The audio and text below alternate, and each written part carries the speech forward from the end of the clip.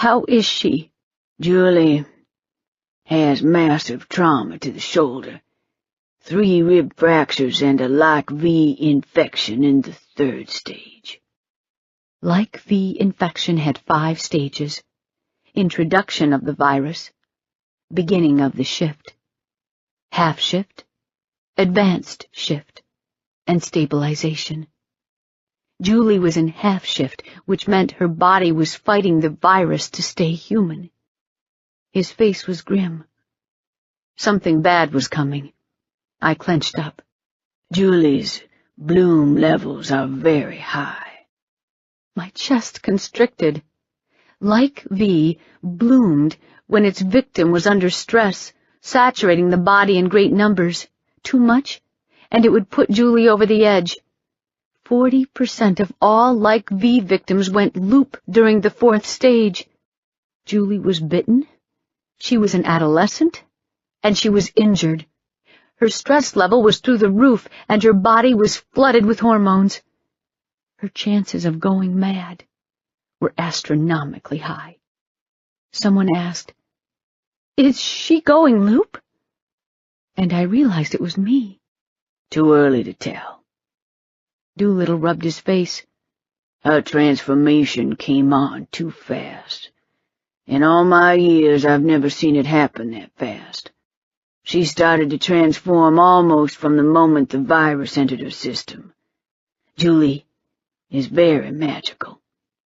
Introducing the virus to her body was like planting a seed in fertile ground. The first transformation is always the most volatile. In a case of stable infection, the virus should have leveled off. Julie is still blooming." "Oh, no!" "Call to the Frenchman," Curran said. I almost jumped. He'd come up behind us, and I didn't hear him. "I don't care what it costs. Just get him." "Get what?" I stared at him. "The Europeans have an herbal concoction," Curran answered. "It reduces the chance of loopism by 1/3. They guard it like it's gold, but we know somebody who smuggles it out." Doolittle's face was mournful. "I took the liberty of calling the moment she came in, my lord." "And?" Doolittle shook his head. "Did you tell him who was asking?" Curran snarled. "I did. The Frenchman sends his apologies. If he had any, he would immediately deliver it. But there is none to be had." Curran clenched his fists and forced them open. "What now?" I asked. "She's under heavy sedation. The main issue right now is to make her feel secure. No loud noises, no alarming voices, no agitation. We have to keep her calm and safe. That's all we can do." "I'm so sorry." "I want to see her." "No." Doolittle barred my way.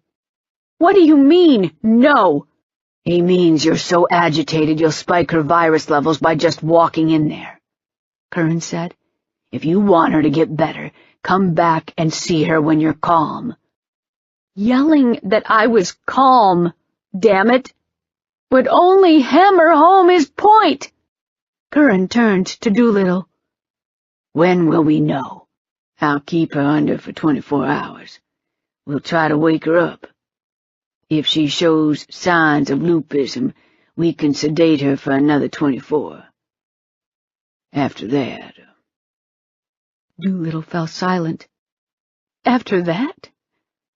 I would have to kill my kid." All strength went out of my legs. I would have given anything for this to be a nightmare. All my magic, all my power, for a chance she'd wake up. "Is there any hope?" Doolittle opened his mouth and closed it without saying anything. I turned and marched down the hallway. The lighthouse keepers had to have a base. Someone had to have owned or rented that van. Someone supplied them with explosive bolts. The only time I'd ever seen them used was when Andrea put 2 of them into a blood golem controlled by my aunt. She had to have them special ordered. I would find the keepers. I would find them and murder every single one of them. Curran caught up with me. Where are you going? I have things to do. He barred my way. You look like shit. You need a medic. Let Doolittle fix you. I don't have time for this. He leaned to me, his voice quiet.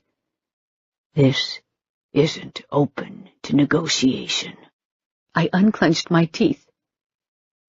If I don't hurt something, I'll lose it.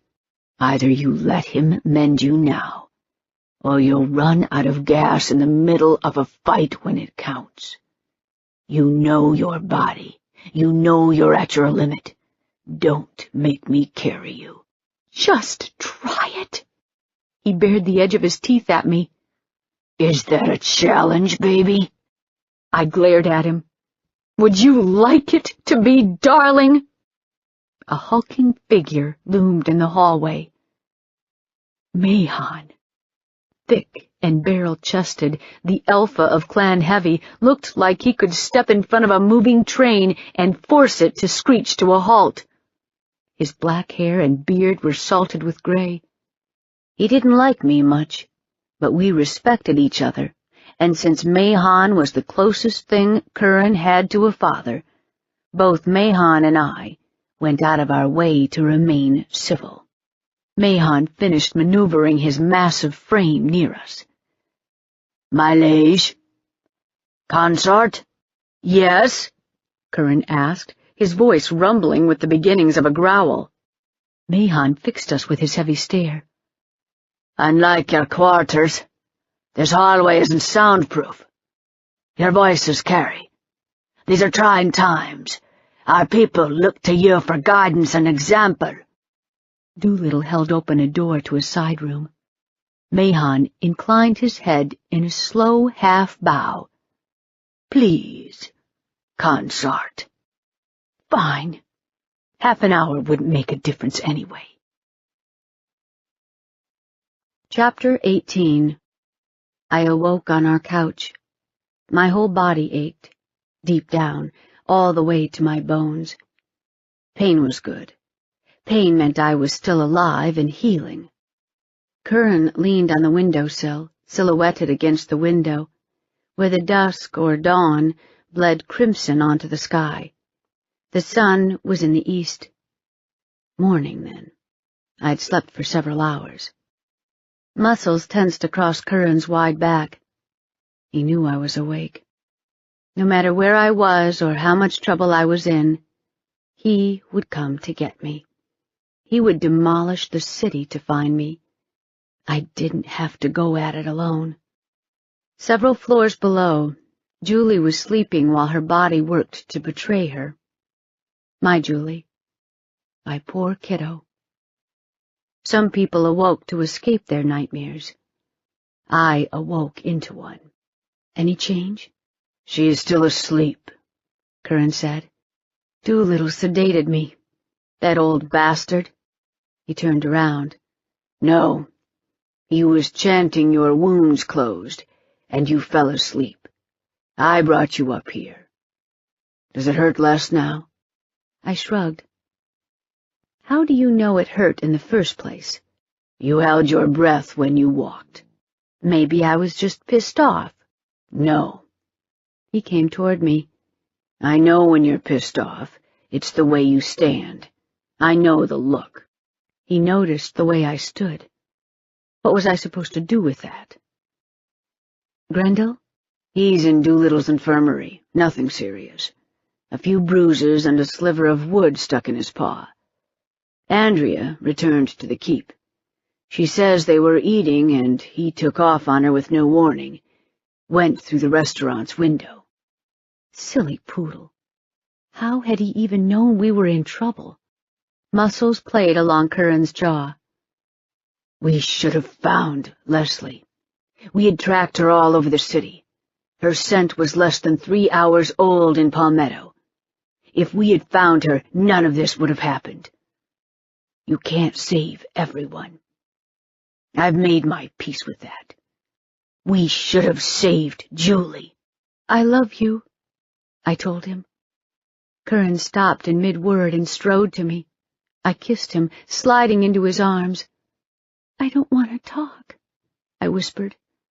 My cheeks were wet, and I knew I was crying. My voice didn't tremble, but the tears kept coming and coming. I'd lost my mother, my stepfather, and now in 2 days, my kid as well. It was time to pay the piper. Curran kissed me, his lips sealing on mine, his tongue slid into my mouth, his taste so familiar, so welcome. I clenched his shoulders, pulling him closer, pulling his shirt off. He moved the sheets aside and broke apart from me for the tiniest second to peel my tank top off. I kissed his mouth, my fingers in his short hair, asking for his strength. His hands slid over my breasts, the rough skin of his palms scratching at my nipples. He lifted me to my knees and licked my left breast, the heat of his mouth piercing through all of the pain swirling inside me. I let go of it all and lost myself in him, kissing, licking, stroking, wanting to be one. He rose above me.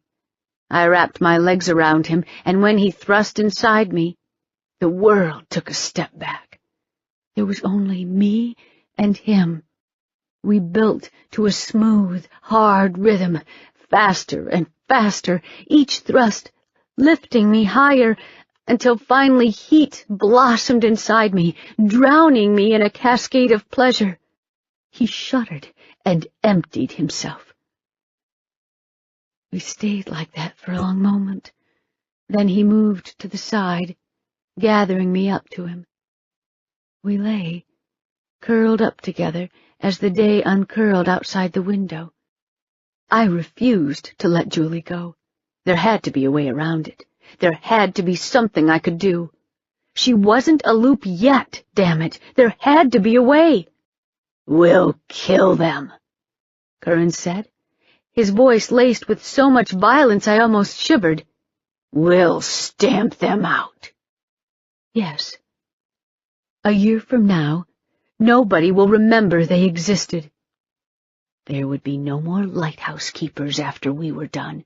It wouldn't help my kid, but it might keep other Julies from being hurt. A knock resonated through the door. "What?" Curran growled. "Jim is here, my lord," Barabbas said. I pushed off the pillow. "Tell him to wait," Curran said. He turned to me. Gray eyes looked into mine. "I love you, too." Maybe he truly did. Promise me that if we leave, nobody will touch Julie until we return. Gold rolled over Curran's eyes and vanished. "Not if they want to live." Not even an alpha of a clan. I didn't know how dark the inside of Jennifer's head was.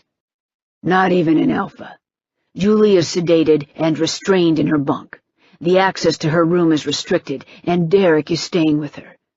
He's gotten it into his head that if he and Ascanio hadn't gotten into it, the Bauda kid would have put up more of a fight. Jennifer doesn't have a prayer of getting past him, nor would she try. That's not who she is." He swiped his sweatpants off the floor. I put my clothes on. It wouldn't have mattered about Ascanio. She was a trained render. You could have killed her. Bee, Mahon, Jezebel, maybe. Jim. "Kate," Curran said. "and now the entire keep knows it." I stopped with a boot in my hand. He was actually proud of me. I heard it in his voice. Oh, hell. He was looking at me with a smile, like the cat who ate the canary. What did I do with my other shoe? "You're holding it." Ah. I sat down on the couch and put my boot on. Curran slipped on his T-shirt and went to the door. I followed. Curran opened the door, revealing Jim. His cloak was back on. Andrea stood behind him. The right side of her face was black and blue, as if she'd been hit by a 5-pound dumbbell. She looked ready to kill something.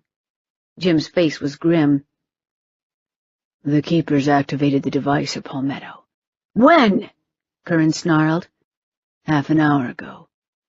Curran swore. The jeep bounced over a metal plate in the road, went airborne, and landed with a crunch. Jim drove the way he did everything, just on the edge of reckless, but never out of control. In the front seat, Curran rolled the window down and leaned, trying to read a grimy road sign. 3 miles. He rolled the window up before the roar of the jeep's enchanted motor made us all deaf. The Roosevelt Highway rolled past the window. The trees, one long greenish smudge. Next to me, Andrea held her crossbow. We didn't have a chance to talk, but we didn't need to. We just needed a target. "The keepers brought the device in sometime during the night," Jim said. "The spring farm fair is in town this week. That's where most of Palmetto makes a good chunk of their money. School is canceled for the week, and all the church services are moved to 8 o'clock to accommodate the fair. The keepers set the thing up in the middle of a busy street and bailed. The fair has 2 fields worth of weird magic crap. Nobody would have given Cayman's device another thought." The people of Palmetto had walked right past the ticking bomb and watched it charge. And then it activated and killed them. "Why not hit the fair itself?" Andrea asked. "Because they wanted witnesses," Jim said. "People will travel in for the fair, see a dead town, and rush back to spread the panic." "So it's over?" I asked. "Yeah," Jim said. "We had people combing through the town yesterday looking for Leslie. This morning I sent a man from the keep to brief them on the keepers and tell them to clear out. They were on the road to Atlanta when they saw the light behind them. They stayed the hell away from it. From what they say, white light appeared above the town, glowed for several minutes like the northern lights, and vanished. The whole thing took about 10 minutes. To the left, 4 hyenas, 2 wolves, 4 jackals, and a were-mongoose burst from the brush and flanked the car. Barabbas, Jezebel, and others. The entire Bauta clan howled for blood. "One source says the device can't be moved by a water car," Jim called out over the engine's noise. Good call, not mentioning Simon by name. "He says it kills the enchantment in the water, and they can't carry it. Too heavy. They have to move it by cart and horse. There are 4 roads out of Palmetto. Used to be 5, but Tommy Lee Cook Road is shut down. There is a gap across it, 1/4 of a mile wide. I have people on every road. The machine pulls magic in a circle starting from the perimeter and going inward. The perimeter of the blast zone is clearly visible. They aren't getting out." "Can we enter the zone after the blast?" Andrea asked. "The source said he walked through the blast of the first prototype. He seemed no worse for wear," I told her. An old billboard loomed from between the trees, advertising some gun show. Jim stood on the brakes, spinning the wheel. The engine sputtered and died. The jeep's tires squealed, and the vehicle veered left and screeched to a stop. 14 bodies lay across the road. Men, women, children, dressed in good clothes. To the right, a church rose, its doors wide open. A preacher lay on the stairs, his Bible still in his hand. On the other side of the road, in a wide enclosure, carts waited for the owners who would never come back. Horses snorted and whipped their tails at flies. "Dear God," Andrea whispered. "They must have been Seventh-day Baptists, going to church for the Saturday morning service. Whole families. Adam Cayman was right. If you had enough magic, the shock of losing it killed you. Why? Why the hell were the keepers doing this? What the hell were they hoping to achieve?" A naked man ran out from behind the church and made a beeline for us. Short brown hair, lean build. Carlos, one of the rat scouts. He came to a stop next to us and bent over, out of breath. "Can't go into it in a half form. Turns you human or animal. You're weaker, too." Carlos strained, fur sprouting along his back as bones snapped. A moment, and a were-rat stood in front of us. Carlos opened his long jaws. "Thank gosh! I was worried." A distant wolf howl echoed through the air. "South!" Curran pulled off his clothes, his skin split. Muscle boiled, fur sprouted, and he dropped to all fours, dark stripes like whip marks over his pelt. Jim shrugged off his shirt, and a jaguar in warrior form landed next to Curran. The monstrous lion head opened its jaws, and Curran's voice rolled forth, the words perfect. "We'll cut across the fields, along the edge of the blast zone." "I'll take the car." Jim threw the keys at me, and I snapped them out of the air. "Don't break the device," I said. "You break it, it explodes. We all find our wings in a hurry." Curran growled. "Later, baby cakes." Baby cakes, asshole. "Good hunting, sugar woogums." I jumped into the driver's seat. Andrea pulled a rifle from under the passenger seat and hopped in to ride shotgun. Curran dashed into the field, powerful muscles carrying him off. The shapeshifters followed him in a silent flood. I turned the key, and the gasoline-burning motor purred in response. No magic. Right. I made a wide circle around the bodies and stepped on the gas. The vehicle shot forward, picking up speed. "Whoa!" Andrea rubbed her face. "It's like somebody put a bag over my head. I can't hear that well. I can't smell anything either." "What happened to your face?" "She made me leave," Andrea said through clenched teeth. I glanced at her. "Aunt B, we needed to have the talk." Oh, no, she couldn't wait to have that talk. She had to have it right away so she could explain to me in detail how I needed to become one of her girls. I shouldn't have gone, but I wanted to avoid a fight in front of the children. We sat at Mona's and ate pie, while the render tore the kids apart, so her ego would be satisfied. I told her this. You know what she said? She said it was my fault because if I had run over like a good little Bauda when she first called me, we wouldn't be in this mess. So I slapped her. What? When we got to the keep, and I found out about Julie, I walked up and slapped Aunt B in the face, in front of everyone. Holy crap. Have you lost your mind? You should have seen the look on her. It was worth it. Andrea threw me a defiant glance. Then her face went all psycho. The old bitch backhanded me. I don't actually remember being hit. I just remember rolling down the stairs. I guess she knocked me off the landing. She is fucking strong. A crazy light sparked in Andrea's eyes. I'd do it again. I'll make it my mission in life to take her down. And people said I was nuts. Andrea raised her hand. This is the hand that slapped Aunt B. Maybe you should have it gold-plated. Here, you can touch it, since you're my best friend. Is your hand connected to your brain at all? Are you going to keep attacking her until she kills you? Andrea shrugged. I might kill her instead. And run the Bauda clan? She blinked. No. And how do you think Raphael would take it? I know you still love him. You think he'll be happy his mother is dead? Andrea let her breath out in a long sigh. Listen, me and Raphael, your master plan has holes big enough to drive a truck through. Now look, you... The trees ended abruptly, as the road shot us into the center of the town. Words died on Andrea's lips. Bodies lay in the streets, laborers, mothers with their children, a group of men armed with crossbows, probably just passing through. A cop, a short blonde woman, her uniform pristine, lying face down on the pavement 2 steps away from her police horse. Oh, my God.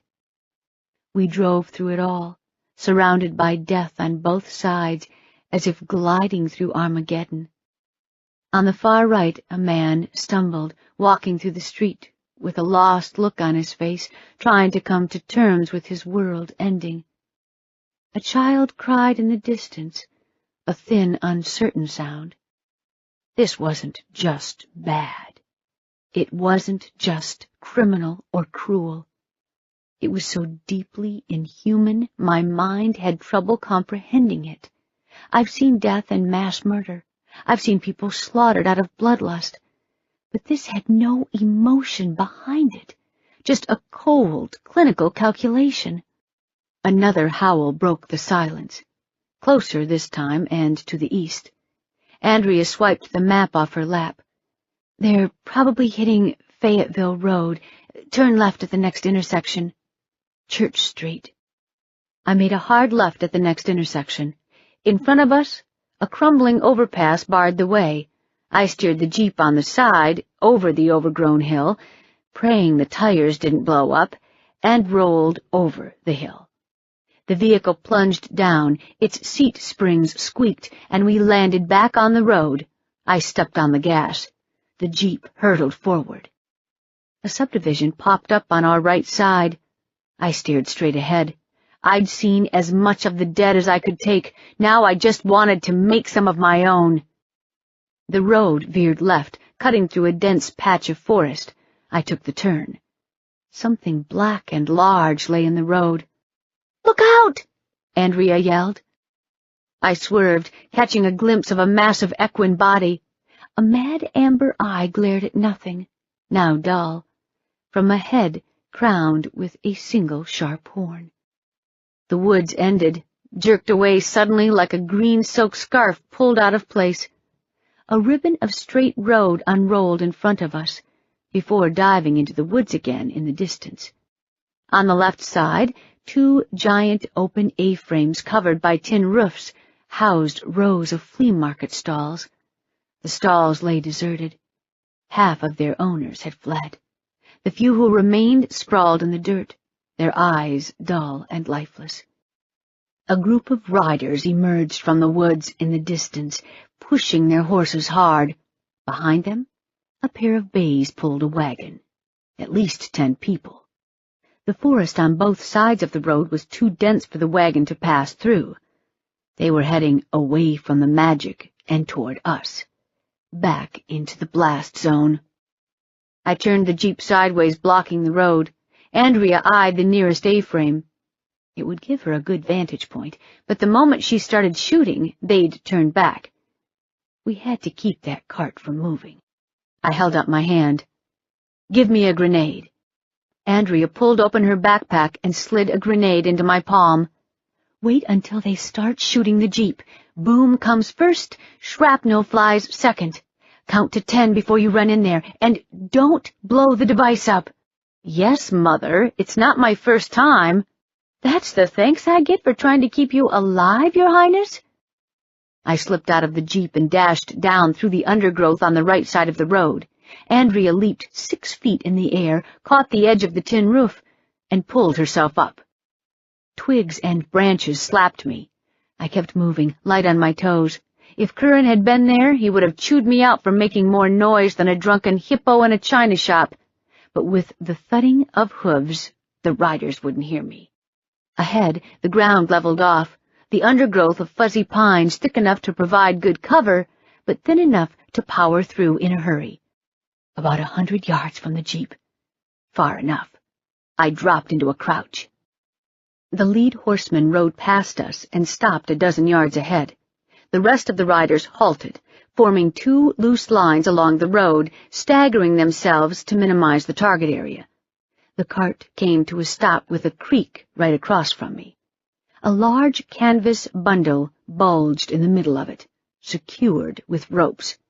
Wooden partitions protected the device from the back and front. Perfect. "Miss Cray," the lead rider said, "please remove the obstruction." A woman rode up to the leader. "Sir?" "Ride down to the vehicle, shift it into neutral, and push it off the road. Burgess go with her. Santos cover them.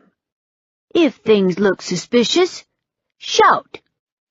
The 3 riders advanced toward the Jeep, 2 ahead, one lagging behind, his rifle ready. I waited until they cleared half of the stretch, pulled the firing pin, and lobbed the grenade behind the cart. The metal clanged on the asphalt 200 feet away from the cart. Far enough. Heads turned. I dropped down and pressed into the forest floor. The explosion shook the trees. Horses shied, panicking. The device showed no intention of exploding. "Protect the machine!" the leader screamed. "Form!" His head jerked. Andrea's bullet took him in the back of the skull and came out just under his eyes, disintegrating his face into a mush of bone and bloody flesh.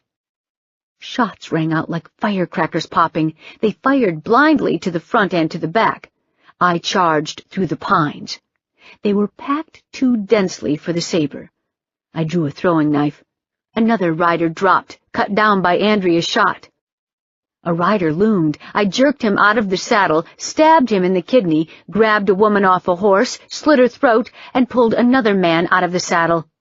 The black barrel of a .45 glared at me. I shied left. The gun barked. Heat grazed my shoulder. I stabbed him through the heart. The cart driver snapped the reins, turning the cart around. The horses neighed and plowed through the brush, skirting the crater left by the grenade. The cart hurtled back down the road, out of the blast zone and into the magic, heading away from the jeep. The remaining riders chased it. Damn it! A huge gray lion leaped out of the woods, barring the cart's path, standing almost as tall as the horses. The great mouth gaped, and a deafening roar shook the trees. The horses reared in sheer terror. The driver surged up and slumped over as a red wound from Andrea's rifle blossomed in the back of his head. The lion morphed, his fur melting, and Curran grabbed the loose reins with his human arm, calming the horses. Shapeshifters spilled from the woods, swarming the riders. "Alive!" I yelled. "We need at least one alive!" 2 men and a woman knelt on the ground, their hands on the back of their heads. Around us an empty field stretched. The blast zone lay just a few yards away, behind the tattered ribbon of the crumbling highway. The Bautas circled the captives like sharks. They wanted blood. I wanted blood.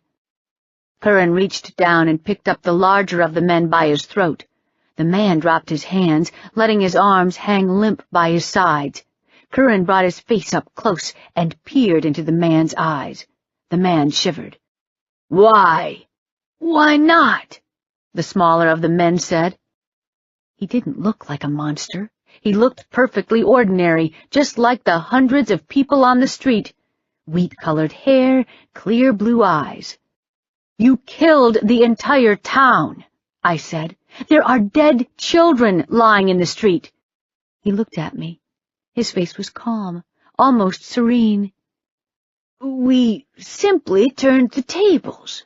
How did these dead children hurt you? Enlighten me."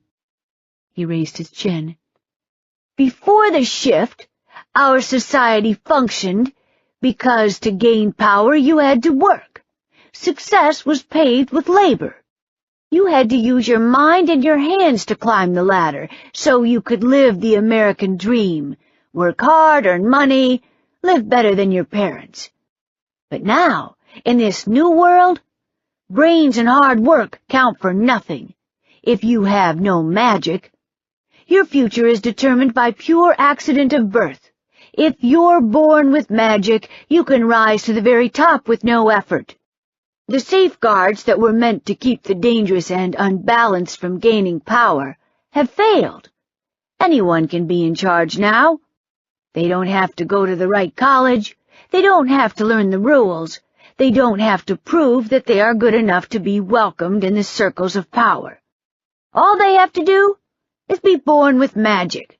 Well, I have no magic. Not a drop. Why should I be disadvantaged? Why should I suffer in your world?" He smiled. "We don't want to kill anyone. All we want is a chance to have the same opportunities as everyone else, to restore order and structure to the society. Those who can't survive in our world, well, They are regrettable casualties." The Bowders snarled in unison. A woman walked out from behind the brush bordering the road. Her dirty dress waved about her like a grimy flag. She came toward us, wiping her nose with a dirty hand. One of the wolves detached from the pack and moved to flank her. I leaned closer. "One of your people attacked my office and tried to kill a child. My child. She had done nothing to you. Is she also a regrettable casualty?" The man nodded. "It's tragic. But look at it from my point of view. Your child will grow up and prosper, while me and my children will be forced to struggle. She is no better than me. Why should your child take my spot under the sun?" Nothing I could say would penetrate his skull, but I couldn't help myself. "That's nice. They taught you very well. But in the end, you're scum. A common thug might murder a man for money, but you murdered dozens out of selfish hope. This better life you're hoping to get for yourself will never happen, or you would be living it already, magic or not. You can't think for yourself. You want an excuse for your failure, and so you found someone to blame. If you survived, you would always be dirt, ground under someone else's boot." The man raised his face. "Say what you want. I know my cause is just. You didn't stop us. You just delayed the inevitable." He didn't do it because his religion told him to murder people. He didn't do it because he couldn't control himself. He did it out of pure, selfish greed, and he didn't feel the least bit upset by it. I'd rather take on a demonic horde any day. The woman reached us. She was past 30, maybe 35. I looked into her eyes and saw nothing. A painful, empty void. She wasn't a threat. She was a victim. The woman stopped and looked at us. "Is it them?" she asked, her voice hoarse. "Is it them who did it?" "Yes," Curran told her. She sniffed, her gaze fixed on the 3 people kneeling in the dirt. "I want to turn." Andrea stepped close to her. "They killed Lance," she said. "They killed my babies. My whole family is dead. "I want to turn." Andrea put a hand on her arm. "Ma'am." "You give me my turn!" The woman's voice broke into a sob. She clamped her hand on Andrea's fingers, trying to wrench them open. "I've got nothing left. You hear? Nothing. My whole life's gone. You let me at these sons of bitches. You—" Curran walked over to her. She went quiet. "If you wait," he said, "I promise you'll get your turn." She sniffed again. "Come on," Andrea told her, leading her to the side gently. "Come with me."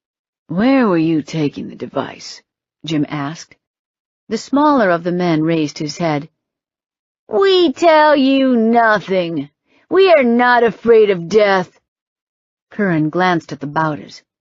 A large, spotted hyena moved forward, her strides slow and deliberate. Jezebel. She dipped her head and stared at the 3 captives with unblinking predatory focus. She would kill them. We wouldn't get much out of whoever she attacked. She needed to avenge Joey. After she was done, nothing would be left of them. I wanted to join her.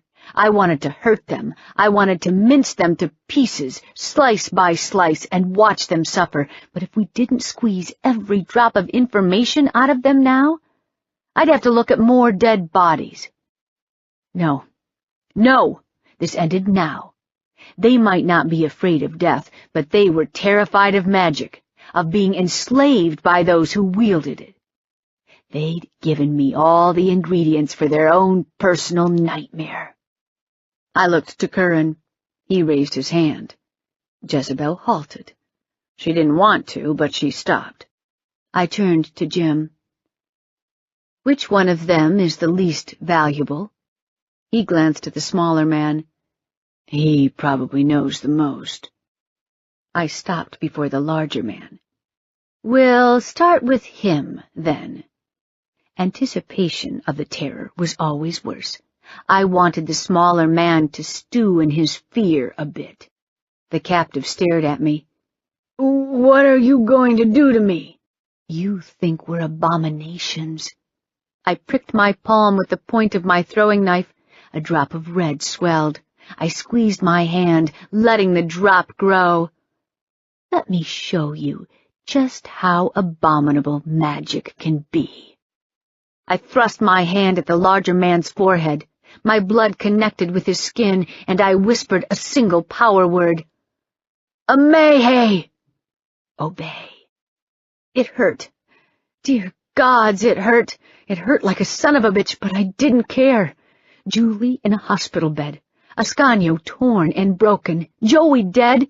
Corpses in the streets. Children in their best clothes lying in the dirt, looking at the sky with dead eyes. They would never rise again. They would never walk, never laugh, never be. The rage inside me was boiling over.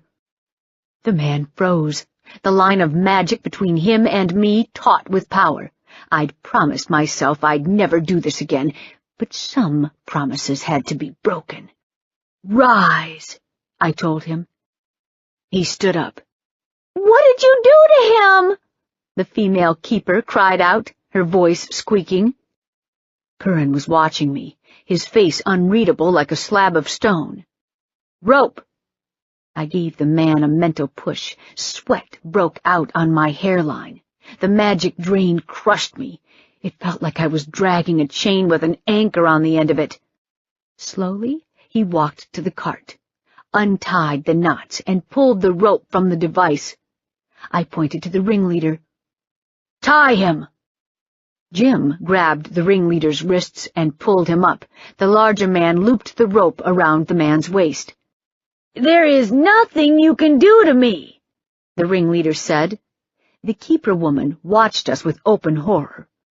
I picked up the other end and showed it to the larger man. Hold! He clamped it. I glanced at the shapeshifters. He'll need help. Jezebel shed her fur and took the end of the rope. Good. The change would tire her out. She was strung out too high. She needed to burn off some of that edge. Give me room. The shapeshifters parted. The ringleader stood by himself. I took a deep breath. Ahisa! Flee. The shock of the power word nearly took me to my knees. The ringleader screamed, a sharp, high-pitched shriek full of animalistic, mind-numbing fear, and ran. On the left, one of the Baudas dashed away in panic, caught by the edge of the magic. The rope snapped taut. The man fell and clawed the dirt, kicking, trying to swim away through solid ground. His larger friend held him, a blank expression on his face. The ringleader raked the soil again and again, trying to get away, howling in hysterical frenzy. The shapeshifters watched him with stone faces. How long does it last? Curran asked. Another 15 seconds or so. Moments stretched by.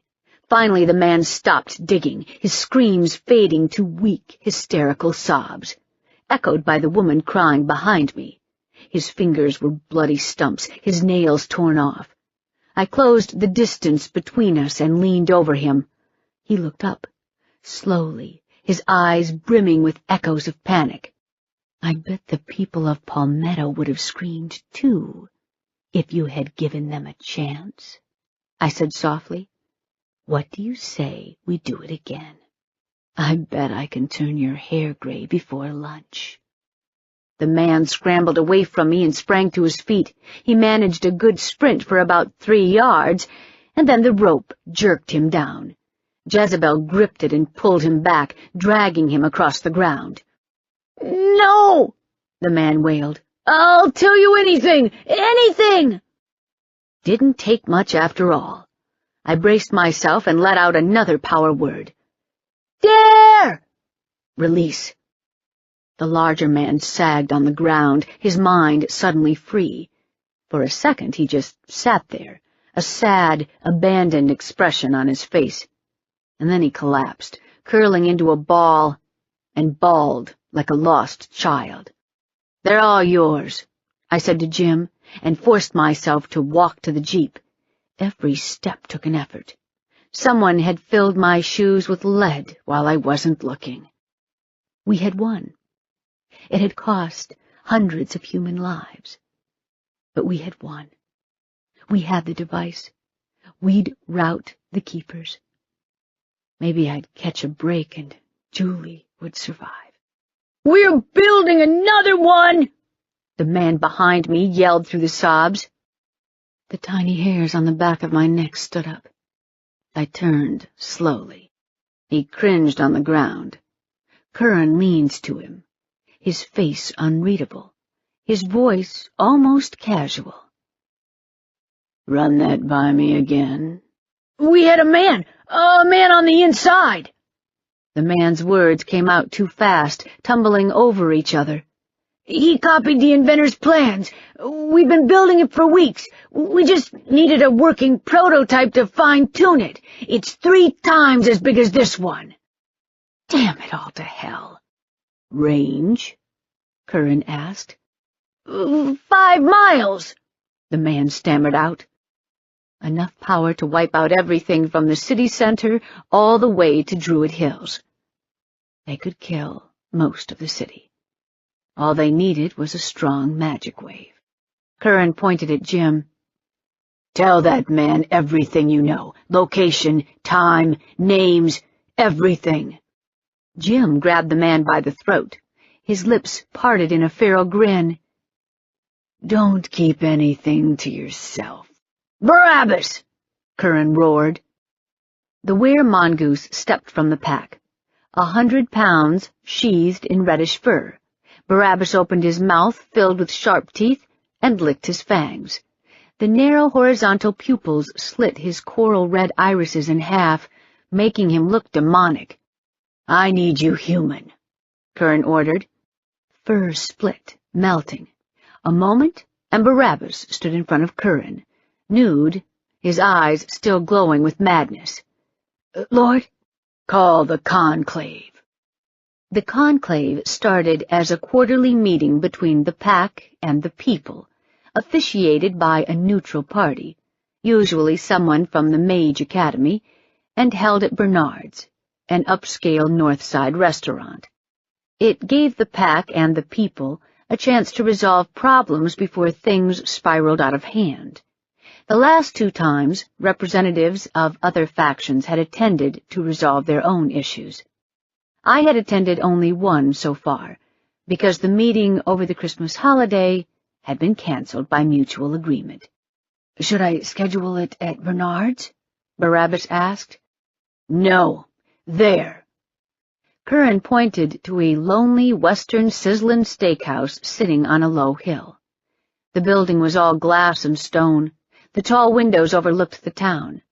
To get to the place, the leaders of the factions would have to ride through the graveyard that was Palmetto. "When?" 4. "Sunset is at 6.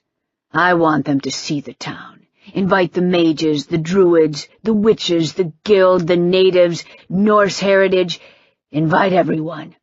"Except the Order," I added. "The Keepers may have infiltrated it." Curran nodded. "And if the cops restrict access to the area?" Barabbas asked. Gold rolled over Curran's eyes. "Buy the place. They can't restrict access to our own land. Go!" Barabbas took off running. "The wolves have the inventor," I said. "We need access. I need to make some phone calls." "I'll take you," Curran said. We walked to the car. I was so tired I could barely move. "Curran?" "Yes?" Today was apparently the day for finding out what mating with me really meant.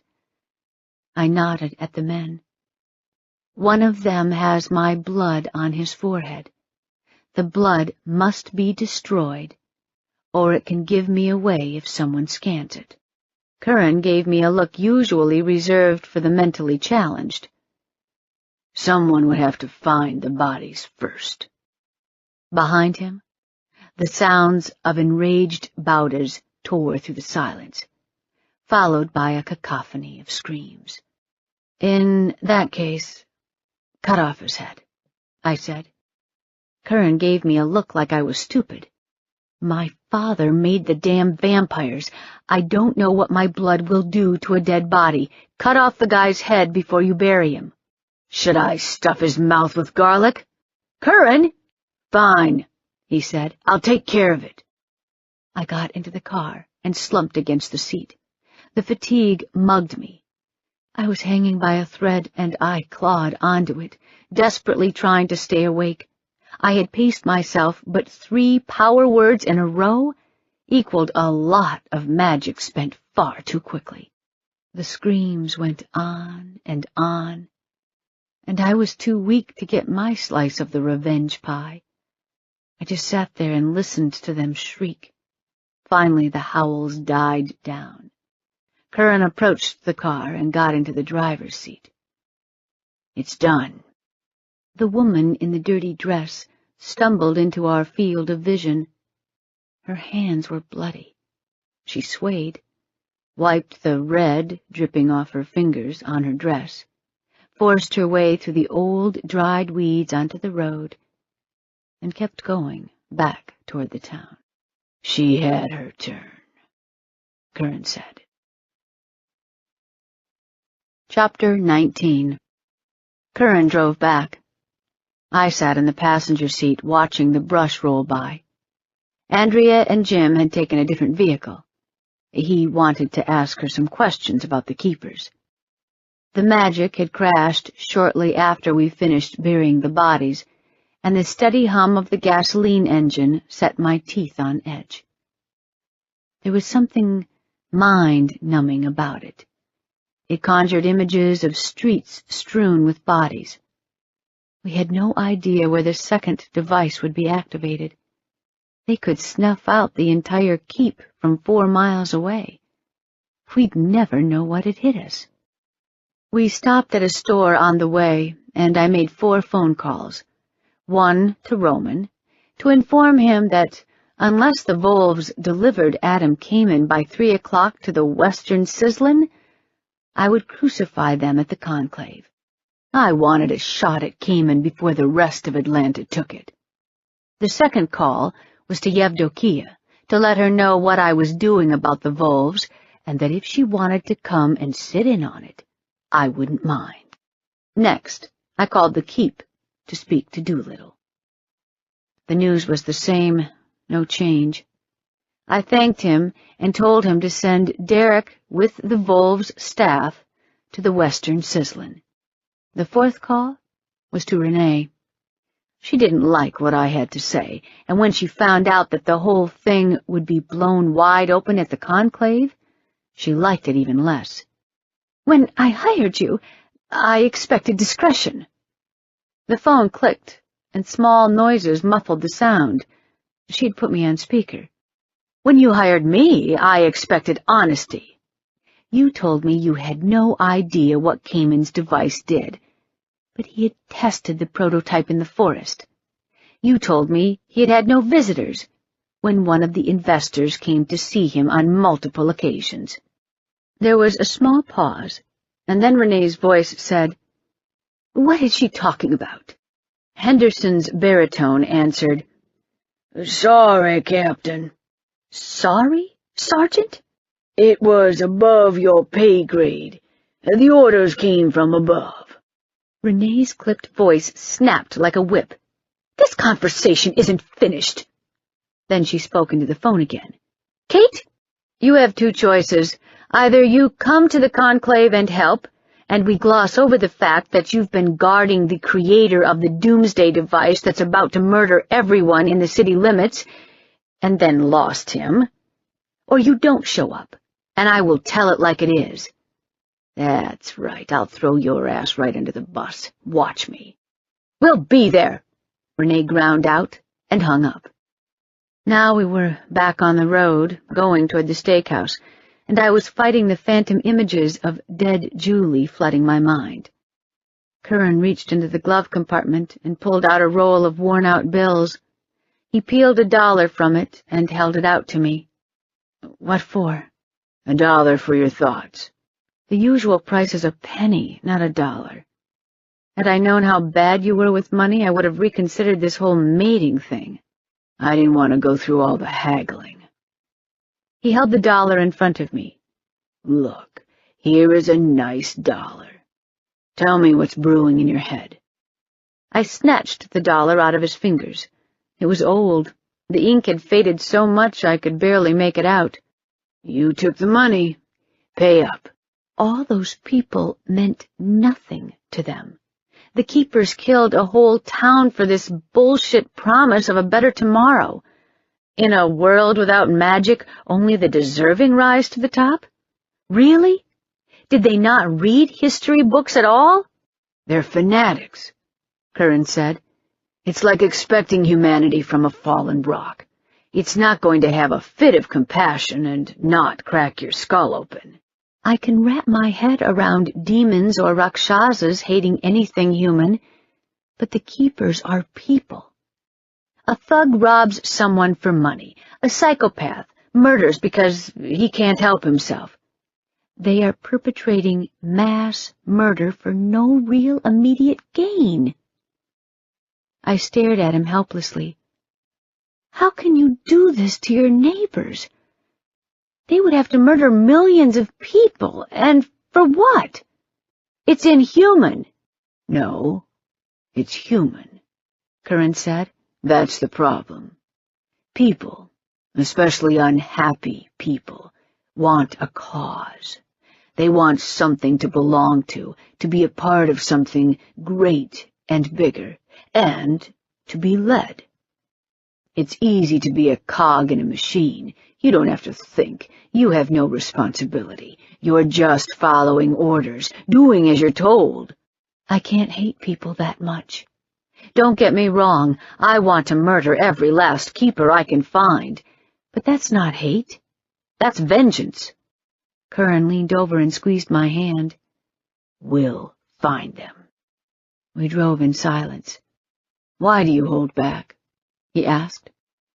I glanced at him. "You never let go," he said. "You can do all this magic, but you never use it." Why don't you murder every man that annoys you and rape every woman you find attractive?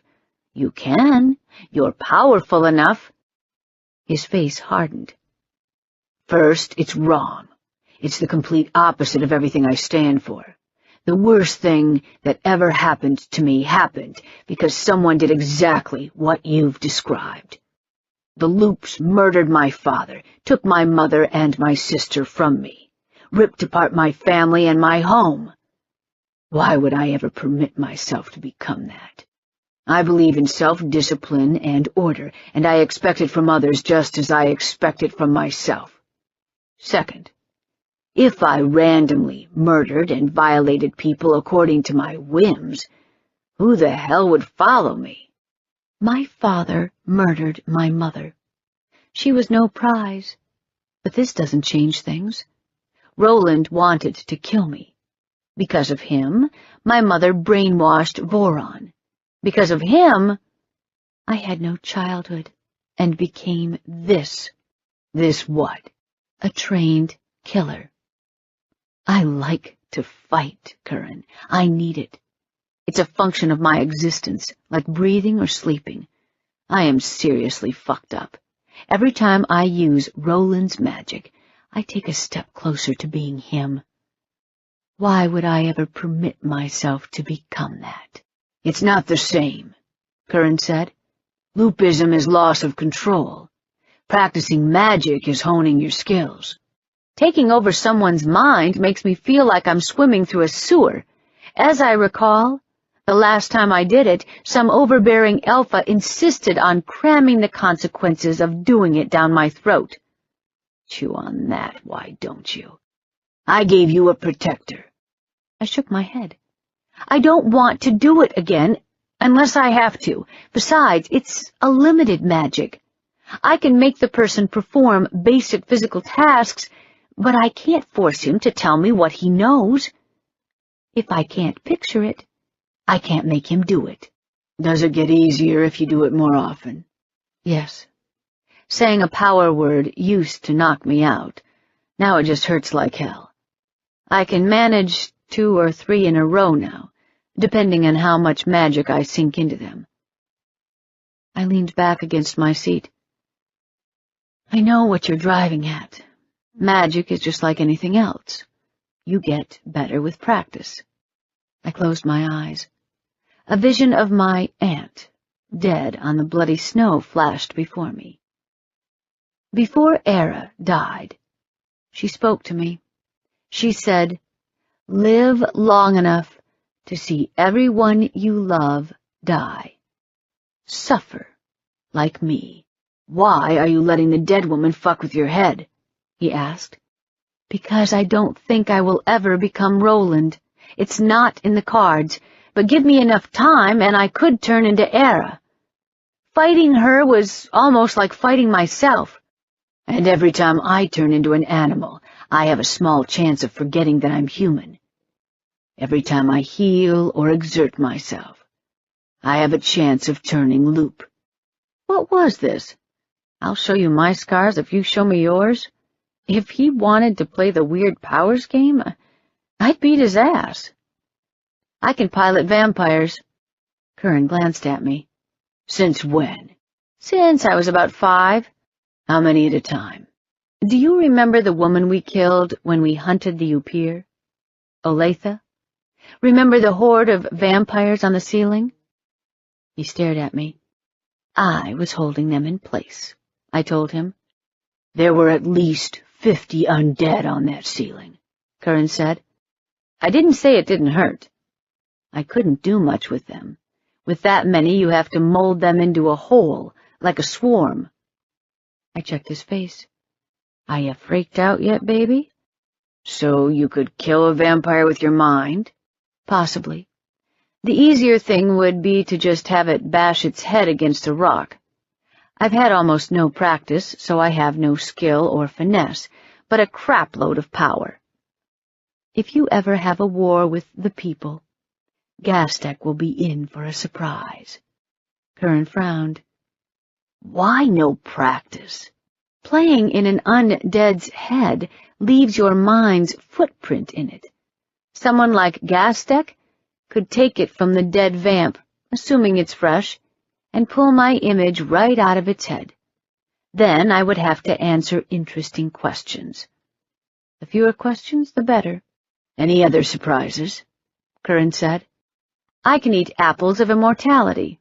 My magic is too old to be affected by them, so it's just like eating a regular Granny Smith. You can, too. I made you an apple pie with them once." "Aha! Okay, the next time you decide to put magic apples into my pie, I want to be notified of that before I eat it." "You liked it." "I'm serious, Kate." "As you wish, Your Majesty." We fell silent. "The blast zone turned the shapeshifters in warrior form human," I said. Curran nodded. "It takes magic to maintain the warrior form." "What if we brought Julie into it? The virus would disappear. She would be okay, right?" Curran's face slid into his beast-lord expression. "Bad idea." "Why?" "Carlos was able to shift after he came out of the zone, which means it doesn't destroy the virus. It just negates its effects. The moment Julie stepped foot out of the zone, it would hit her all at once. That's a guarantee of instant loopism. Besides, do you remember the way Julie looked when we brought her in?" My memory served up a twisted wreck of a body, a mix of fur, skin, exposed muscle and bare bone, and a grotesque face. "I remember," I said through clenched teeth. "She is alive only because like V holds her together. A regular human body can't sustain that much damage. You move her into the zone. all her regeneration will vanish. She will die quickly and in a lot of pain." I stared out the window. "I'm sorry," Curran said. "She isn't going to beat it, is she?" Curran exhaled slowly. "Do you want me to lie to you?" "No." "There is a way to calculate the probability of loopism," Curran said. "It's called the Lycos number. An average shapeshifter has 10 units of virus per blood sample. I don't know exactly how the units are determined, but Doolittle can explain it to you. The unit level fluctuates as the levels of virus rise and fall in a shapeshifter's body. An agitated shapeshifter might show 12 units. A shapeshifter in a fight post-injury might show as much as 17 or 18.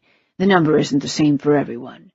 For instance, Dolly shows 16 units at rest and 22 when agitated. Her regeneration is really high." I filed it for future reference. "Next, we have shift coefficient. A loop can't maintain a human form or an animal form," Curran continued. "They can't fully shift. This is where it gets complicated. A normal shapeshifter in either animal or human form is considered to have a shift coefficient of 1. As the shapeshifter begins to change shape, the coefficient changes. Suppose you're going from human to animal. You turn 20% of your body animal, while the rest remains human. Your shift coefficient is 2. 30%, 3, and so on, until 9. When you turn 100%, you go back to 1. With me? Yes. The Lycos number is determined by multiplying shift coefficient by the units of virus by the time it takes you to shift completely. Let's take Dolly. She can completely shift in less than 3 seconds. Her Lycos number is 1 multiplied by 16 multiplied by 0.05 minutes. 0.8. Anything under 270 is safe. Over 1,000 is a guarantee of loopism. Dolly isn't going loop anytime soon." "What's Julie's number?" Curran glanced at me. "Julie's fluctuating between 32 and 34 units. Her shift coefficient is 6.5, and she's been at it for 16 hours. Dear God, I'd need a damn calculator. 12,480, Curran said. "We stop counting after an hour if there is no significant change." 12 times the loopism limit. My mind struggled to comprehend it. I knew what he was saying. It was right there. I just couldn't force myself to believe it. The realization hit me like a punch. "When did you know?" His voice was hoarse. "Once Doolittle pulled her unit number, it took us 45 minutes to get to the keep. She had begun the transformation at least 15 minutes prior. I knew that unless she shifted within the first hour, her chances were cut by 3/4, unless her unit number was below 20. My heart hammered, as if I were running full speed. "I've heard of first transformations taking hours." He nodded. "That happens when the unit number is low. Not enough virus entered the body during infection, or something is inhibiting it. So you might get somebody with 5 units in his blood, sitting at 20% of the shift for an hour. 5 by 2 by 60 is only 600. Then the virus blooms, and he shifts." I was grasping at straws. What about Andrea? During the flare, she was in a partial shift for at least a couple of hours. Andrea had an object in her body that interfered with her shift. Once they pulled it out, it took her half an hour to rebuild the virus and change shape. Damn it! Then why bother with sedation at all? Doolittle must have done it for a reason. He must have had some glimmer of hope. Curran reached over and covered my hand with his. It's not for her. It's for you. Doolittle is using all of his skill to keep her alive and comfortable. He's giving you time to come to terms with it. I stared at the road through the windshield. They were waiting until I gave up and agreed to put my kid out of her misery. Curran kept talking. I brought her in wrapped up so nobody except the two of us, Doolittle and Derek, know how bad she is. The kid won't say anything. His hands gripped the wheel, his knuckles white. His face was calm, his voice completely flat and measured, almost soothing. He must have expected me to fall apart because he had locked his emotions inside, asserting absolute control over himself. Julie isn't in pain. She's sleeping. You can take your time. I know how much she means to you. You care for her. Sometimes it can be very hard. If it's too hard, I'm here. I will help her if you need me. Please stop the car. He pulled over. The outskirts of Atlanta had long ago succumbed to the magic's onslaught. Ruins surrounded the road on both sides. The long stretch of highway lay deserted. I stepped out of the car and marched out into the crumbling wreck of some old building, singed from the inside, its walls black and draped with dead kudzu. I didn't know where I was going. I just had to be on my feet. So I paced back and forth, one wall to the other. Curran followed me inside and halted at the gap in the wall. He didn't say anything. Nothing needed to be said. I paced. There had to be something, some way. Death was forever, but Julie was still alive. I keep thinking that if I had made it in 20 minutes earlier, none of this would have happened. I wish I could... I clenched my fists. Kill Leslie again? I looked at him and saw my own rage mirrored in his eyes. He'd wanted to rip Leslie apart. He'd pictured it in his head more than once. She had become the keepers in his head and in mine. I spun on my foot, making a turn at the wall. Leslie could have bitten me until the cows came home. I'd get a light fever, and that would be the end. A light went on in my brain. I stopped. My blood ate like V for breakfast and chomped vampirism for dessert. Curran was right. Julie was hanging on by a thread. A direct transfusion of my blood would kill her. What?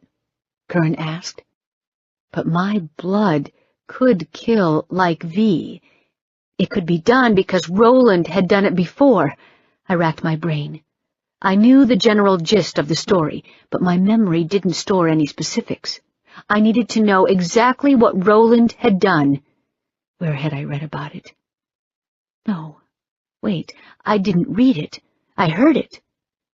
If I closed my eyes, I could recall a woman's measured voice reciting the words.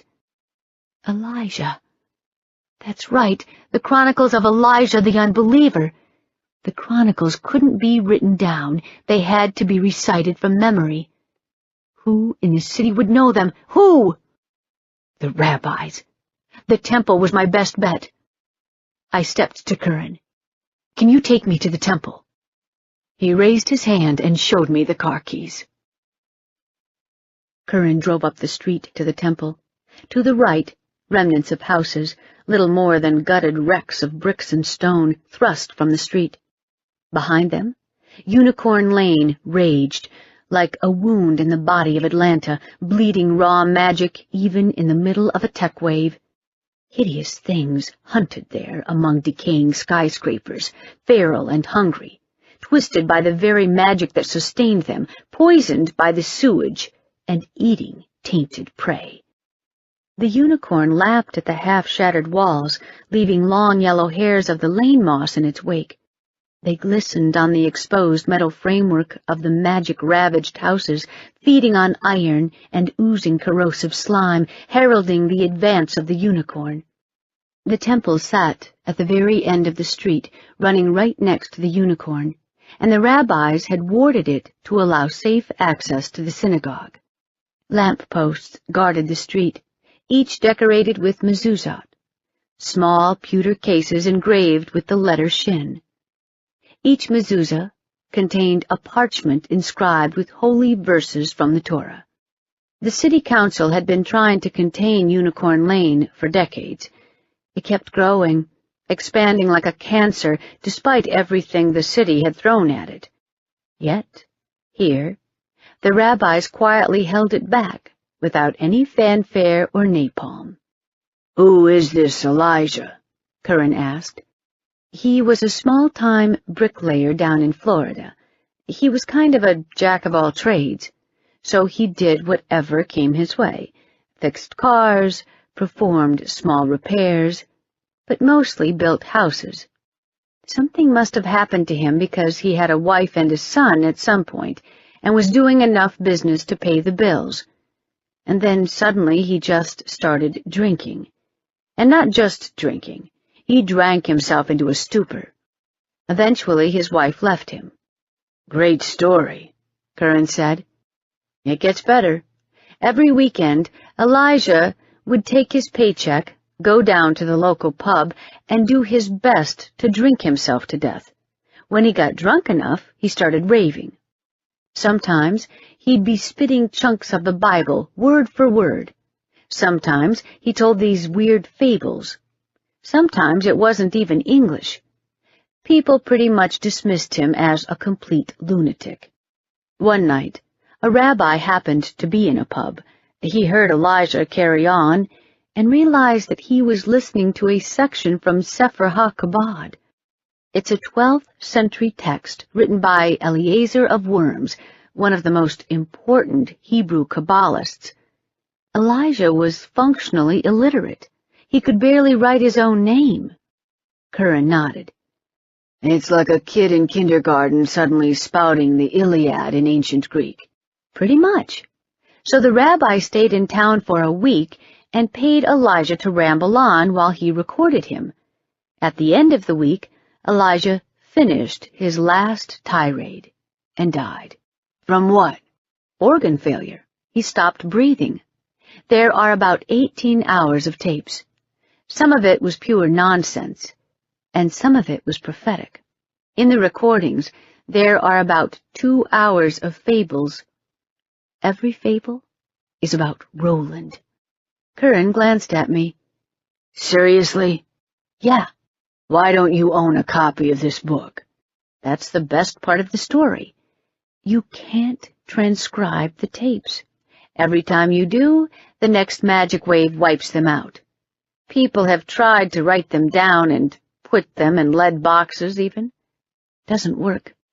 Magic hits, the words disappear. Even copying the tapes doesn't work every time. The temple is the largest synagogue in the southeast.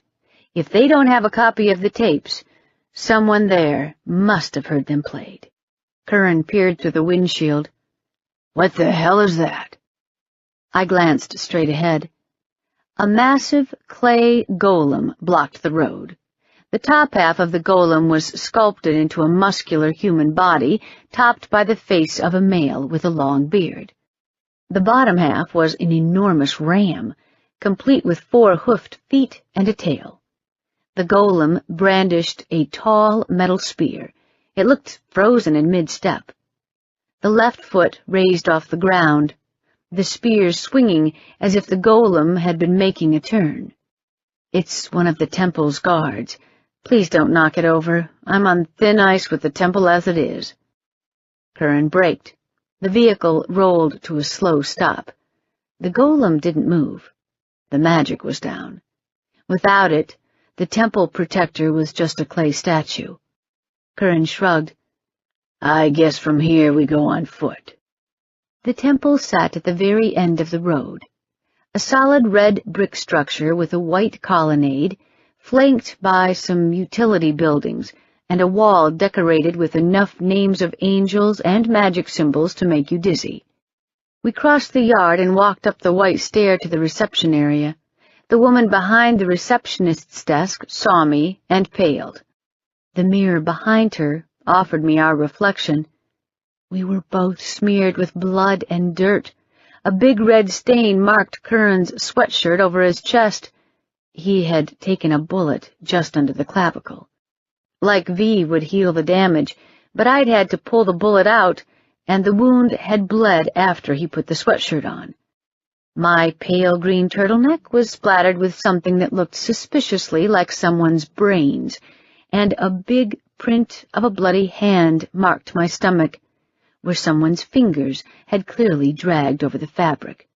"The Beast Lord and Consort to see Rabbi Peter," Curran said. The woman blinked a couple of times. "Will you wait?" "Sure." Curran and I sat in the chairs. The receptionist spoke in a hushed voice into the phone and hung up. Curran leaned to me. "You think she's calling the cops?" "I would." "Just letting you know.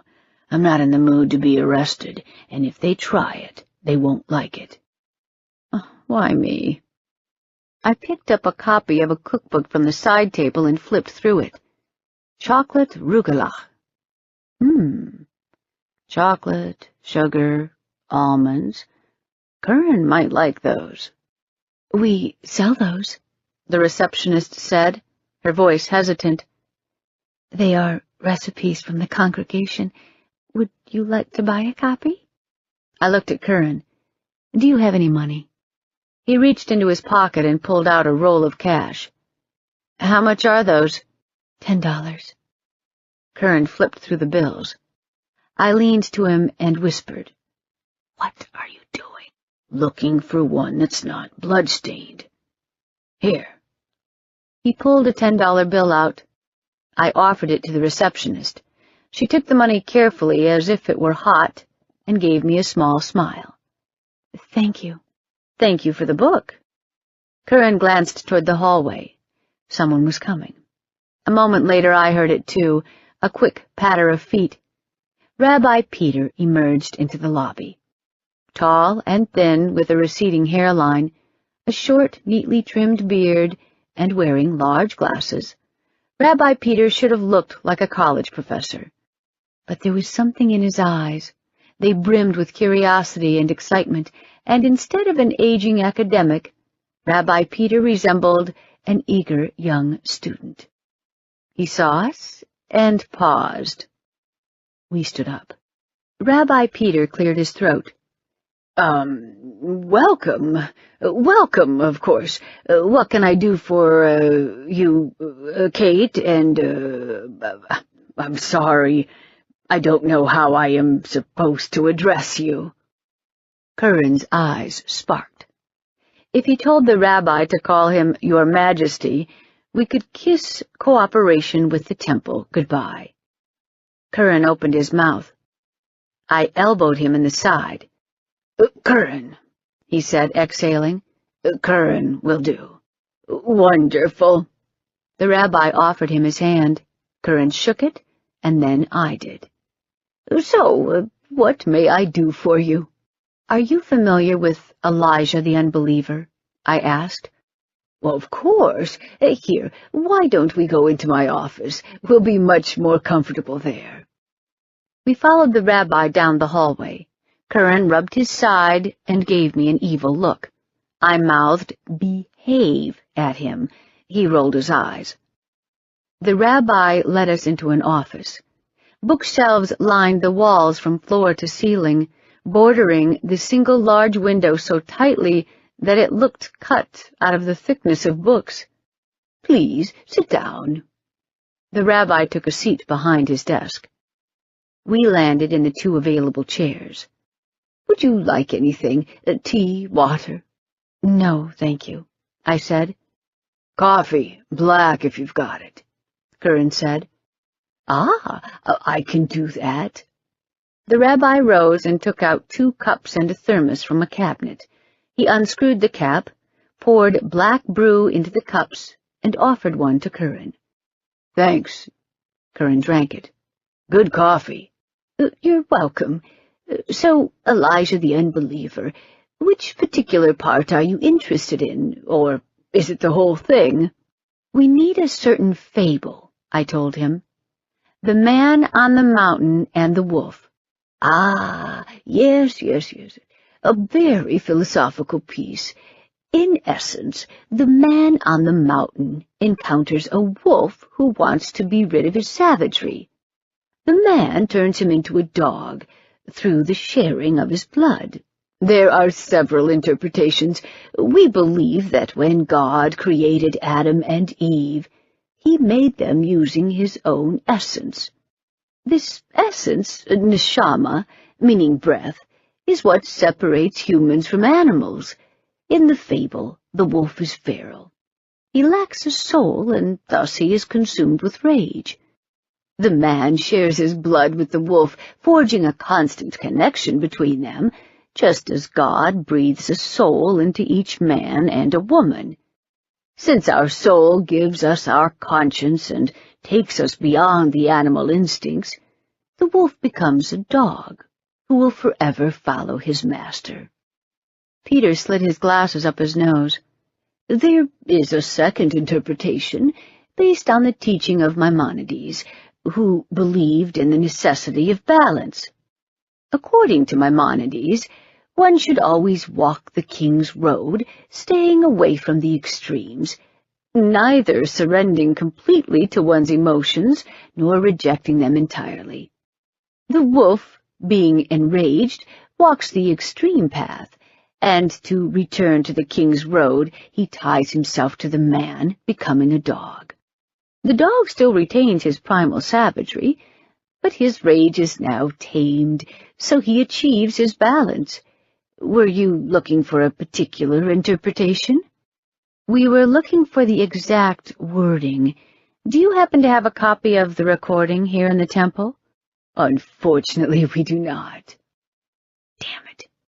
Rabbi Peter smiled. But I happen to have studied the tapes extensively.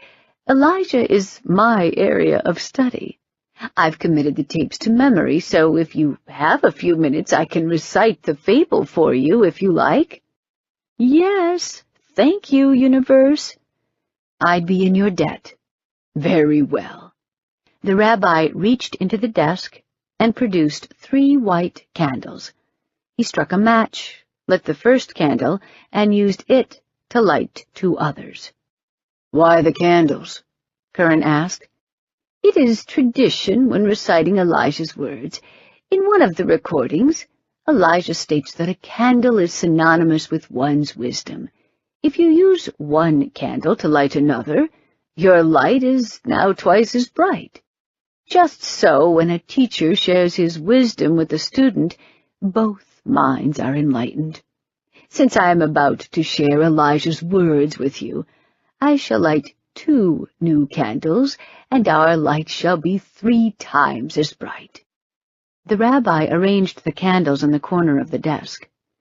Now then, fable number 3. There once was a man of wisdom who lived upon a mountain. One day a rabid wolf blocked his path. The wolf was suffering, for he was full of rage, and it drove him to murder and violence. The wolf begged the man to take away his rage at any price. The man denied him, for it was too dangerous and could cost both of them their lives. The next day the wolf returned and begged the man once more to take away his rage. The man denied him again, for rage was in the wolf's nature. Without it, the wolf would no longer be a wolf. On the 3rd day, the wolf returned once more and refused to leave. He followed the man, begging and crying, until the man took pity on him. He agreed to free the wolf of his bloodlust, but in turn, the wolf would have to promise to serve the man till the end of all time. On the 4th day, the man and wolf climbed to the top of the mountain. The man chained the wolf to a rock with chains of silver and iron. Then the man cut open his arm and let his blood run free, while a rain of needles fell upon the mountain. Seeing the blood, The wolf had become mad with rage and struggled to break his chains, but they held him fast. The man sliced the wolf's throat and pulled the living blood from the wolf's body into his hand. As the wolf lay dying, the man mixed his own blood with the fiery core of the wolf's soul. Then the man thrust the mingled blood back into the wound, spoke the words that bound the wolf to obey him forever, and fell to the ground, weakened. The man's blood purged the rage from the wolf. He sat by his master, guarding him while he rested, and when the man awoke, he found that the wolf had become a dog. That's the end of the fable. The rabbi sipped his coffee. The fable's philosophical value can't be denied. However, in recent years, some scholars, myself included, have speculated that the fable is based on actual events. A large percentage of Elijah's teachings, first taken as allegories, proved to be fact. The fable has all the characteristics of such a teaching. It offers specific, if somewhat cryptic, details: the rain of needles, the mixing of the blood, the chains of silver and iron, where fables conceived as fiction typically speak in general terms. But, of course, daring radicals, such as myself, have to resign ourselves to scorn from our colleagues. He smiled. My aunt made flesh golems by pulling the blood out of her victims, infusing it with her magic, and somehow inserting the mixture into new flesh, creating monstrously powerful automatons completely under her control. Roland had done almost the same thing. He had pulled the blood out of the shapeshifter's body, seared it with his magic, and put it back. And somehow both he and the shapeshifter had survived. I didn't even know where to start. Roland had a hell of a lot more power than I did, and it wiped him out, which meant I'd need a power boost. Just like the Volve who teleported Adam out of his workshop, I would not resort to sacrifice. Even for Julie, it was out of the question. "Was it something I said?" Rabbi Peter murmured. "You looked shocked." "No," Curran said. "Everything is fine. Thank you for your assistance." I forced the words out of my mouth. "We appreciate it." The rabbi took off his glasses, cleaned the lenses with a soft cloth, and put them back on his nose. "Since I have shared my knowledge with you, perhaps you'd share yours with me? Why do you need the fable?" I rose. "I'm sorry. I can't tell you that. But I could tell you the name of the wolf."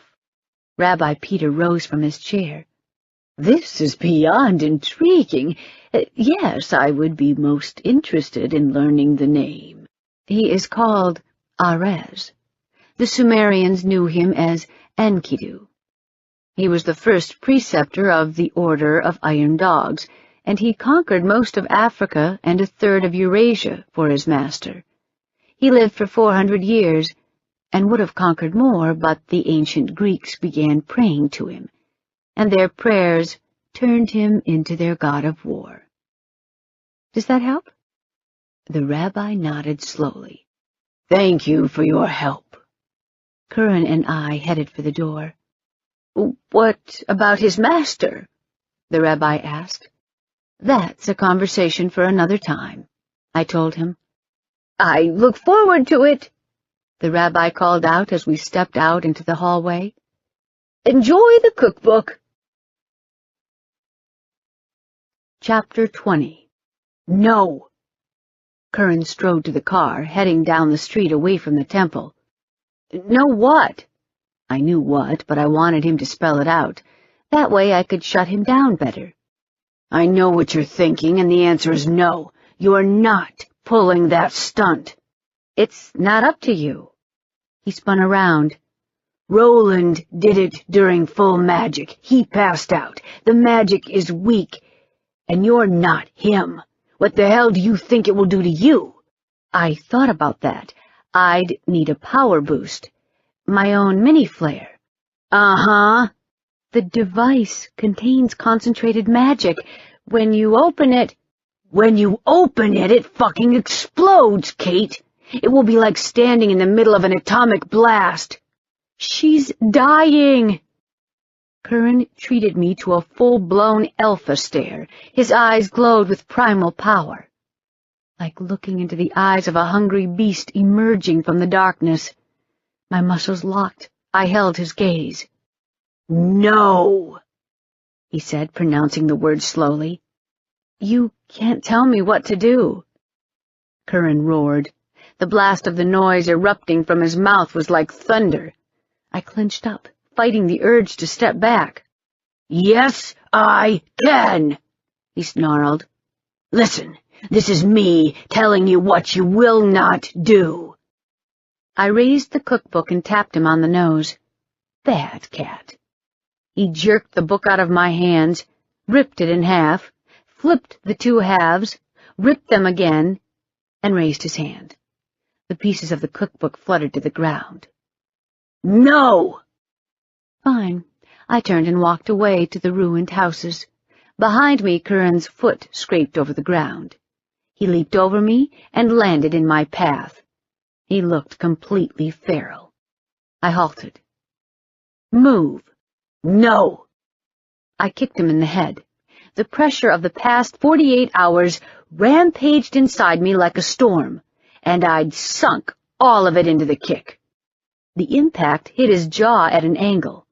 Curran staggered back. I spun and snapped another kick. He dodged. Another. Curran moved forward and right. My kick missed by a hair. He grabbed my shin with his left hand, clamping it between his arm and his side, and swept my other leg from under me. Nice! A kung fu takedown. I fell back. The pavement slapped my back. I rolled back up and hammered an uppercut to his chin. Hitting him in the body was useless. Might as well pummel a tank.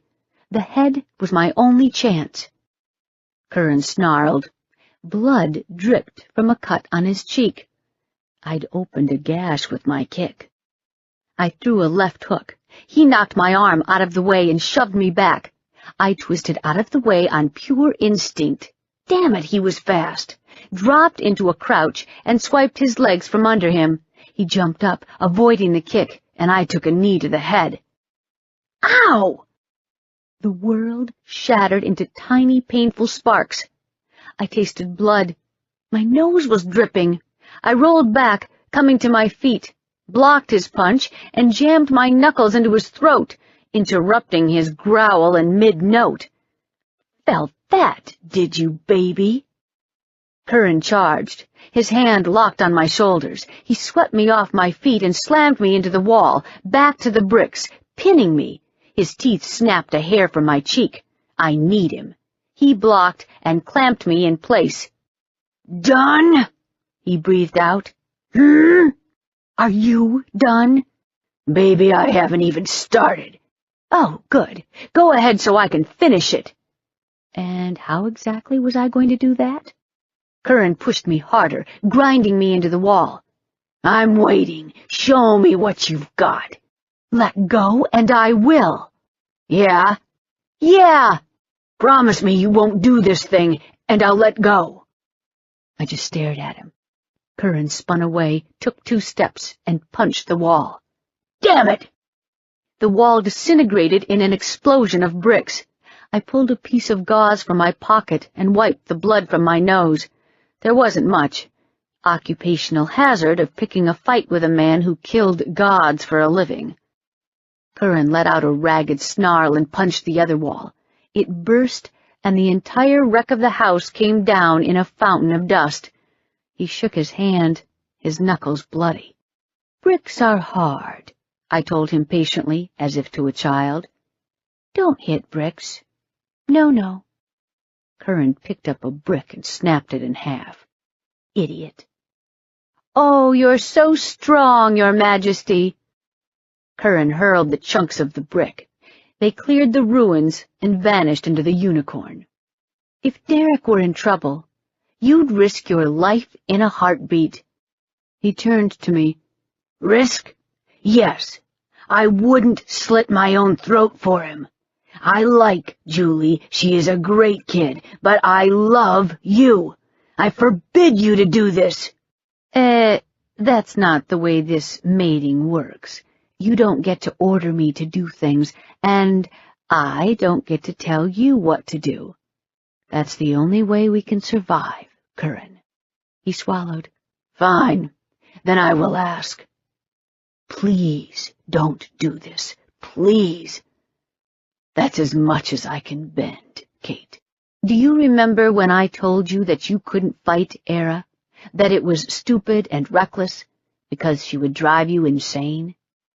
Curran's face snapped into his flat Beast Lord mask. "I begged you not to go." "Begged?" I closed the distance between us. "You told me that you don't get to cherry-pick your battles. And you came anyway. And we won." "And you were in a coma for 2 weeks. Give me another brick so I can beat you over the head with it. I told you her magic would screw you up. Did you listen?" "No." "Would you do it again?" "Of course I would," he snarled. "She kicked your ass twice. I wasn't going to let you walk in there alone. She was a challenge, and it was my job." "And my job is to keep Julie safe. Opening the device alone won't be enough. I'll need someone to channel the magic into me. I'm going to ask the witches for help. I promise you that if Yevdokia says no, I will let it go."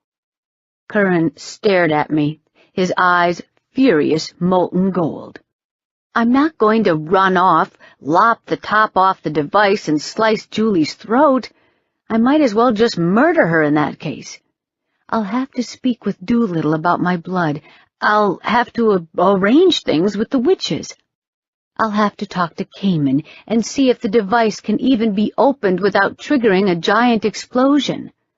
I give you my word that if things look hopeless at any point, I will stop.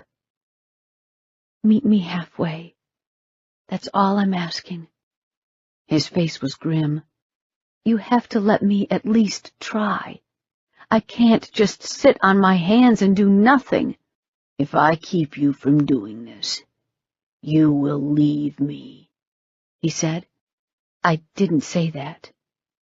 Giving an ultimatum to Curran was like waving a red cloak in front of a mad bull.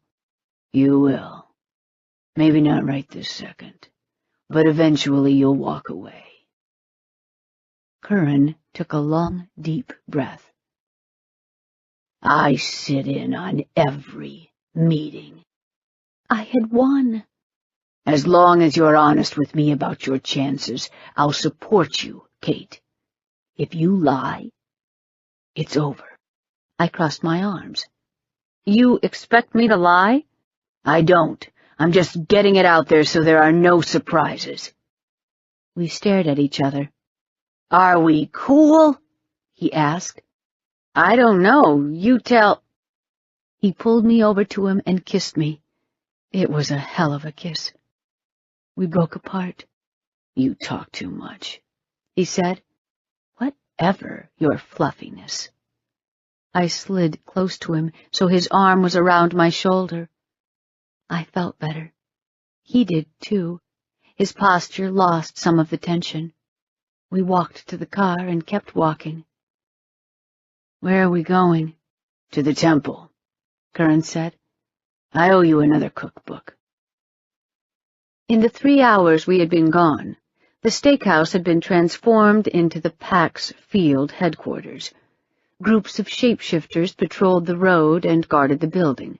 Knowing Jim, sentries lay in wait, hidden and watching for an enemy's approach. People were crawling on the roof, installing a ballista and machine guns.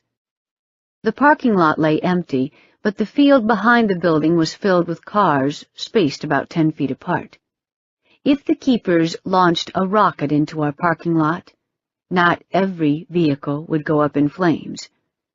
I hoped they tried something. My hands itched for my sword. Curran parked in the front.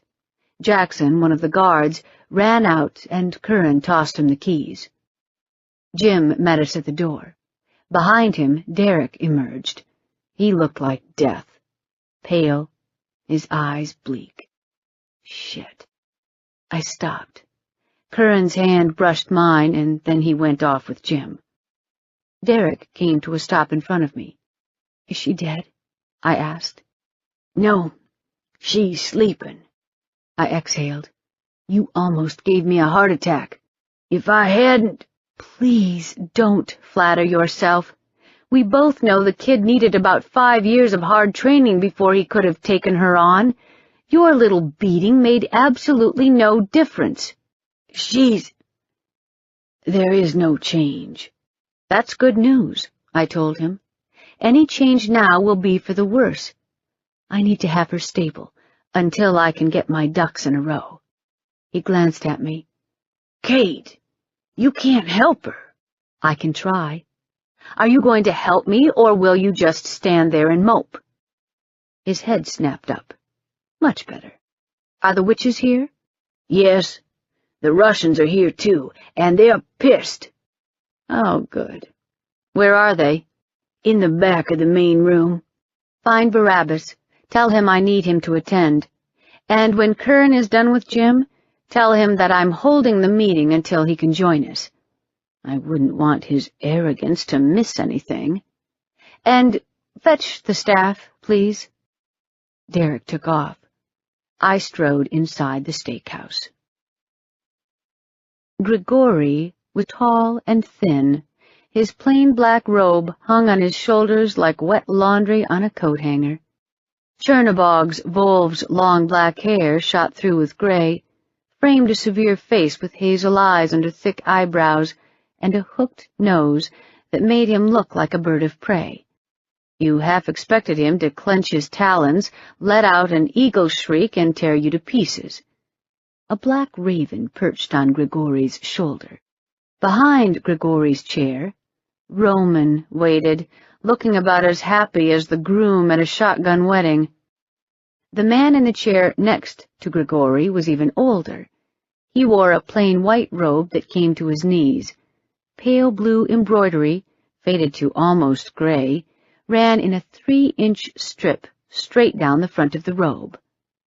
Belobog's Volv. Had to be. Belobog was Chernobog's brother. They were diametrically opposed. Benevolent god to malevolent one. A furry creature lay at the white Volv's feet. It looked like a medium-sized dog with gray fur. A pair of large feathery wings lay folded along its back, stretching on the floor behind it. A celestial wolf. Holy crap. Across the table, Yevdokia smiled serenely, knitting something blue. Her duck-bunny kitten rolled around on the floor playing with the yarn. The celestial wolf watched it with a slightly hungry look on its face. Behind Yevdokia, 2 witches waited, both young, pretty, and looking like they wouldn't back down from a fight. Same dark hair, same small, neat mouths, same large eyes. Probably sisters. The witch on the left wore a long, hooded robe of gray fabric. Her friend chose jeans and a sweater instead. She pulled the sweater sleeves up to the elbow, exposing bright turquoise tattoos of mystic symbols sheathing her arms. I came to the table, pulled up a chair, and sat. Everyone brought a pet. I feel left out. An enthusiastic howl broke the silence, and Grendel bounded through the doorway. He galloped through the steakhouse, skidded on the floor, smashed into my chair, and dropped a dead rat on my lap. Awesome. The Volvs stared. Thank you. I put the rat on the floor and petted Grendel's throat. We will begin shortly. What is that? Grigori stared at the dog. a shaved poodle. Technically, he was now a closely cropped poodle, but who cared about semantics? This is ridiculous. Grigori leaned back. His voice was clipped and had no accent. Have you looked through the window? I asked him. The steakhouse was set on the apex of a low hill. Beyond it, Palmetto lay flooded with cops and people in paramedic scrubs. They methodically bagged the corpses and loaded them into trucks, one atop the other, like cords of wood. That is a horrible thing, Belobog's Volve said. I do not like this waiting, Grigori said. What are we waiting for? For me, Curran said. The Volves startled. Curran pulled up the chair and sat next to me. Barabbas materialized behind him. Grigori Semyonovich, Vasilia Yevgenievich, Yevdokia Ivanova, welcome. May I get you anything? Coffee, tea? Hot tea with lemon, Yevdokia said. Barabbas waved. Jezebel brought a platter with a teapot and several cups on it, set it on the table, and took up position at the nearby booth. Jim pulled up a chair and sat on Curran's right. Andrea sat on my left. Barabbas and Derek remained standing behind our chairs. This thing is none of our concern, Grigori said. You do not rule us. We will leave when we decide, Vasilia said. Did you bring Cayman? Curran asked. Grigori leaned back and crossed his arms. And if we did, then what? Curran leaned forward. You are sheltering a man whose machine caused hundreds of deaths. Because of this device, my ward, a 14-year-old girl, is dying. One of my people is dead. 2 are critically injured. Your Volve attacked my mate. Before we go any further, we require a show of good faith. You will give us access to Cayman now. Vasilia's white eyebrows rose. Or this meeting is over. We will consider your actions to be a declaration of war. The 2 Volves looked at each other. We will abide by the agreements of peaceful assembly, Curran said. You're free to leave. Go home, kiss your wives, hug your children, and put your affairs in order, because tomorrow I will burn your neighborhood to the ground. We will kill you, your families, your neighbors, your pets, and anyone who will stand in our path. An attack on my family will not go unpunished. That was the best smackdown I'd ever seen. No, Vasilia said. No war. The raven on Grigori's shoulder cawed. The black Volve grimaced. Roman? Roman bent down. Tashi Yerwa Sada. Roman took off at a run. I leaned to Curran. They're bringing him. Good tea, Yevdokia said. A long minute passed, and Roman entered, leading a man by his shoulder. The man wore wrinkled khakis and a sweater over a dress shirt that had seen its better days. Grime stained the bend of the collar where it touched the neck. Some effort had been made to comb his light brown hair out of his bloodshot eyes, but it stuck out on the back of his head in untidy clumps. He gazed about him, looking lost, as if he weren't sure where he was or why. Adam Cayman, the source of the entire mess. Roman pulled a chair out and pushed Cayman into it. As Roman straightened, his gaze snagged on something to my right. His eyes widened. He caught himself and stepped back, behind Grigori's chair. I glanced to my right and saw Andrea flipping through her notes. Oh, boy. Jezebel pushed off her seat. Can I kill him? Can I kill him now, please? I shook my head. She dropped back into the booth, exhaling. It took all of my will not to pummel Cayman's face into a bloody pulp. I barely had enough restraint for myself, let alone for her. Curran pointed at the window. Look. Down in Palmetto, a truck was backing up. Another slid into its place. The paramedics paused while it maneuvered toward them and resumed loading the bodies. I saw, Adams said. I was watching through the car window. Many people are dead. Because of you, I said. You built it. Why? For my wife, he said. I just wanted the hospital machines to work. That's all. The first one was for your wife, Yevdokia said. Why did you build the second one? Adam shrugged. Because that's what I do. If you make a small one, you have to make one bigger. Just to see. Can't build anything anymore. He raised his hands. The bases of both thumbs were red and swollen. Cayman curled his hands into fists. His thumbs didn't move. They had severed the ulnar collateral ligament. You maimed him? I asked Vasilia. The white bulb sighed. We warned him. He didn't listen. Durnoi Chalevek. Foolish man. That's putting it lightly. The head is bright, Vasilia continued, but no wisdom. His father was very respected in the community. Did a lot of good for a lot of people. It was that or kill him, Grigori said. Can't trust him. He'll build something else and kill us all. Can't build anything now, Adam said. Can't hold a screwdriver. Can't hold a wrench.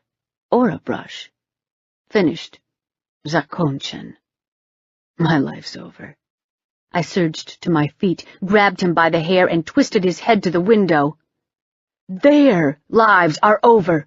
My kid is dying because of you, you damn asshole, and you are whining about your hands? Look at me.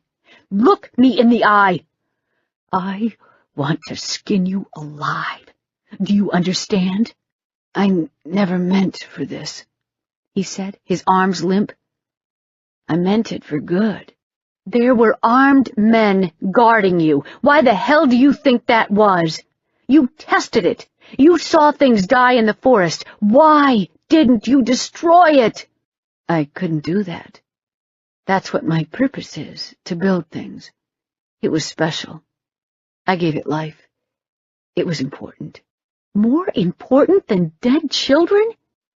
Adam's mouth went slack. I glimpsed the answer in his eyes. Yes, his gadget was more important than dead children. Nothing I could say would reach him. I shoved him back into his chair. I told you, Vasilia said. Not right in the head. Defective. There is a sect of anti-magic fanatics, Curran said. The Lighthouse Keepers. They have the blueprints for the device. They've built their own version. Grigori paled. How big? Vasilia asked. 5-mile range. Grigori swore. Vasilia leaned back, dragging his hand over his mouth. 5 miles? Curran nodded and looked at Adam. Cayman cringed. How long does it take to activate? Cayman blinked. The smaller model took 42 minutes. For the larger, I never tested. 3 hours, 12 minutes, Jim said. There is a coefficient, 10 hours, 59 minutes, and 4 seconds, Cayman said. That's our time frame, Jim said. 10 hours and 59 minutes from the start of the magic wave. Magic hits, we start the countdown. Can it be turned off once activation starts? Curran asked.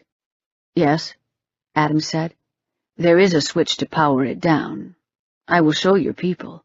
What about the machine that has been used? I asked. What happens if you open it? Do you have it? Cayman's eyes sparked. Grigori leaned over and slapped him on the back of the head. Cayman rocked forward and glanced at Grigori like a kicked dog. No need to hurt. I know. Do you have a beer? Barabbas stepped away for a moment and set a beer in front of Cayman. There is a valve at the top. Cayman shook the beer. The device is of limited capacity. There had to be a way to empty it so it could be refilled. He'd built the equivalent of an atomic bomb, and he'd made it reusable. Words failed me. So they can go from town to town murdering us, Yevdokia murmured. Cayman set the beer down. You push the switches and poof. He grasped the beer again, tried to twist the cap, and stared helplessly at it. No working thumbs. Barabbas leaned over him and twisted the cap off with a snap of his fingers. Liquid shot out. Foam spilled over the sides of the bottle. Have to be careful to push the switches correctly or it goes sideways, Cayman said. Boom, and the cylinder breaks. Everyone's dead. Great. I made a heroic effort to ignore Kern's stare. If you open it correctly, does most of the magic shoot straight up? Cayman nodded. Yes. Some goes down, but most straight up. Like a laser. The magic that washes down. Is it potent? Very. Like a small flare? Yes. Cayman nodded several times. Just like that. I looked at Yevdokia. Can this magic be harnessed by a coven and focused on one person? Possibly, Yevdokia said. Grigori snorted. That much magic your witches would break, and your focus would overload. You need an anchor for it, an object, to take the brunt of it, then draw power from it. The duck bunny kitten stopped its rolling and hissed at Grigori. Was she asking you? Yevdokia raised her chin. I'm just saying, there is a proper way to do things. Mind your own business. Vasilia gazed at me. Why do you need the power? Blood magic. The table went so quiet you could hear a pin drop. What for? Vasilia asked softly. To purge like V from a little girl. Grigori pointed a long finger at me. That is an unnatural thing. Some would say wolves with wings and wooden staves that bite you are unnatural things, I said. Some would say that sacrificing a man and turning his innards into ants are unnatural also. If you live in a glass house, don't fire any shotguns. We will do this for you, Yevdokia said. My coven will do it. I'll bind them to silence. Nobody will talk about it. Uh-huh. What's the price? You will sign a writ of kinship, a document that acknowledges your mother and her ancestry. It will be kept sealed, so do not worry. We just want a paper, in case things do not go as expected. What was the catch? There had to be a catch in there somewhere. Grigori came to life like a shark sensing a drop of blood in the water. Why? What is so special about her? Yevdokia slapped the table. I've told you to mind your own business, old goat. This has nothing to do with you. Go kill something and revel in its blood. Grigori's eyes bulged out of his head. You will keep a civil tongue in your head. Yevdokia leaned forward. Or what? Or I will teach you some manners, woman. The tattooed witch behind Yevdokia glared in outrage.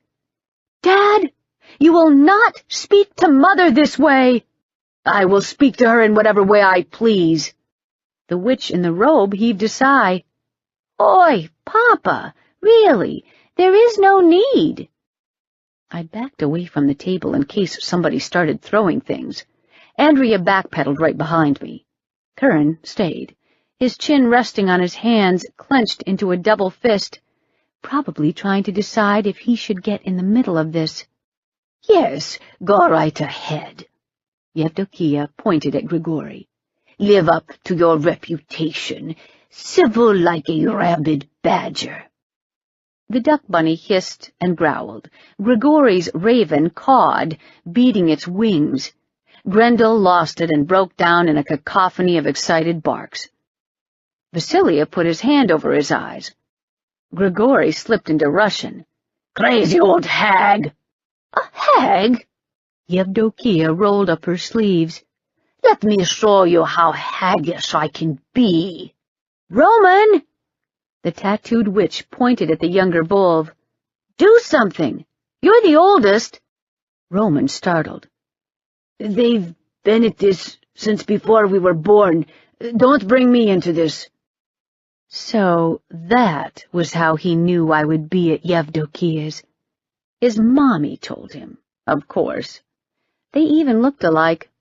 I should have seen it before. Was there anyone in here who wasn't related? The tattooed witch turned to Vasilia. "Uncle?" Nope, they were all one big happy family.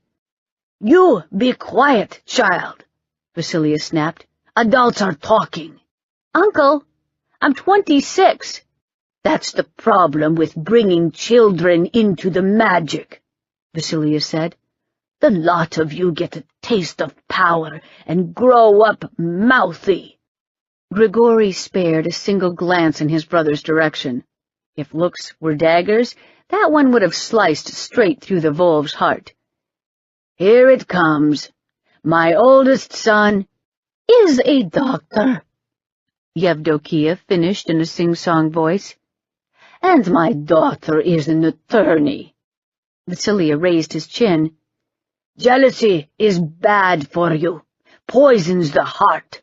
"Aha!" Yevdokia slapped the table. "How about your youngest, the musician? How is he doing?" "Yes, what is Vyacheslav doing lately?" Grigori asked. "Didn't I see him with a black eye yesterday? Did he whistle a tree onto himself?" Oh, boy. Curran opened his mouth. Next to him, Jim shook his head. His expression looked suspiciously like fear. "He is young," Vasilia said. "He is spoiled rotten," Yevdokia barked.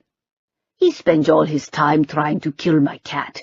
One child is a doctor, the other is an attorney, the third is a serial killer in training." Vasilia stared at her, shocked. "We're taking a short recess." Curran roared and took off. We staged a strategic advance to the entrance of the steakhouse, right past Barabbas, bent over and making high-pitched strangled noises. Outside, Curran exhaled and turned to me. "Did you know they were crazy?" "I didn't even know they were married." "They aren't," Roman said next to me. Somehow he'd gotten outside. "They love each other. They just can't live together. When I was younger, it was always drama. They are together, they are apart, they are seeing other people." He shrugged. "Mom never could stand all the blood, and Dad has no patience for the witchery. We're lucky the magic isn't up. At the last New Year's, they set the house on fire. There was alcohol involved. Did you bring my staff?" I looked around for the boy wonder. "Derek?" Derek popped up by my side and thrust a stick with a trash bag on top of it at the Volv. Roman ripped the black plastic off. "What's with the bag?" Derek bared his teeth. "It tried to bite me." Roman petted the staff. "He was just scared, that's all." He took a step toward me and lowered his voice. "Can I ask you a question?" "Sure." We walked away a few feet like it would make a difference with a bunch of shapeshifters. Roman leaned to me. "The gorgeous blonde, does she work with you?" I glanced to where Andrea stood by the doors. "Andrea?" "Yes." "Oh, that's a pretty name," Roman said. "Bad idea," I told him. "Why? Married?" "No, an ex-boyfriend. A very dangerous, very jealous ex-boyfriend." Roman grinned. "Married is a problem. Dangerous, no problem." Over Roman's shoulder I could see Curran. He stood absolutely still, his gaze fixed on the back of Roman's neck. "Houston, we have a problem." "Step away from me," I said quietly. "Sorry." Roman leaned closer. Jim was saying something. Curran started toward us in that unhurried lion gait that usually signaled he was a hair from exploding into violence. "Step away!" The Roman took 2 steps back, just in time to move out of Curran's path. The Beast Lord passed by him and deliberately stepped between the Volve and me. I touched his cheek, running my fingers over the stubble. He took my hand into his. A quiet growl reverberated in his throat. Roman decided he had someplace to be, and he really needed to get there as soon as possible. "Too much excitement, Your Majesty?" I asked. He was standing too close. He was asking about Andrea. Too close. I didn't like it. Curran wrapped his arm around my shoulders and started walking, steering me away from the group. His possessive majesty in all of his glory. "This writ of kinship, what the hell is that? Does it make you allied with them?" And he changed the subject, too. "No, I've only run across it a couple of times before. It's a document that states that I acknowledge that my mother is my mother and that my mother was born to such and such family."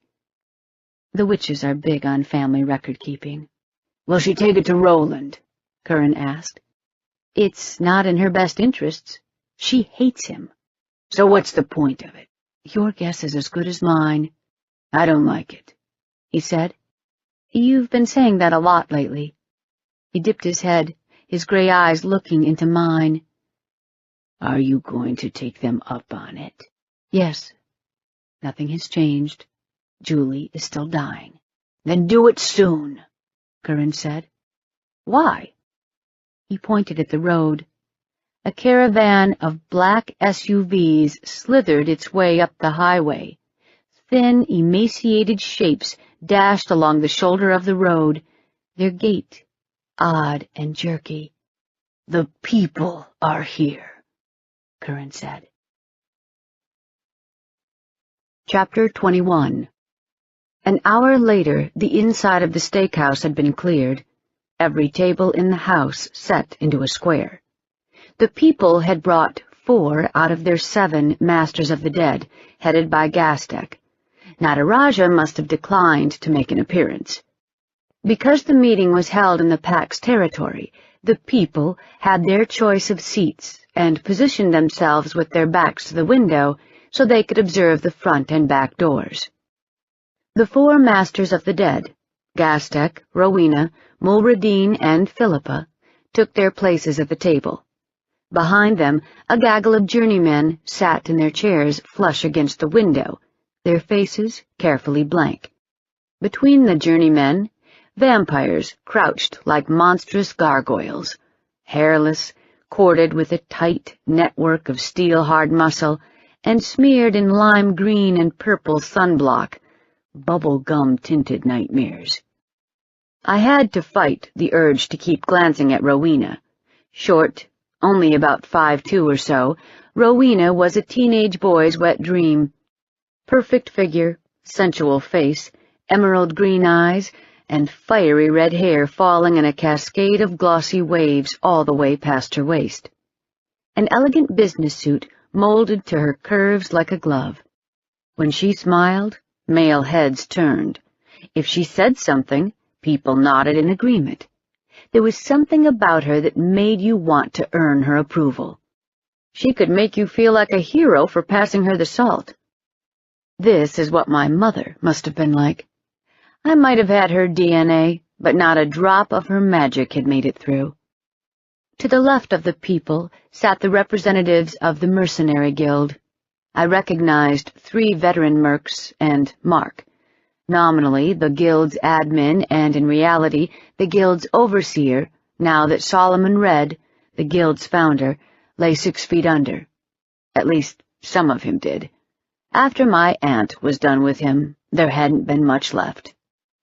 Next to the guild sat representatives of the natives. I recognized shamans from the Cherokee, Appalachee, and Muskogee Creek tribes, but the other two I'd never seen before. Norse Heritage took up the next 3 seats. The Norse Heritage Foundation claimed that their goal was to preserve Scandinavian cultural traditions.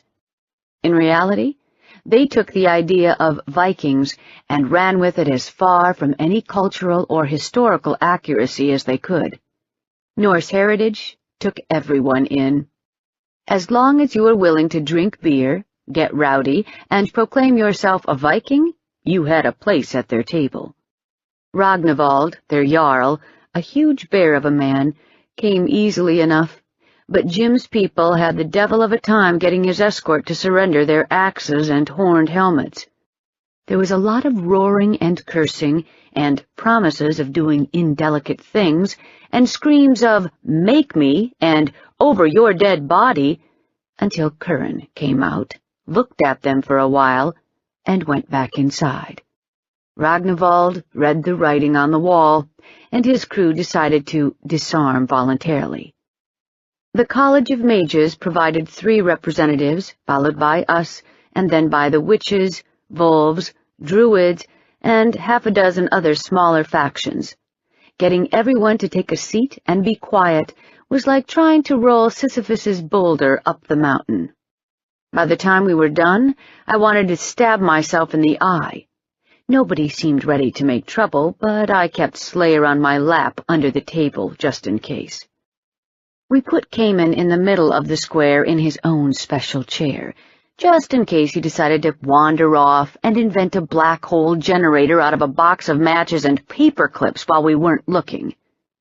Renee and the Red Guard brass sat at the table directly behind Cayman. Renee looked a bit green in the face. Tea, coffee, and water were served, and then Jim rose and gave a succinct summary of Cayman's invention and the aftermath of its usage. The Red Guardsmen were presented as being heroic. The Wolves' involvement was tactfully omitted. When he moved on to explain the 3rd device, silence claimed the steakhouse. 5 miles. Absolute destruction. If you had a drop of magic, you would not survive. People paled. The jolt was so strong, even Gastek looked disturbed. Next, Andrea stood up and profiled the keepers. Most of it I already knew, and I watched the faces while she spoke. The keepers are very well connected and financed. During the attack on Cutting Edge, the keepers deployed exploding bolt heads, Andrea continued. Analysis and an M-scan of the residue provided a profile consistent with Galahad 5 warheads. These warheads are manufactured exclusively by the Welsh to combat giants.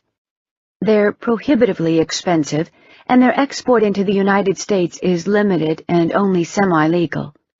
I had obtained a small number of said warheads for the Atlanta chapter of the Order during my tenure there, and I had to call in several favors just to get them through customs. Either the keepers have a unique connection, or the Order's armory has been compromised, or the Order has been infiltrated, Rowena said. It is a distinct possibility, Andrea agreed. I can guarantee that no bolt heads had left the Order's armory prior to November because the inventory and security of the armory had been my responsibility up to that point.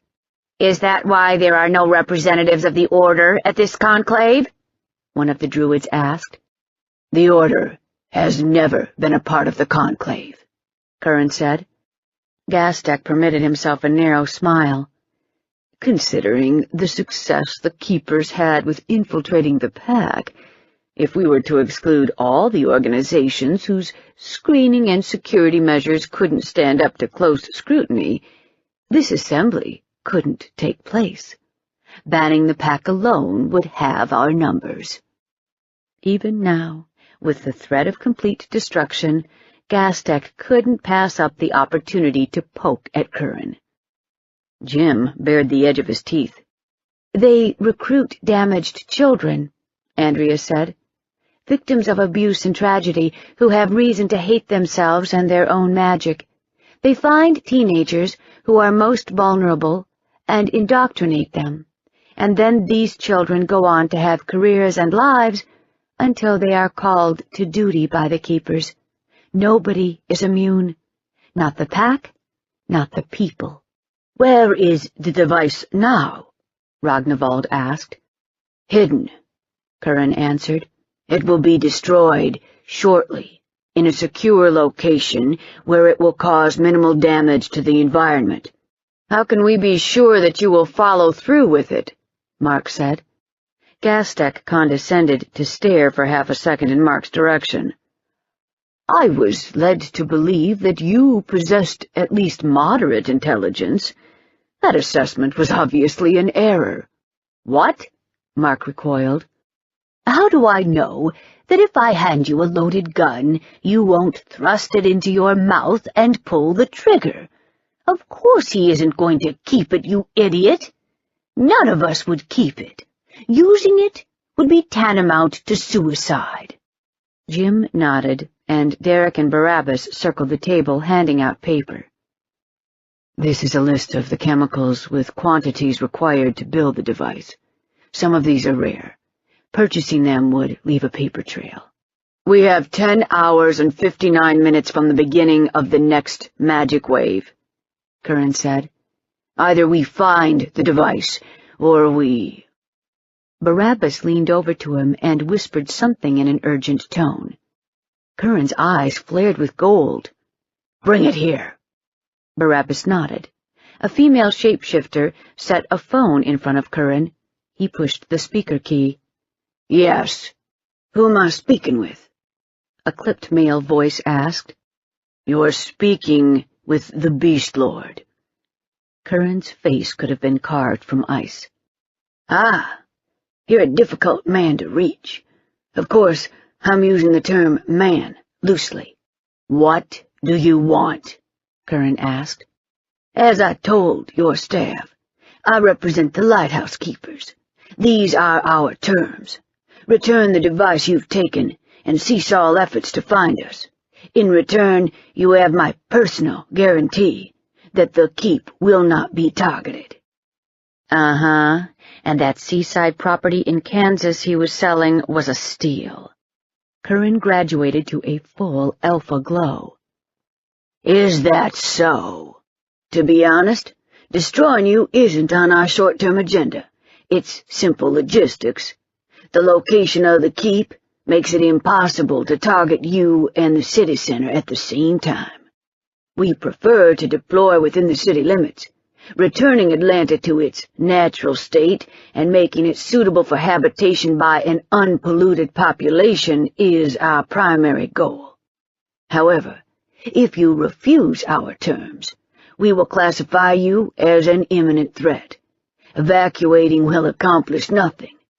We will simply follow your people to their destination and destroy you at the evacuation point. Cease your endeavors to apprehend us." Andrea's eyes widened. I had heard those words before. Shane had used them in a letter he had sent to Andrea about her guns. Shane. Holy shit! To the left, one of the Vikings whispered, "What did he say?" Ragnvald glared at him. "Will you acquiesce to our terms?" the man asked. "Your answer?"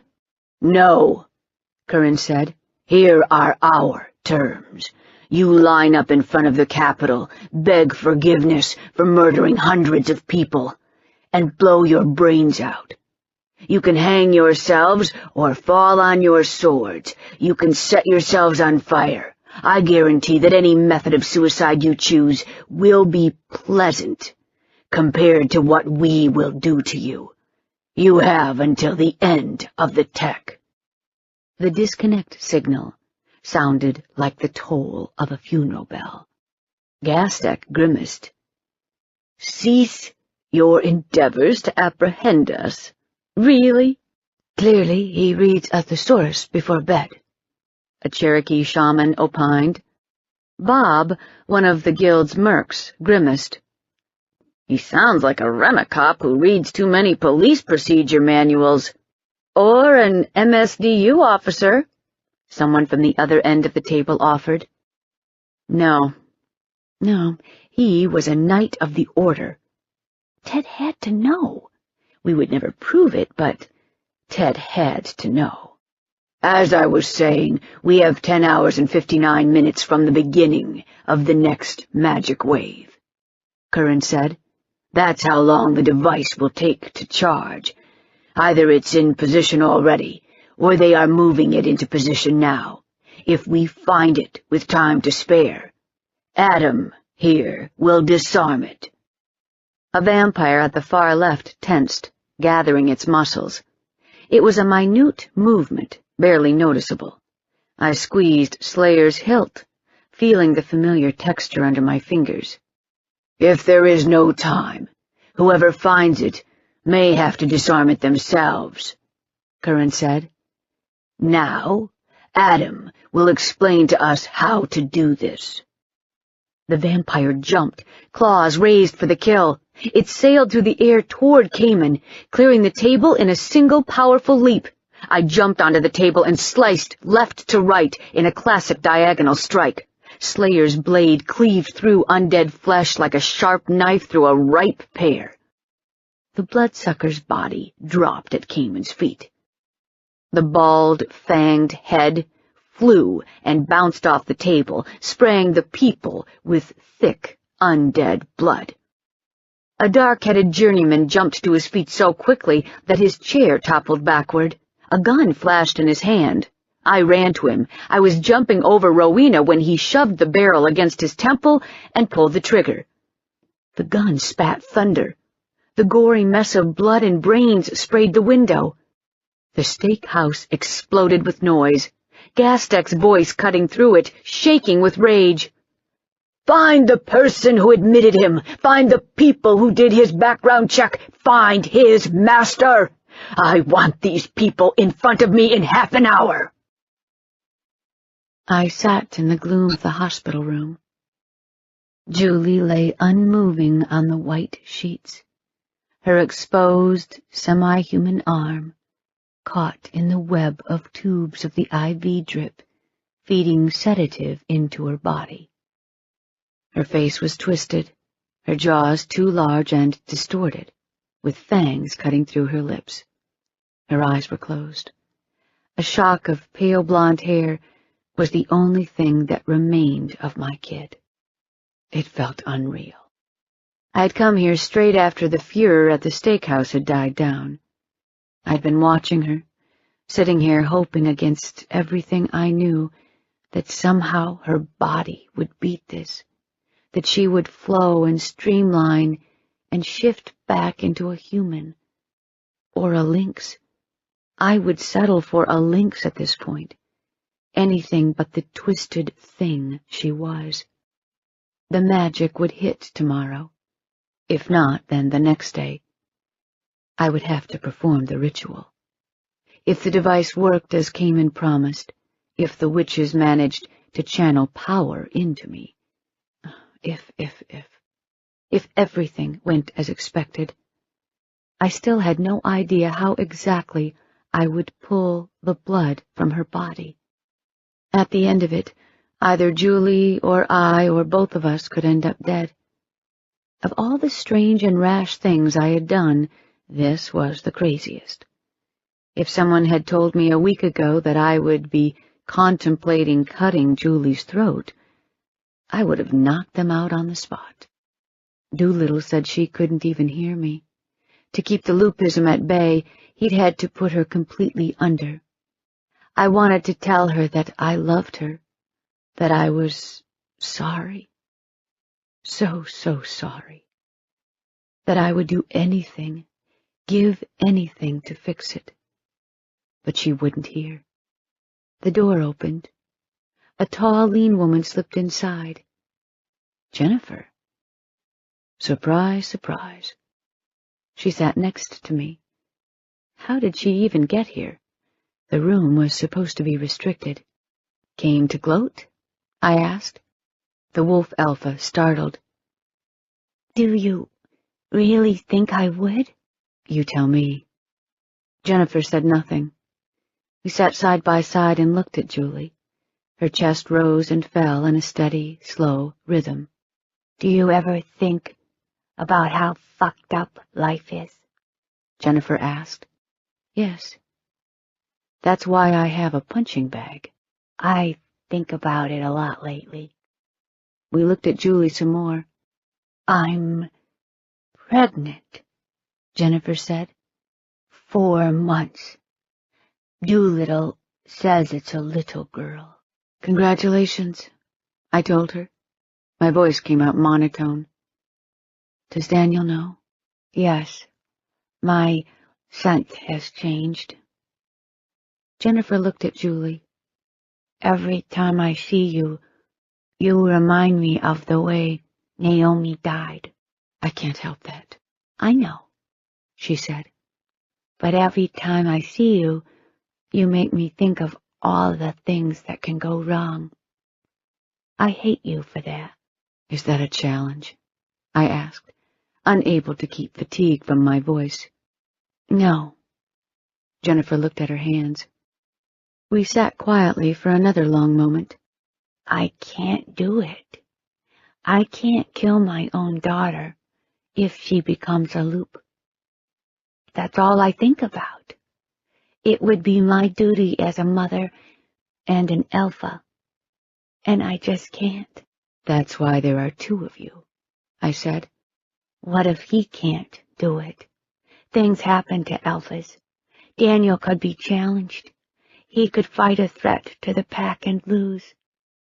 If something happens to Daniel, and later our daughter becomes a loop, I'll have to kill her.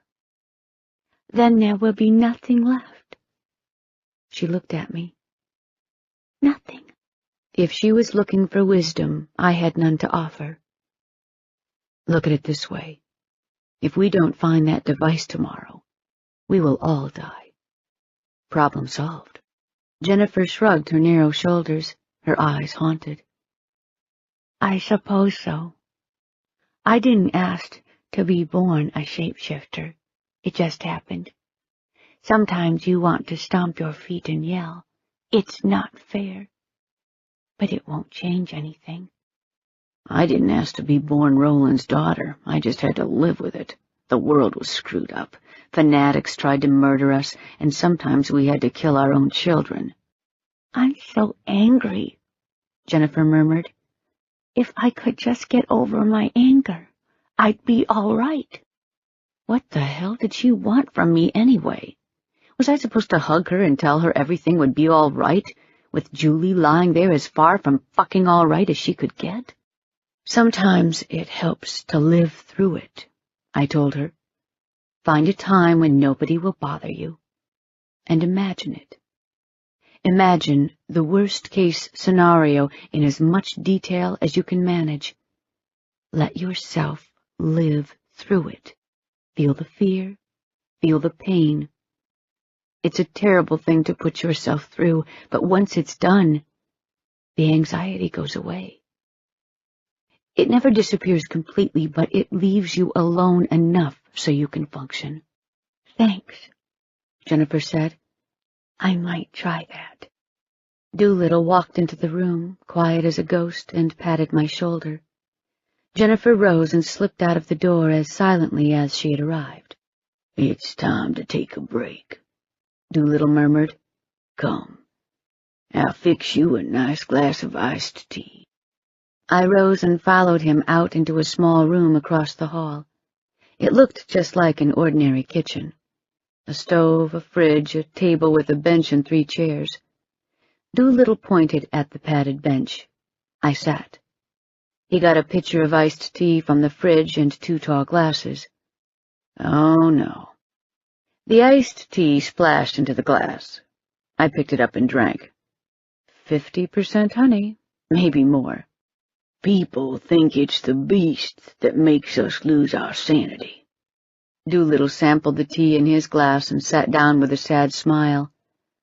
They think the beast takes over and we become loop. Animals don't destroy each other for pure pleasure. They don't have serial killers, and they kill, they don't murder. No, it's not the beast in us that makes us lose our balance. It's the man. Of all the animals, we're the most aggressive and the most predatory. We have to be. Otherwise, we would have never survived. You can see it in children, especially adolescents. Life is hard for them, so they attack it and fight for their own place in it. Homo homini lupus. Man as a wolf to his fellow man? Doolittle nodded. A wise Roman playwright once said that. Did he write tragedies? No, comedies. Good ones, too. Doolittle drank his tea. I don't trust tragedies much. It's easy to make a person sad by showing him something tragic. We all recognize when sad things happen. Someone dies, someone loses a loved one, young love is crushed. It's much harder to make a man laugh. What's funny to one person isn't funny to another. I valiantly drank my tea. That's what I don't understand about the keepers. They're people. They laugh, they cry, and somehow they kill hundreds of their friends and neighbors with no remorse. There is no emotion involved in any of it. No, my dear. It's all emotion, Doolittle said. It's rage. Against what? Themselves, mostly. Rage is a powerful thing. People get upset over many things. Frustrating jobs, small paychecks, bad hours. People want things. People feel humiliated by others who have the things they want. People feel deprived and powerless. All this gives fuel to rage. The anger builds and builds, and if there is no outlet for it, pretty soon it transforms the person. They walk around like a loaded gun, ready to go off if only they could find the right target. They want to hurt something. They need it. He refilled his glass and topped mine off. Humans tend to segregate the world. Enemies on one side, friends on the other. Friends are people we know. Enemies are the other.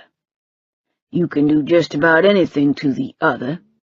It doesn't matter if this other is actually guilty of any crimes, because it's a matter of emotion, not logic. You see, angry people aren't interested in justice. They just want an excuse to vent their rage. Doolittle sighed. And once you become their other, you're no longer a person. You're just an idea, an abstraction of everything that's wrong with their world. Give them the slightest excuse and they will tear you down. And the easiest way for them to target you as this other is to find something that's different about you. Color of your skin, the way you speak, the place you're from. Magic. It comes and goes in cycles, Kate. Each new generation picks their own other. For the keepers, it's people with magic.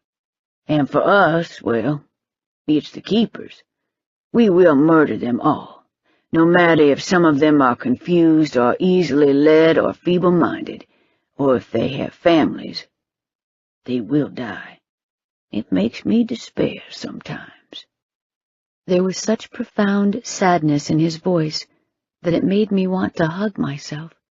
And then there are lost souls like Leslie, so full of self-hatred that they trample the world in a rush to blame someone for their pain. He shook his head.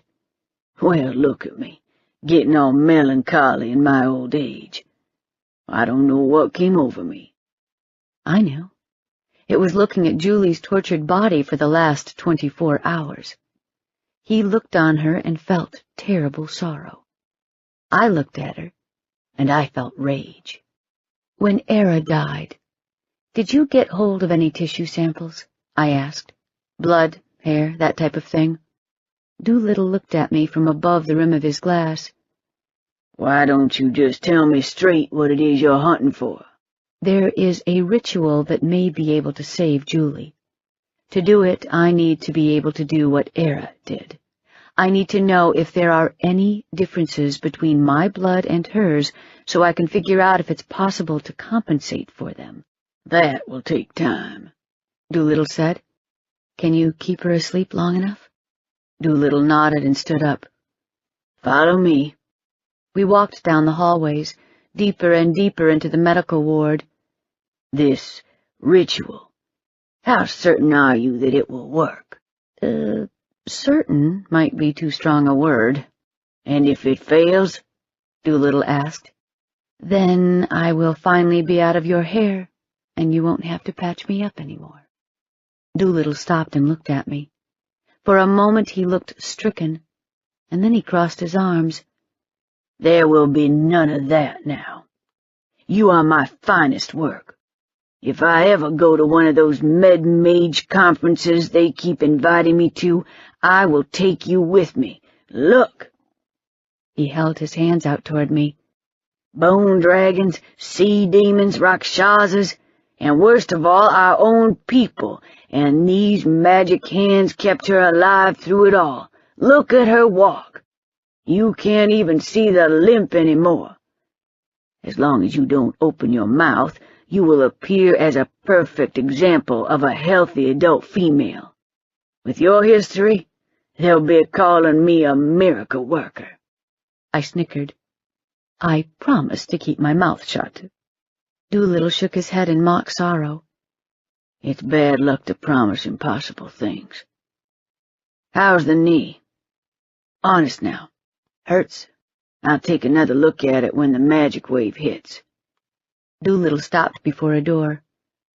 Ready? For what? I was born ready. Doolittle thrust a key into the lock and unlocked it with a quiet click. The door swung open, revealing a small chamber with a metal barrel in its center. 2 feet wide, 3 feet tall, sealed with a flat lid. Doolittle approached it, twisted the metal clasp, and swung the lid aside. Cold assaulted my face. Inside, bags of red ice sat in neat rows. Era's blood, Doolittle said. After you and our Lord fought her, Jim brought me her body. Before we buried her, I drained it dry. Chapter 22. I made my way upstairs and washed off all of my grime. Doolittle said he'd need at least 24 hours to review my blood and Era's. Normally, by now, Voron would be screaming warnings at me from the depths of my memory, but he kept quiet. Perhaps it was because I trusted Doolittle, or maybe because Voron's ghost no longer had an iron grip on me. I stood under the hot water, letting it run over my skin. Julie would have to wait, and not just for Doolittle. First, we had to find the keepers, because if they managed to activate the device within the range of the keep, nothing would matter. Curran had already warned the guards to notify us the moment any important news came or the magic wave hit.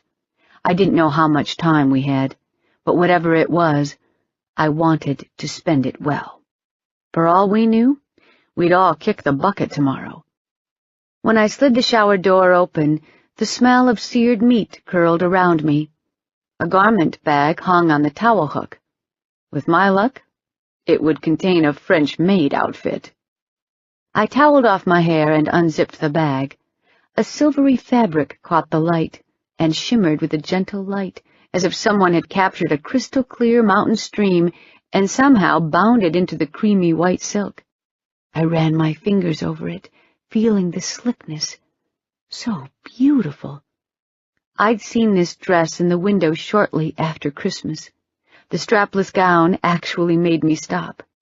There was something magic about the dress, something ethereal and otherworldly. No matter how much I looked at it in that store window, I couldn't picture myself in it. Curran told me I should get it. I told him that I had no place to wear it, and besides, where would I put my sword? He'd remembered. A tiny voice nagged me that we should be out there searching for the threat, but then the entire magic population of Atlanta was already searching for it. Andrea and Jim had joined forces, trying to pin down Shane's hiding place. The Order was under constant surveillance. A domineering were-lion and a loudmouth merc wouldn't make that much of a difference. I found the blow-dryer. A dress like that deserved dry hair. If I had been by myself, I would have turned in by now to conserve energy before the night. But then, things could go really wrong tomorrow. I had to make the most of tonight. 20 minutes later, hairbrushed, eyeshadow on, and mascara on my eyelashes, I slipped the dress on. It hugged my body, curving over my breasts, clasped between them with a small crystal flower, and slid over the curve of my hips all the way down. A long slit went from the floor to my upper thigh. I opened the door. A pair of transparent shoes sat on the floor. I slid my feet into them. Perfect fit. I stepped out into the kitchen. Curran stood at the table. He wore gray tailored pants and a white button-down shirt. The shirt was semi-transparent, and it molded to his muscled torso like a glove. He had shaved, and the light from the candles on the table played on his face, throwing faint highlights over his masculine jaw. He looked almost unbearably handsome. I stopped. He was looking at me with a kind of need that somehow managed to be raw and tender at the same time. He took my breath away. We looked at each other, a little awkward. Finally, I raised my hand. "Hi." "Hi," he said. "I made dinner. At least I made the steaks. The rest came from the kitchen. Would you like to sit down?" Yes, I would. He held out my chair, and I sat. He sat across from me. There was some kind of food on the table and a bottle of something, probably wine. "You're wearing a formal shirt," I said. "I had no idea you owned one." The way he looked at me short-circuited the link between my mouth and my brain. Formal shirt? What the hell was I going on about? "I figured I'd match the dress," he said. He seemed slightly shocked. "Do you like it?" "It looks great. You look great. Beautiful." We looked at each other. "We should eat," I said. "Yeah." He was looking at me. Silence hung between us. I had to know why he was with me. I thought it didn't matter, but it did. I met his gaze. My mother had a power that made men do whatever she wanted. She brainwashed Voron. She cooked him like a steak until he left Roland for her. She needed him to take care of me, except she overdid it. Voron was so hurt by her death. He never cared for me. He just wanted to watch me and Roland go at it. He said that if he watched my father kill me, it would be enough for him. "Where is this coming from?" "The witch," I told him. "Yevdokia. She and I are very distantly related." "She's telling the truth." Curran's expression turned guarded. "That's fucked up." "Before you and I mated, did you and Jim have a conversation about what it would mean for the pack?" It would be something Jim would do. He'd suspected what I was, if he hadn't figured it out already. "Yes," Curran said. His face was still flat. "What did Jim say?" "He advised against it. He had bullet points of why this was not a good idea." My heart skipped a beat. "He also said that since I was going to do it anyway, despite whatever he said, I should get on with it, because it took too much manpower to track me all over the city. He always sent guards to shadow me, and I usually dumped them before getting to your apartment. He said his life would be a lot easier if I just moved you into the keep. Is that why you wanted me here? Curran leaned forward. The mask that was his face vanished. I wanted you here because I wanted to be with you, for better or worse, Kate.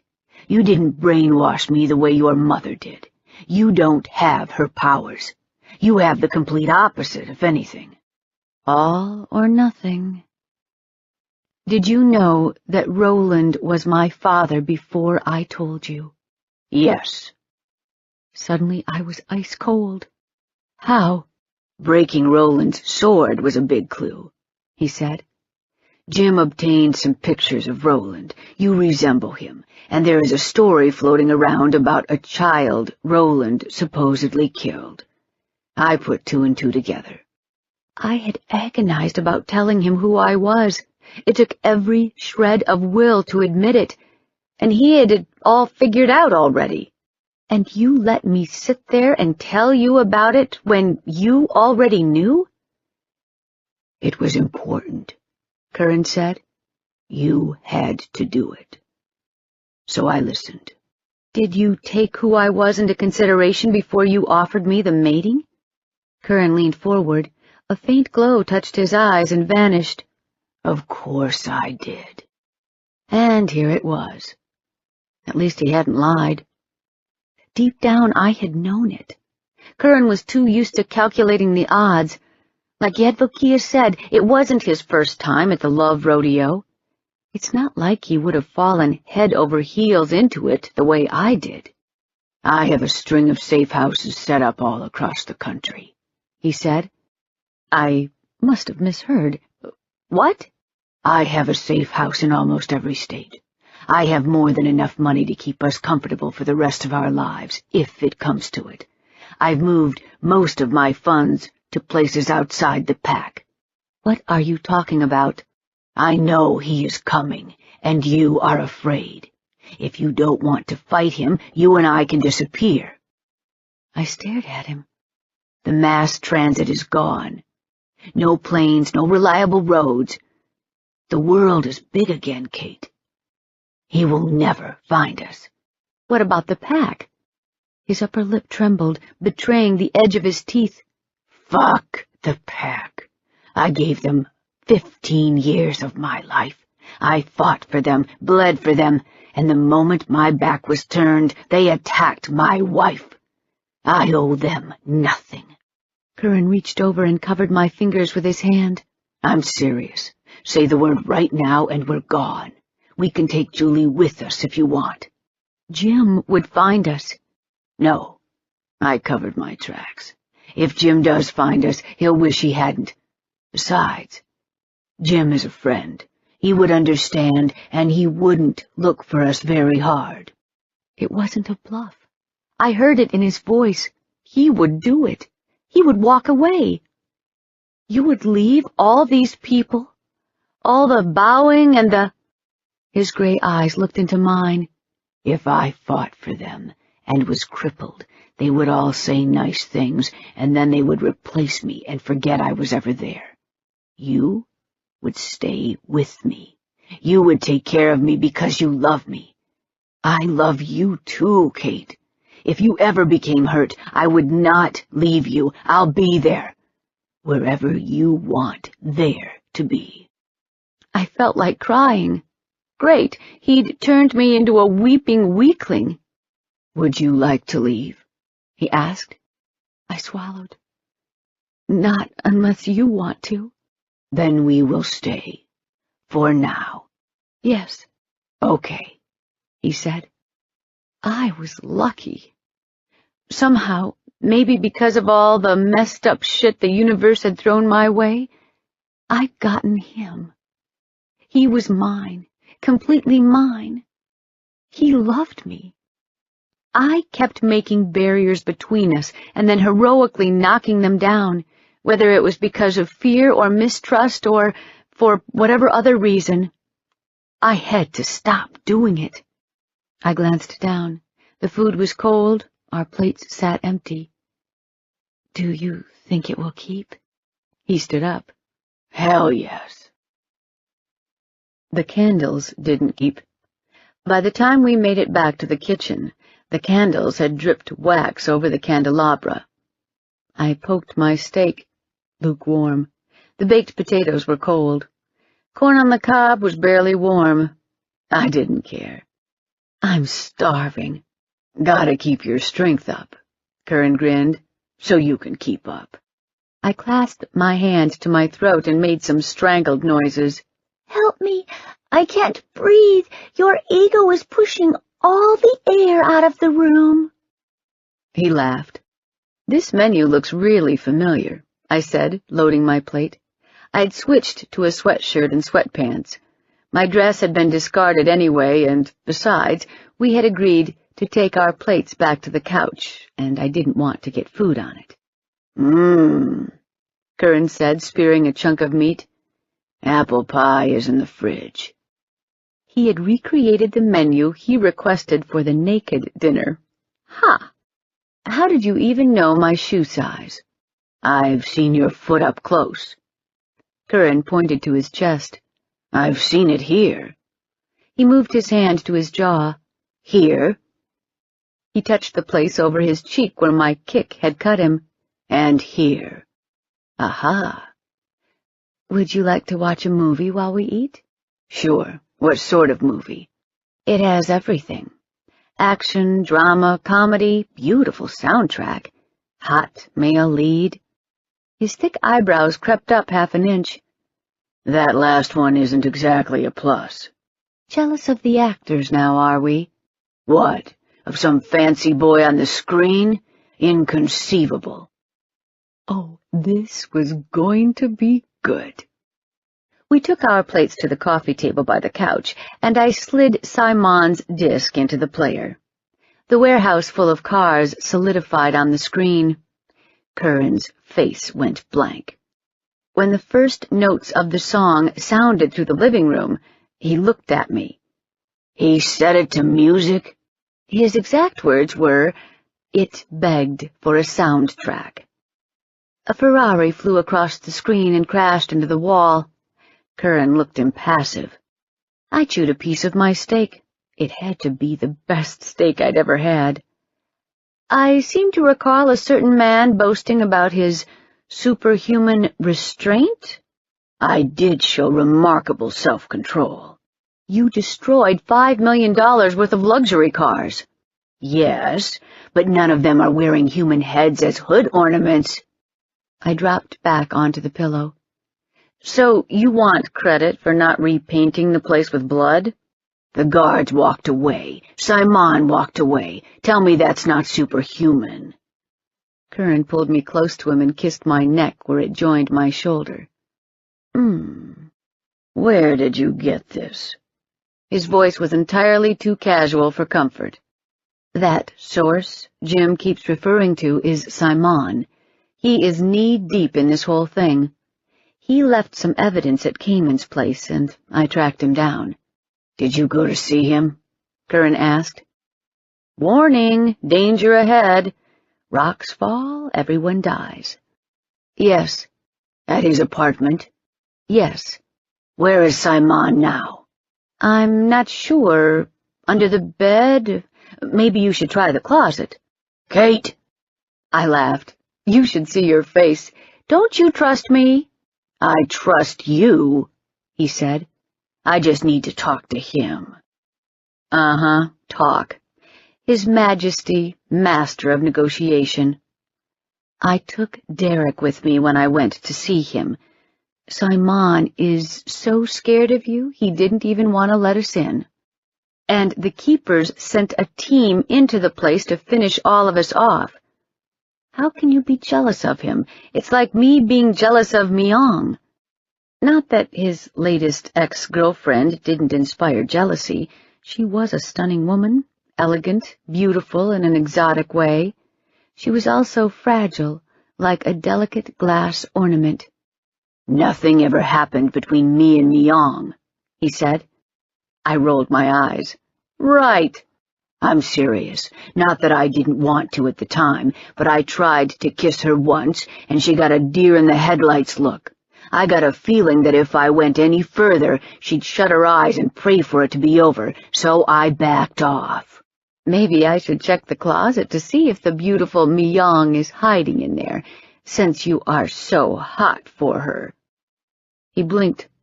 How does that foot taste? Blah, blah, blah. You are so eloquent, Your Majesty, so kind and generous to your subjects, so full of snappy comebacks. Don't forget brutally honest, to my own detriment even. Oh, yes, honest to a fault. You never told me where Simon's hiding. I took my plate into the kitchen. He followed me. You like to screw with me, is that it? Simon, that Russian mage, that merc. What merc? Bob. I racked my brain. I'd barely said 2 words to Bob. He stopped by our table to ask me which way I'd vote in the guild elections. They still haven't figured out who is in charge, and I'm technically on the roster. Yeah. Did he have to lean over you while he was talking? He was trying to let Mark think that he and I were buddies. And you are not. I threw a bread roll at him. Curran snapped it out of the air. Would you like me to carry a foot-long stick? I can just poke people with it when they get too close. That's a good idea. He held his arm out.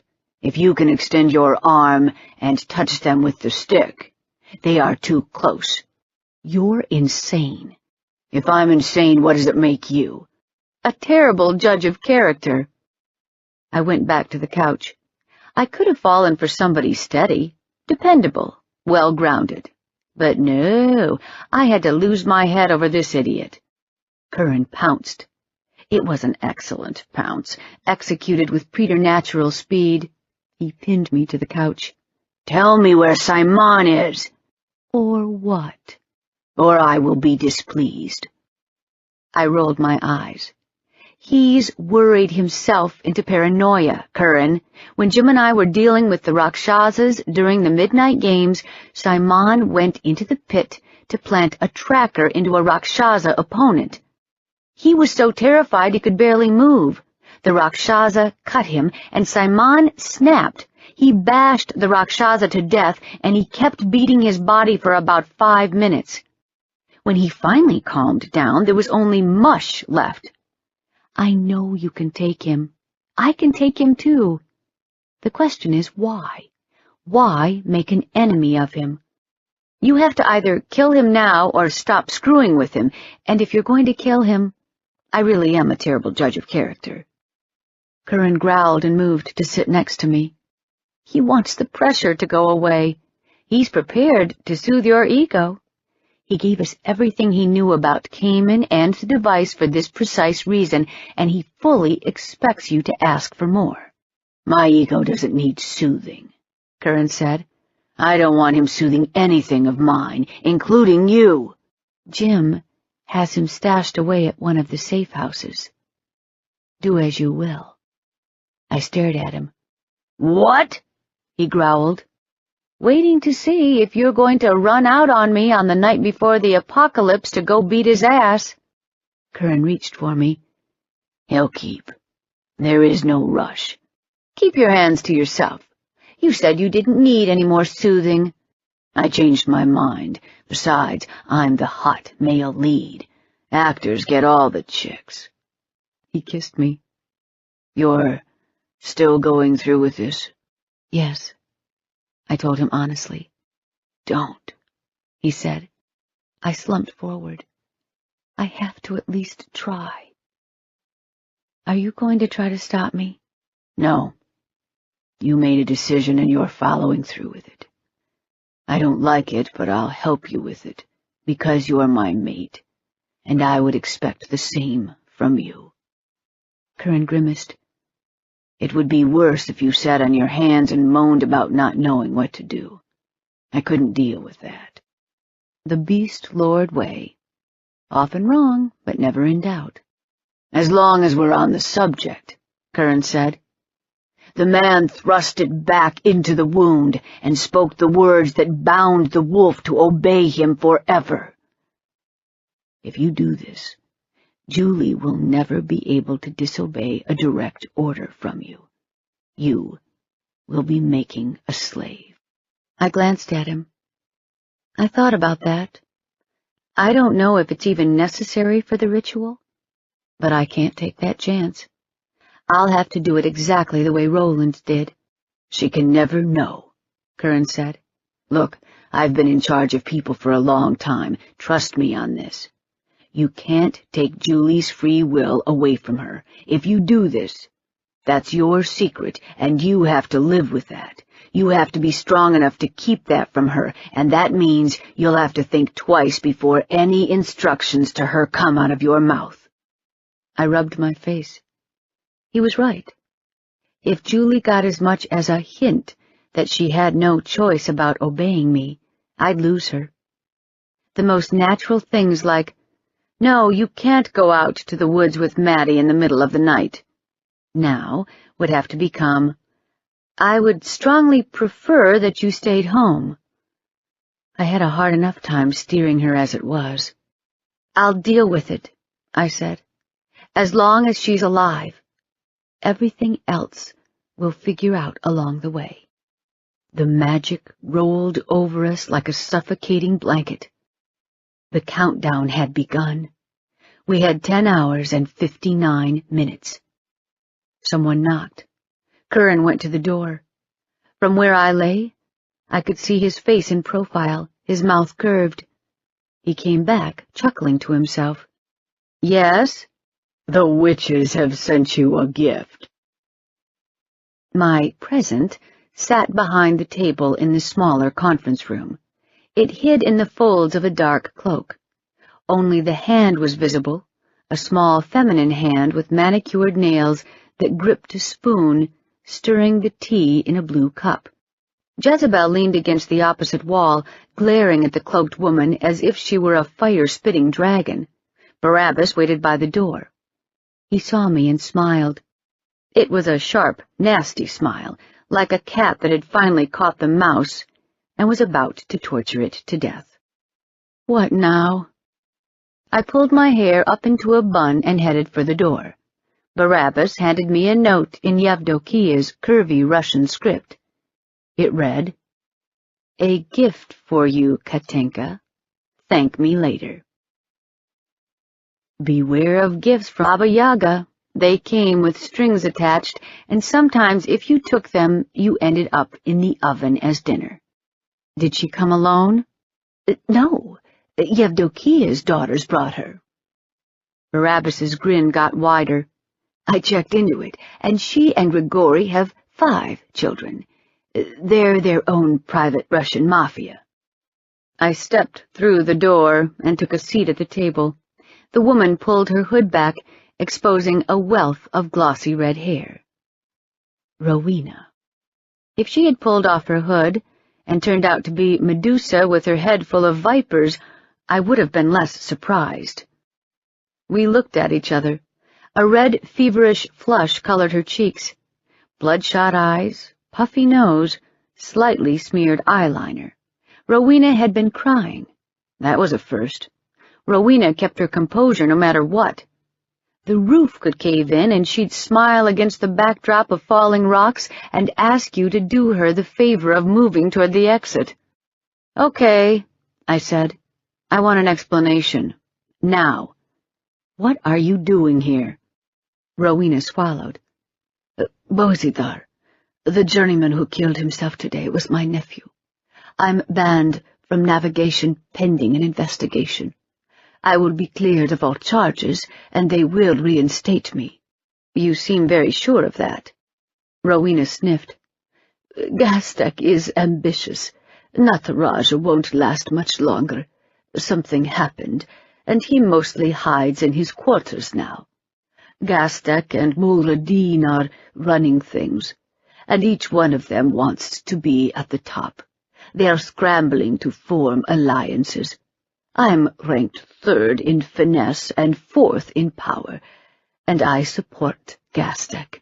He can't afford to lose me." "So why are you here?" "Bozidar had a girl," Rowena said, her voice barely above a whisper. Her name is Christine. She would do anything for him.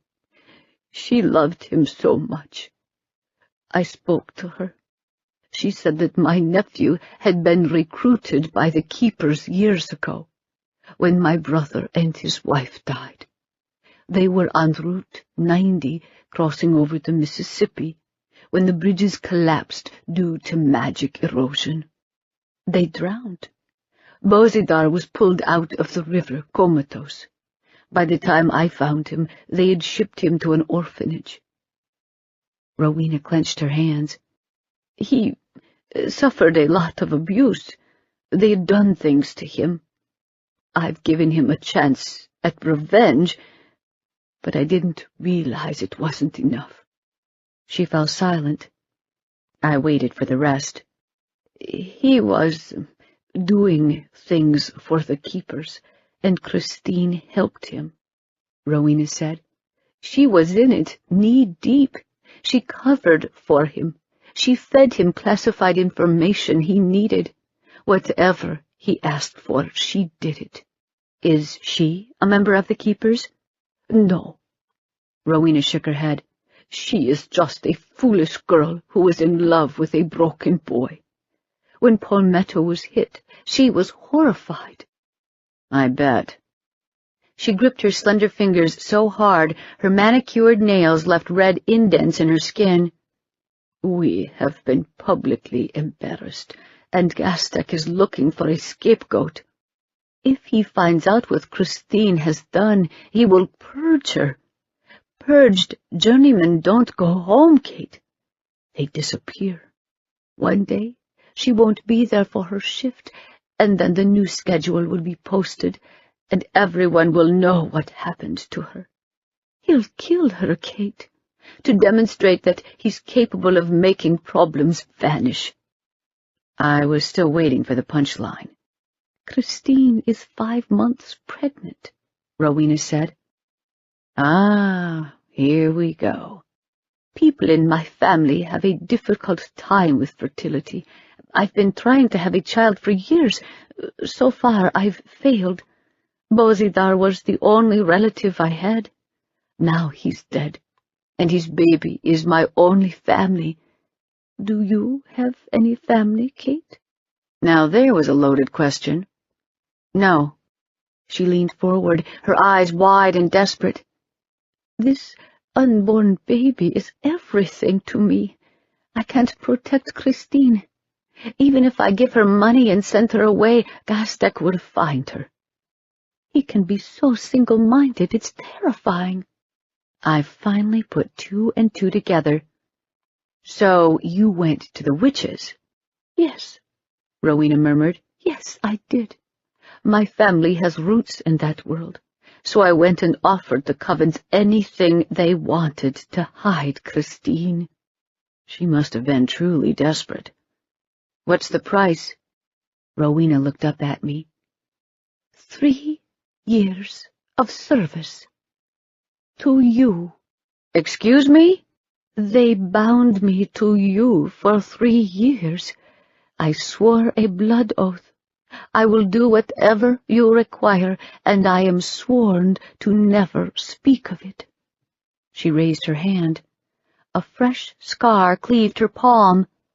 I don't understand any of it, and if Gastek finds out that I helped Christine or that I came here, I am dead.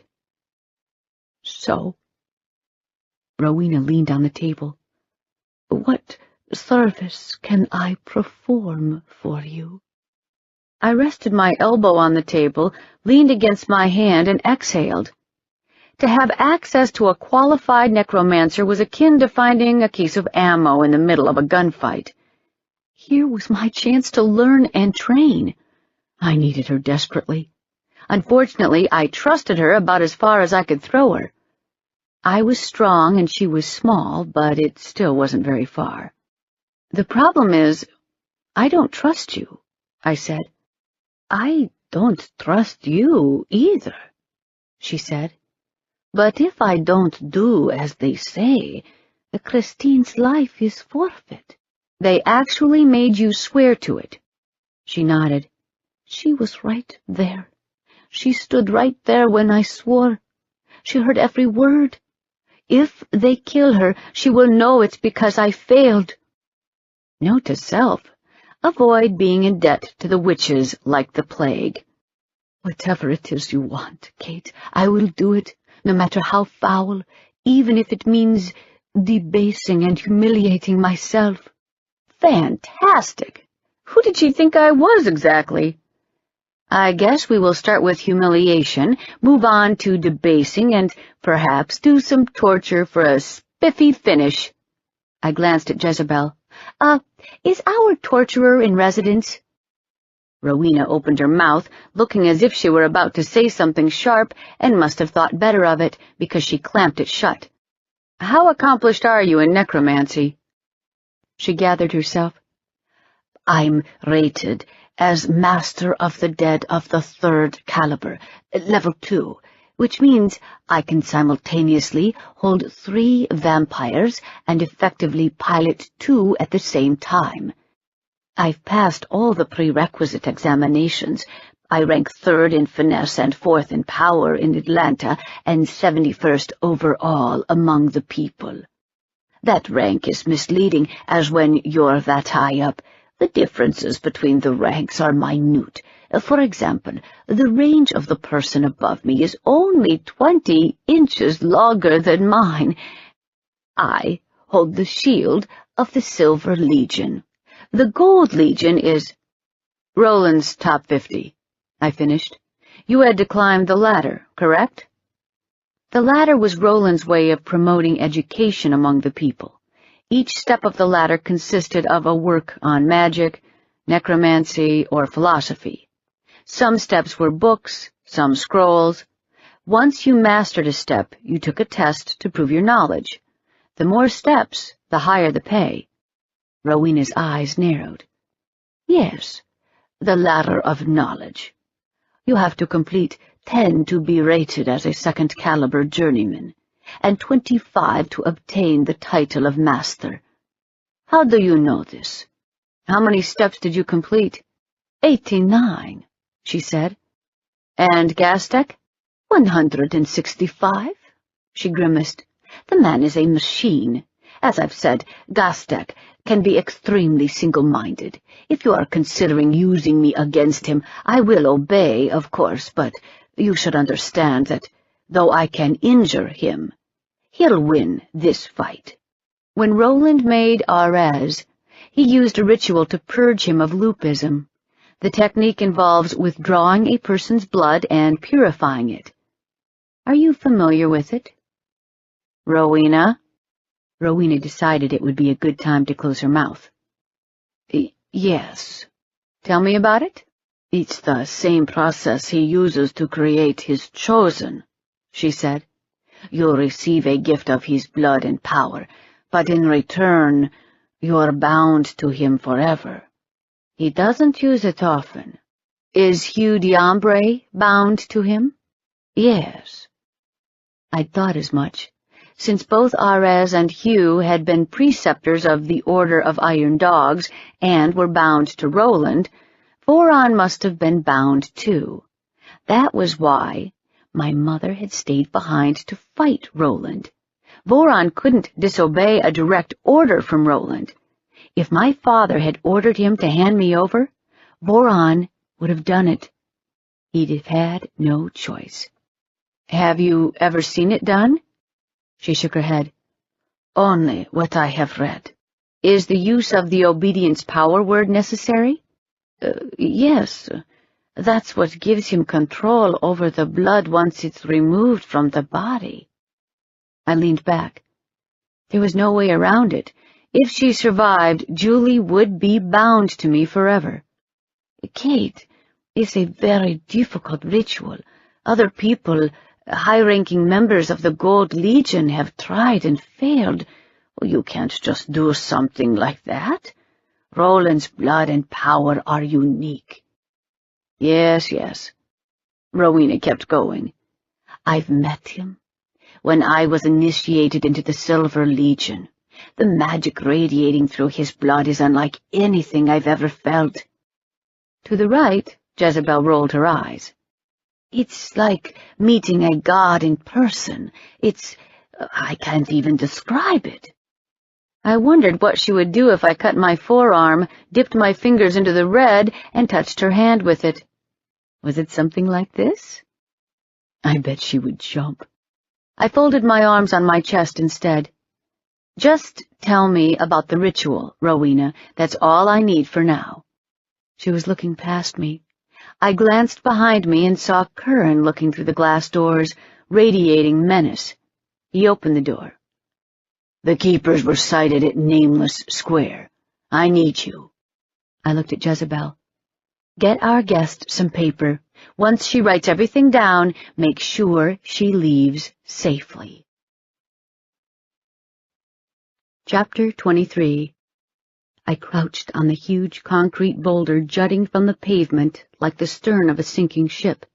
To the left, an abandoned building rose from the street, its stucco and concrete long turned to dust. Only a rusty cage of the framework remained, thrusting brown grates to the sunlit morning sky. Down below, the wreckage of downtown unrolled. Once solid buildings, reduced to heaps of rubble and abandoned ruins, crisscrossed by roads once busy, now mostly atrophied, and stubby, blocky structures born of the new age. To the right, the golden dome of the Georgia State Capitol building caught the light, the copper statue of Miss Liberty on its top thrusting her torch upward. To the left, in the distance, Unicorn Lane boiled with wild magic. The air shimmered there as a dark mist rose between the fallen high-rises, marked with garish stains of magic-mutated vegetation. I scanned the horizon. Nothing. The sighting at Nameless Square turned out to be a bust.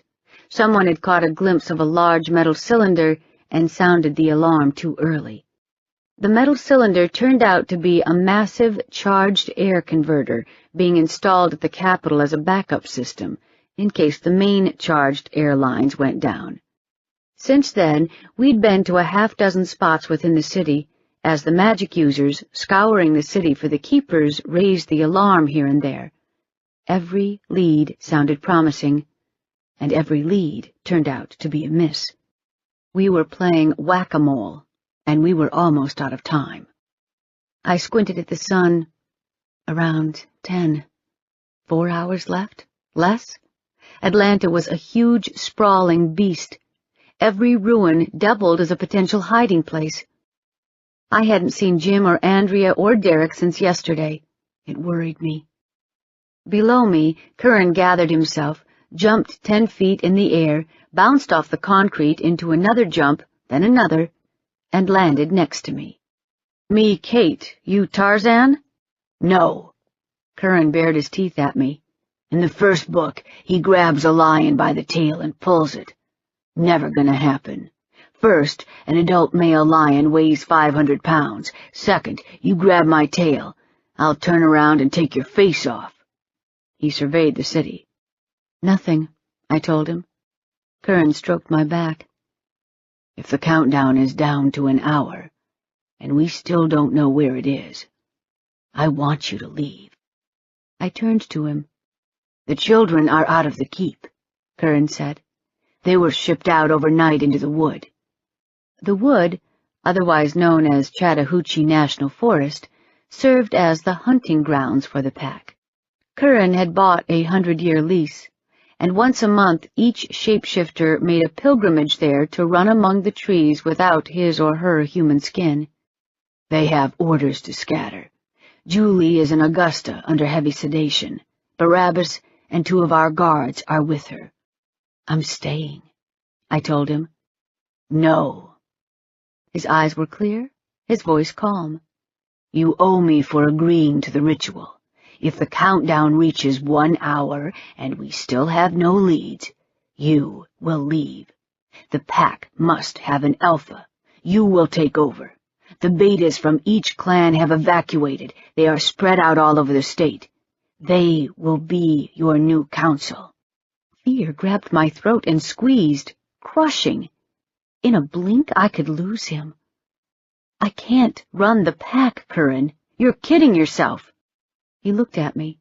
He wasn't giving me a hard stare, he just looked at me.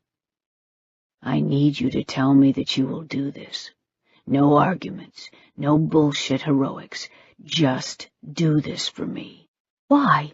Because I want you to be safe. I want you to survive, and if I'm not there to protect you, the pack will be the next best thing. Promise me, he said. Okay, I told him. But if we find them, I'm staying to the end. A bright burst of green blossomed to the right. South, a new lead. What was south of the capital? The airport? Curran swore. Before the shift, the Hartsfield-Jackson Airport had served as the primary hub for all flights to the southern United States. Almost 3 miles wide and flanked by highways on all sides, the airport ate a huge chunk of the city's south side. The damn place was so big, there was a train going through it. If you died in the south, you had to stop in Atlanta for a layover before getting to the other side. The shift fixed that right up. The commercial aviation industry took a century to grow and only 5 minutes to die, as the first magic wave dropped 5,000 planes out of the sky. Overnight, the airport was dead. The structure didn't sit abandoned for too long. When the MSDU officially came into being, christened in the blood of the 3-month riots, the local unit took over the airport, turning it into a fortified base and the HQ of military operations for the Southeast. Over the decades that followed, the MSDU's forces had continued steadily increasing the airport's defenses, turning it into a full-fledged fortress. As I drove along a narrow access road, I could see the edge of the runways, the concourse, and beyond them the white and sea-foam spire of the control tower. The place looked impenetrable. The long gray building of the terminal bristled with siege engines and machine guns, aided by square boxes of concrete bunkers. 100 yards out, the second row of bunkers guarded the concourse. Between the bunkers and us lay half a mile of clear ground, nothing but the old pavement of the runways and brownish grass mowed down to mere fuzz. No cover, no safe approach, nothing. 3 wards shimmered in the air. The first sheathed the tower in a bluish translucent cocoon. The second rose just past the bunkers.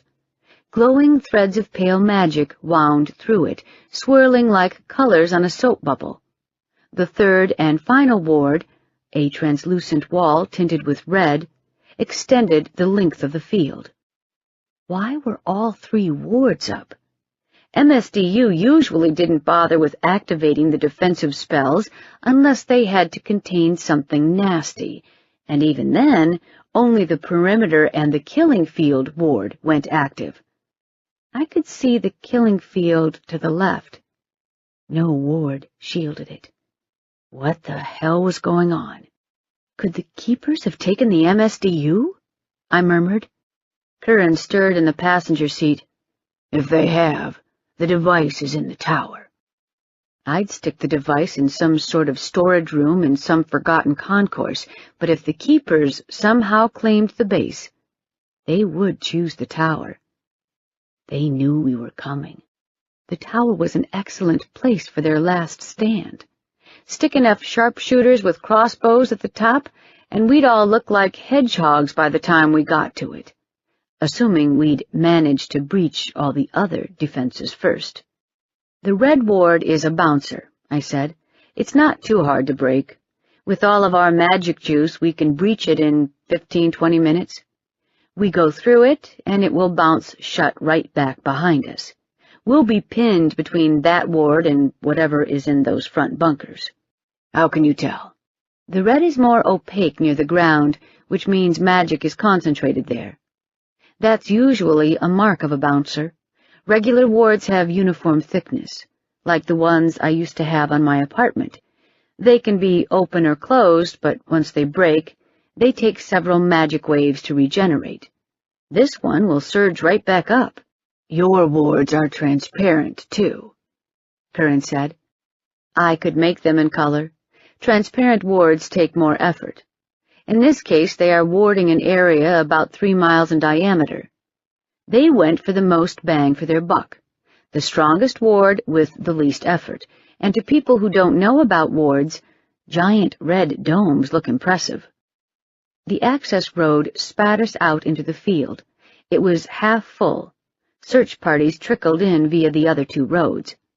A vampire completely covered in purple sunblock rose at our approach and waved his claws.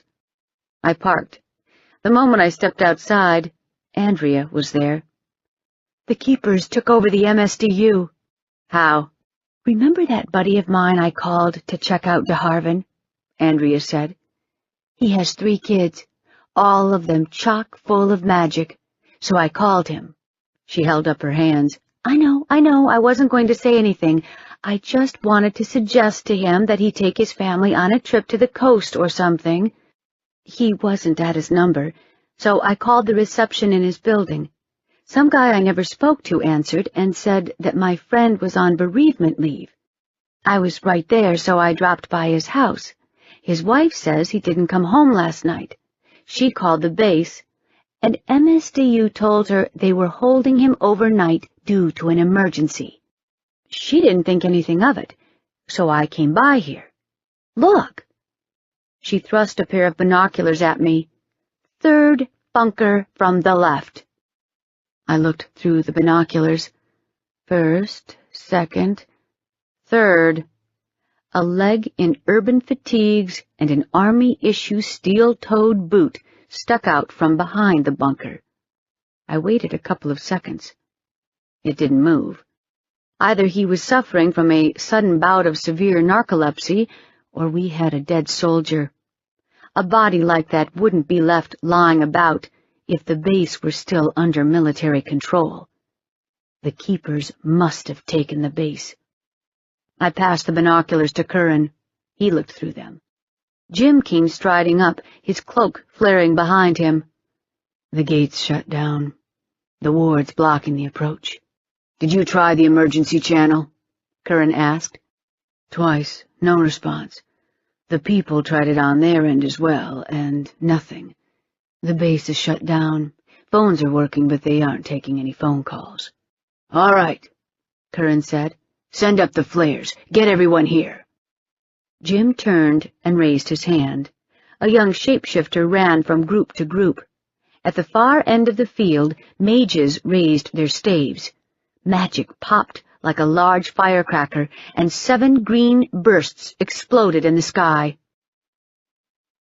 The shapeshifters lined up along the ward's perimeter. Some I knew, some I didn't. I sat on top of the jeep. I'd need the energy for the fight. Next to me, Gastek stood, leaning on the jeep's hood, looking slightly absurd in a formal black suit and a gun-gray shirt. 2 vampires sat at his feet like bald, mutated cats, both coated in bright lime-green sunblock.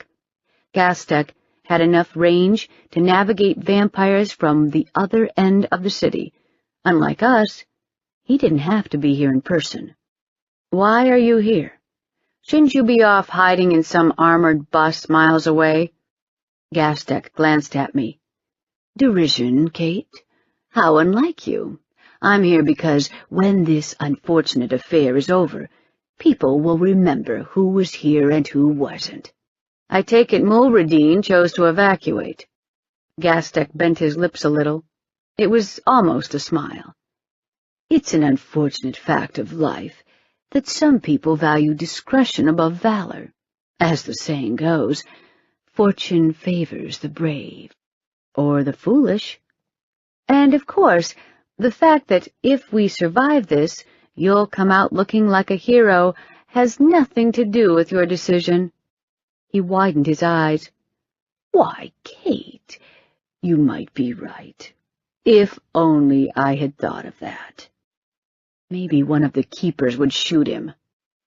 Below us, Cayman stared at the ward. 2 younger Volves watched him. He said that, about 20 minutes before the activation, the device would send out a plume of magic, whatever the hell that meant.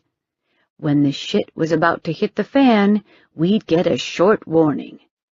Kamen also said that raising the device off the ground extended its range by about a mile. We thought the keepers were aiming for the city center. We were wrong. They were aiming for the densely populated neighborhoods just outside. The MSDU provided protection in case of emergency. Real estate next to the unit was highly priced, and the pack owned a quarter of it. That was where the shapeshifters who worked in the city built their homes. All the keeper claims of "we regret casualties" had been complete bullshit. They aimed for casualties. Wiping out these neighborhoods would snap the backbone of the city. Atlanta's citizens would panic and flee, and the keepers could purge the entire city at their leisure. A long, forlorn cry rolled through the sky. I raised my hand to my eyes, shielding them from the sunlight. A huge, dark bird circled the dome once, enormous wings stretched wide, and landed in the far field. A man slid off its back and jogged over. Amadahi, one of the Cherokee shamans. Amadahi came to a stop near Curran. His voice carried to us. "The bunkers have no roof. There is a catapult in each one and a small caraballista. There are guns, too." "Are there people in the bunkers?" Curran asked. Amadahi nodded. "They were priming the catapults as I flew over." The catapult would lob something nasty our way, and the caraballista would shoot us with bolts while we ran around trying to avoid it. Great. Thomas and Robert Linesco came along the line of the shapeshifters. Thomas was tall, well over 6 feet. Robert, his spouse, leaned toward dark and delicate, with large brown eyes and a narrow face. They spoke to Curran. Gastek said, "Just out of curiosity, does your paramour have an actual plan to breach this ward, or is he just making it up as he goes along?" Gastek, "Do you want to lead this attack alone?" "No, thanks. I'm after the benefits, not the responsibility." "Then shut up." Robert Linesco stepped forward to the ward and raised his hand. Behind him, members of Clan Rat formed into 5 columns, 4 people wide, 3 people deep. Robert closed his hand into a fist. The columns split into an upside-down V formation, with Robert at the head of the center V. Robert stripped off his sweats. For a second he stood nude, and then his skin burst.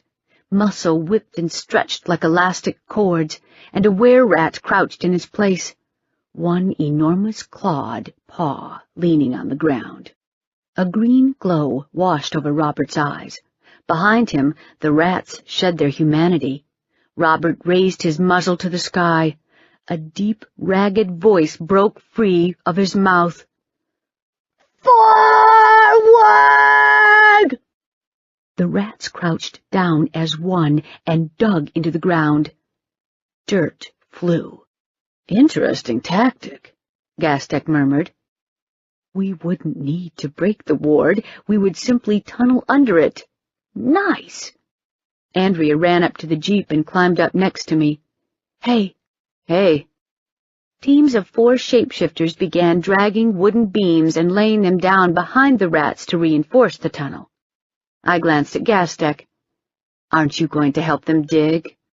Gastek shrugged. "A vampire is a precision instrument, not a bulldozer." The front lines of the rats had vanished into the ground. They only had to go about 50 feet or so. The ward itself was narrow, but to get under it would take some effort.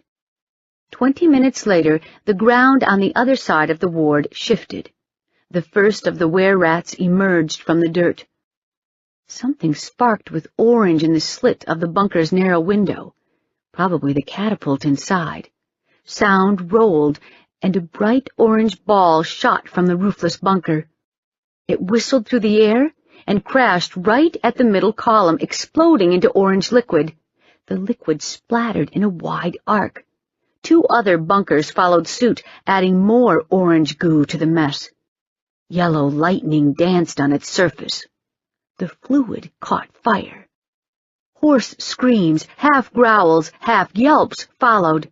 The tunnels on our side of the ward vomited the were-rats in a dark flood. The front ranks of the diggers bore blisters where their fur had been burned clean. Robert was the last to emerge. His left arm was a mess of scalded muscle, the skin charred, almost black. He snarled and walked over to Thomas. The rat alpha clasped his mate's hand into his and pointed at Doolittle and his medics, set up in the field behind us. The fire raged beyond the ward. The shapeshifters continued to carry wooden beams under the tunnels, reinforcing them. I petted my sword.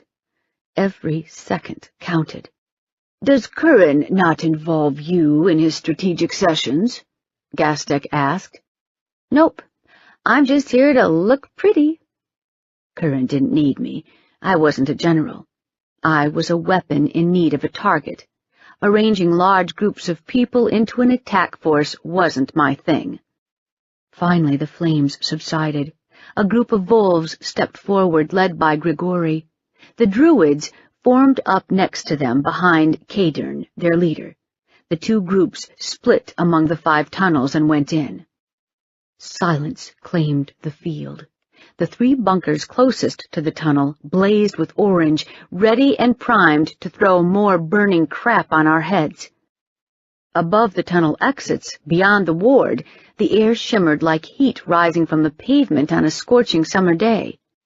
"What is it?" Gastek squinted. "Insects." The shimmers condensed into dark clouds.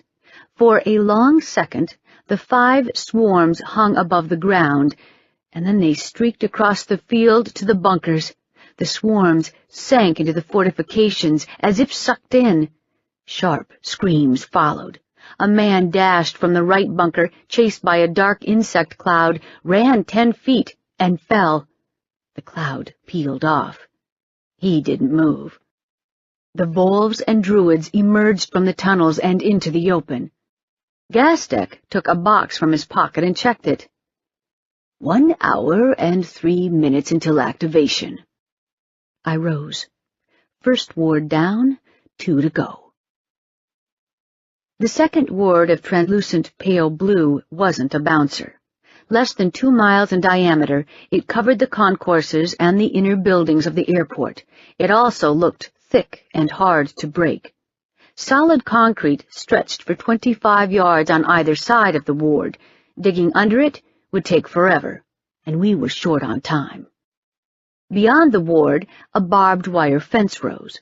The ground directly behind it looked freshly plowed. Odd. To the left, a gate opened in the bottom of the concourse. Bodies poured out, about 6 feet tall at the shoulder, dark, with sharp bristles rising in a crest along their necks and humps on their backs. The animals galloped along the inner perimeter, flooding the space between the strip of the plowed ground and the tower. "Are those buffalo?" someone asked behind me. The leading beast braked directly in front of us and dipped its head. The colossal maw gaped open, displaying twin pairs of yellow tusks. The larger set looked bigger than my arm. A deep, grunting roar burst from its mouth and broke into pissed-off snorts. It wasn't a buffalo. "Boars," a druid next to me said. "Caledonian boars." I'd fought a Caledonian boar before. They were strong and aggressive as hell, and pain only pissed them off. Their bristles cut like razor blades. It took 4 mercs to bring one female down, and 2 of us had automatic weapons. There were at least 3 dozen pigs out there, and all of them were male. Each pig was 6.5 feet at the shoulder, 2.5 tons of pure, stupid rage. Curran might kill 1 in single combat. Mahon could as well. Aside from that, a regular-sized shapeshifter didn't stand a chance, not even in a half-form. The pigs would bulldoze over them. Curran came up to me. A group of alphas followed. Mahon and his wife, Martha, Daniel and Jennifer, Thomas Linesco, Aunt Bee, Jim. Curran nodded at the tower. Can you break that ward? I glanced at the tower. 600 yards away, about 2,000 feet of distance, full of boars. If you can get me to it. My blood would break almost anything with enough magic. The question was, did I have enough power in me? I guess we'd find out. Curran grinned, looking slightly evil. Get ready to run. Daniel and Jennifer stepped in front of me. I looked at Jennifer. Should you really be here? Her upper lip trembled in a precursor to a snarl. Right, she would do her job, and I had to do mine. Derek took a spot to my left, Jezebel to my right, Aunt Bee and Thomas brought up the rear. Behind them, 6 shapeshifters formed into 2 rows, 3 people in a line. The Renders. Bob from the Mercenary Guild shouldered his way into the group and heaved his sword. Eduardo emerged from the tunnel dragging a huge sack. Over 6 feet tall, the were-buffalo was slabbed with thick muscle even in his human form. Behind him, 3 members of Clan Heavy pulled identical sacks. Eduardo dropped his burden on the ground. The canvas fell open. Inside, thick tangles of leather belts and chains connected a mess of spiked armor plates and chainmail. Get your glass slippers and fairy wings, ladies. Members of Clan Heavy began pulling the tangles apart. Mahon gripped a mess of belts, arranged it on the ground, and stripped. He took a deep breath, and a giant Kodiak bear boiled forth, filling out the belts with his shaggy body. The harness caught him, stretching and sliding into place. A row of armored plates sheathed the bear's back and hindquarters, flaring down on the sides to guard the vulnerable flanks. Mahon stretched his front limbs and rose up, testing the armor, and dropped back down.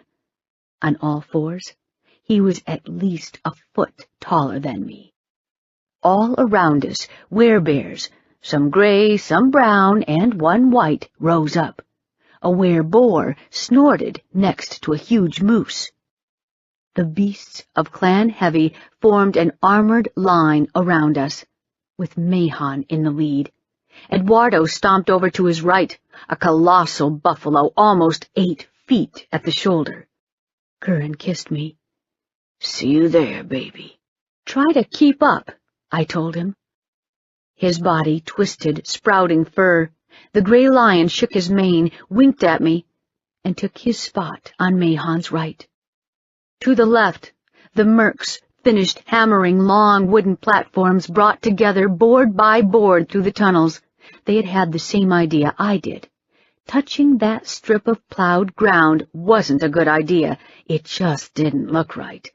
There was no reason for it to encircle the base, unless something nasty hid in it. The mages formed into a semicircle near the ward, right between the 2 closest bunkers. Behind them, the witches formed their own line, and then the druids and the wolves. 3 vampires crouched on the ground across each bunker, hugging the dirt. The mages raised their hands. On 3, one of them called. Remember, low spectrum. And 3, 2, go! Power burst from the 10 mages, flowing into a single bright current, threaded with flashes of green and yellow. The current smashed into the ward, dancing on its surface. The druids and the wolves raised their staves. Between the 2 lines, the witches snapped into a rigid pose, their arms outstretched. Magic poured from the wolves into the witches and out into the mages. So much magic! The current shook, sliding back and forth against the ward like caged lightning. On the left, one of the druids went down, then another. A wolf fell. Hairline cracks formed in the ward. The witch on the left screamed.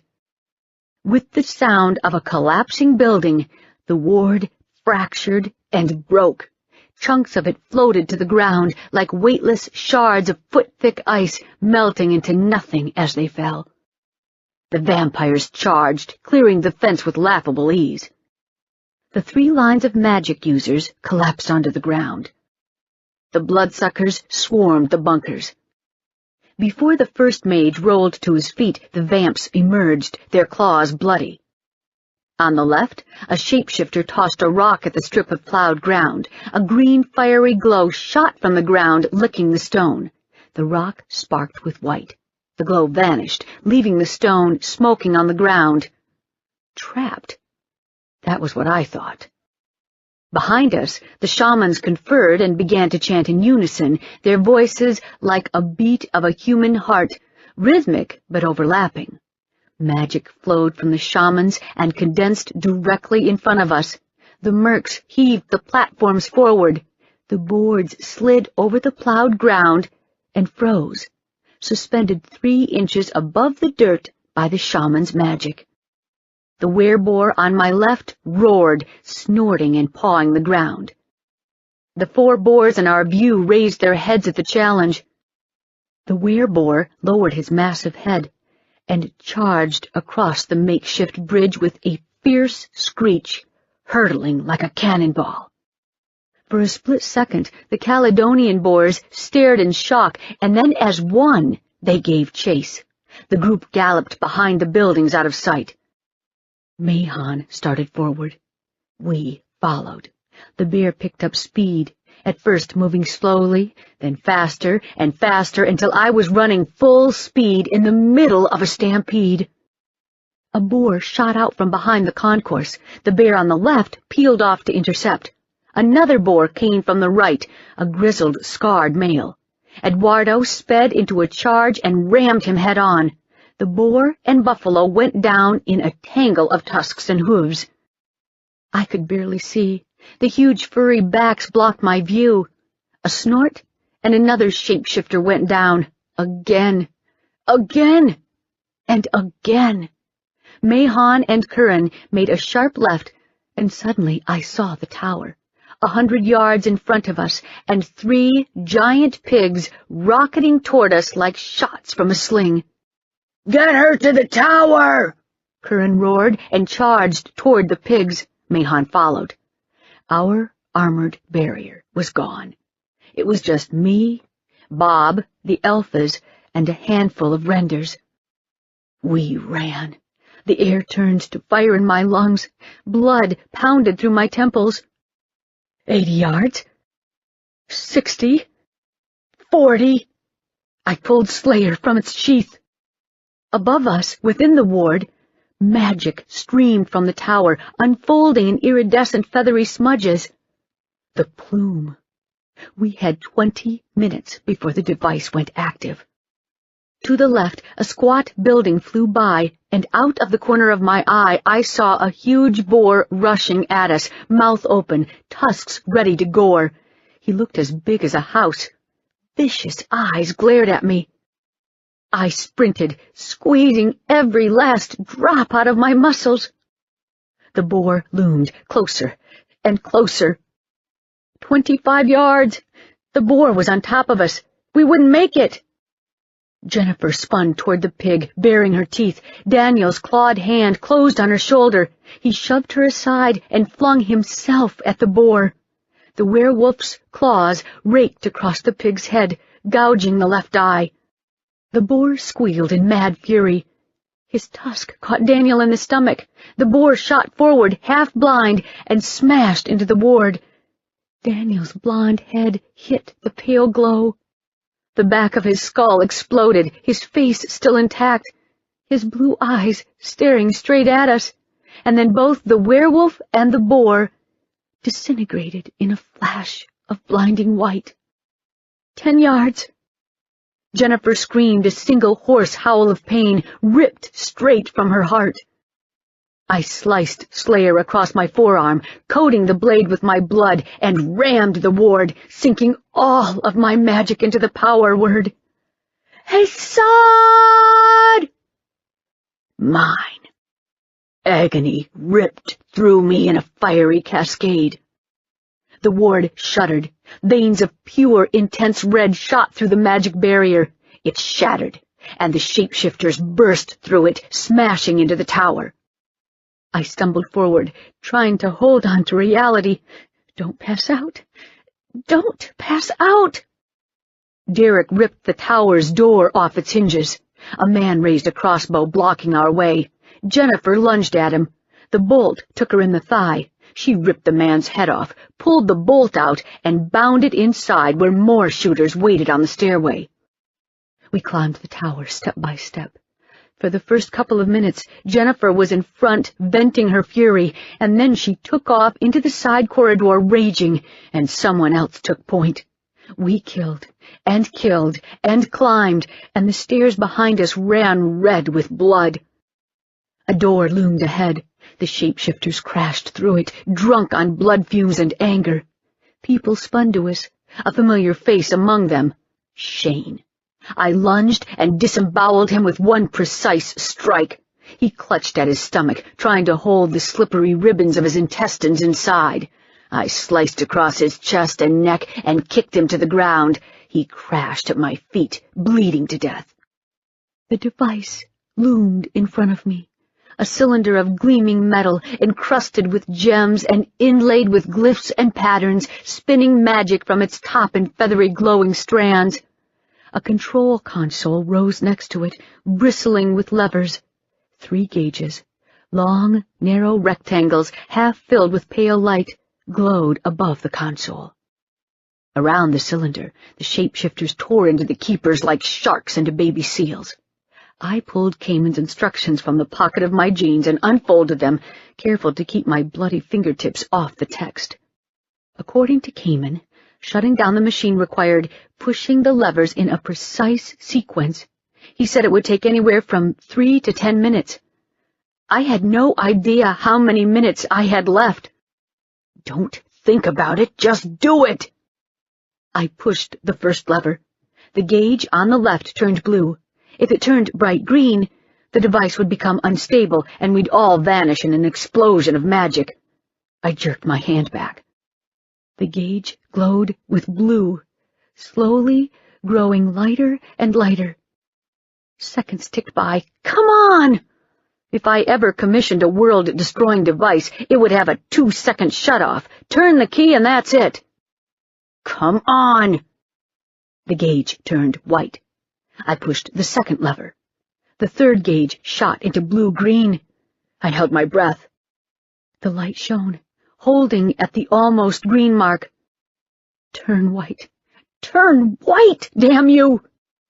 Behind me, someone snarled. White! Turn white! The gauge paled, sliding into pale gray. Good enough. I pulled the first lever again. All 3 gauges remained steadily pale.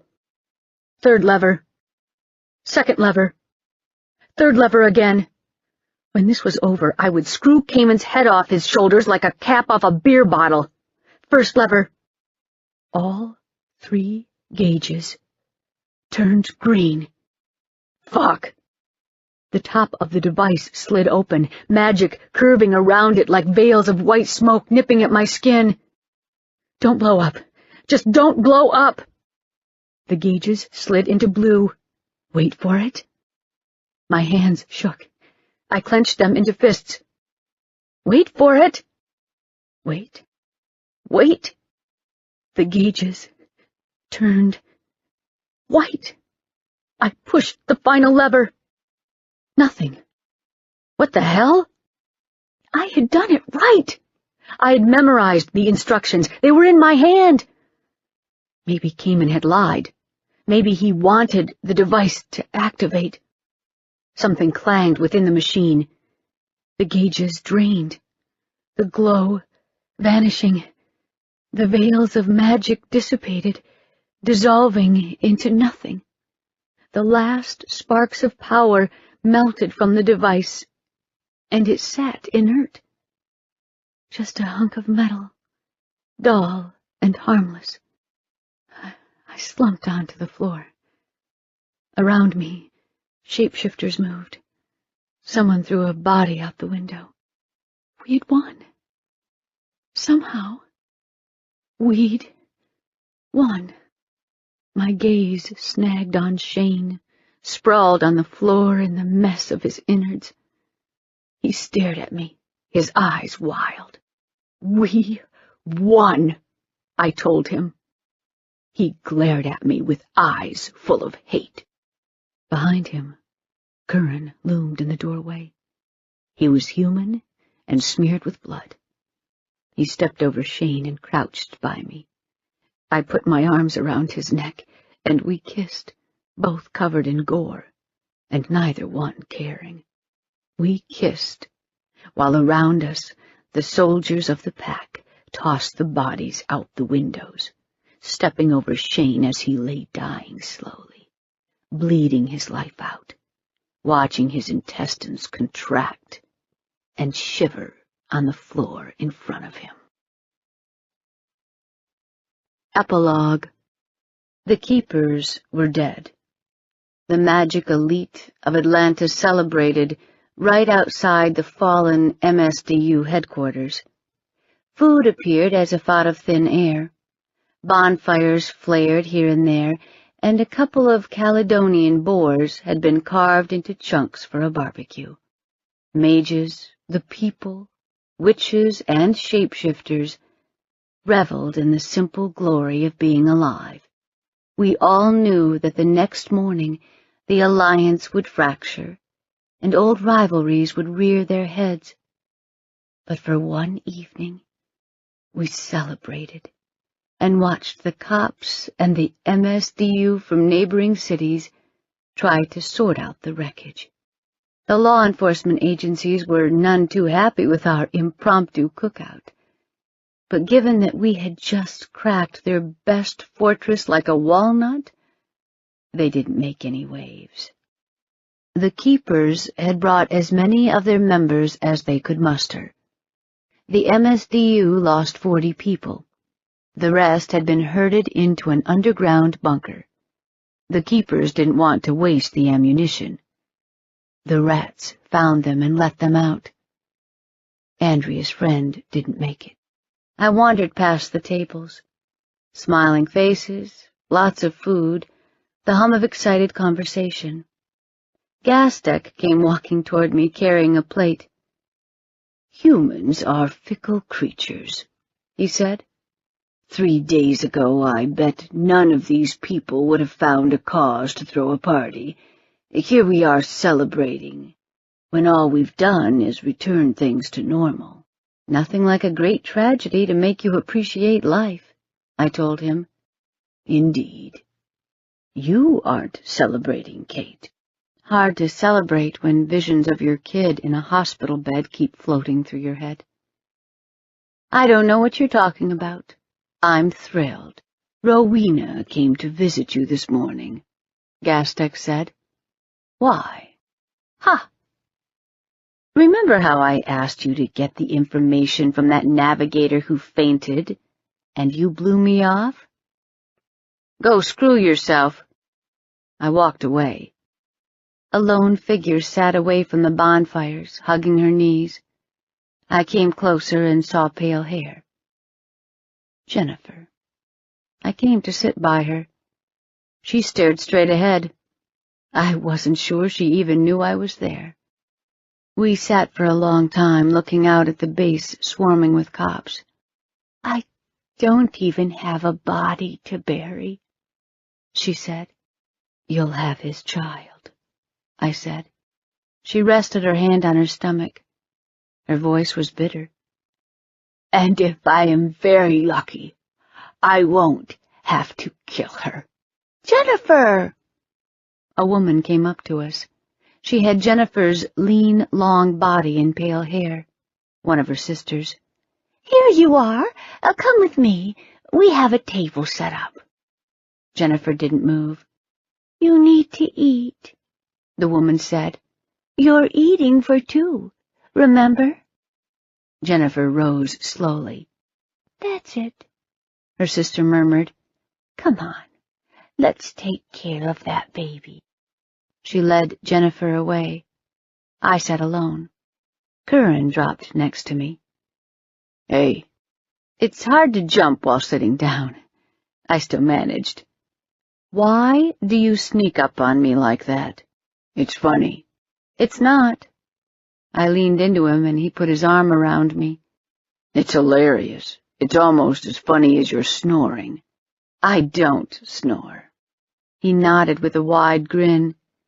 It's a quiet, peaceful kind of snoring, like a small, cuddly Tasmanian devil. Kind of cute when sleeping, all claws and teeth when awake. You snore worse. At least I don't turn into a lion in my sleep. I only did it once. Once was weird enough, thank you. He looked at me. You're still going through with the Julie thing? Yes.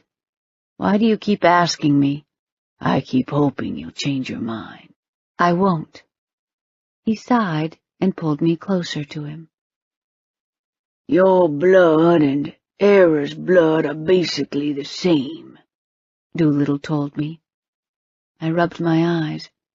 I hadn't slept much the night before, and I had spent all morning trying to get a sample of shapeshifter blood to respond to my magic.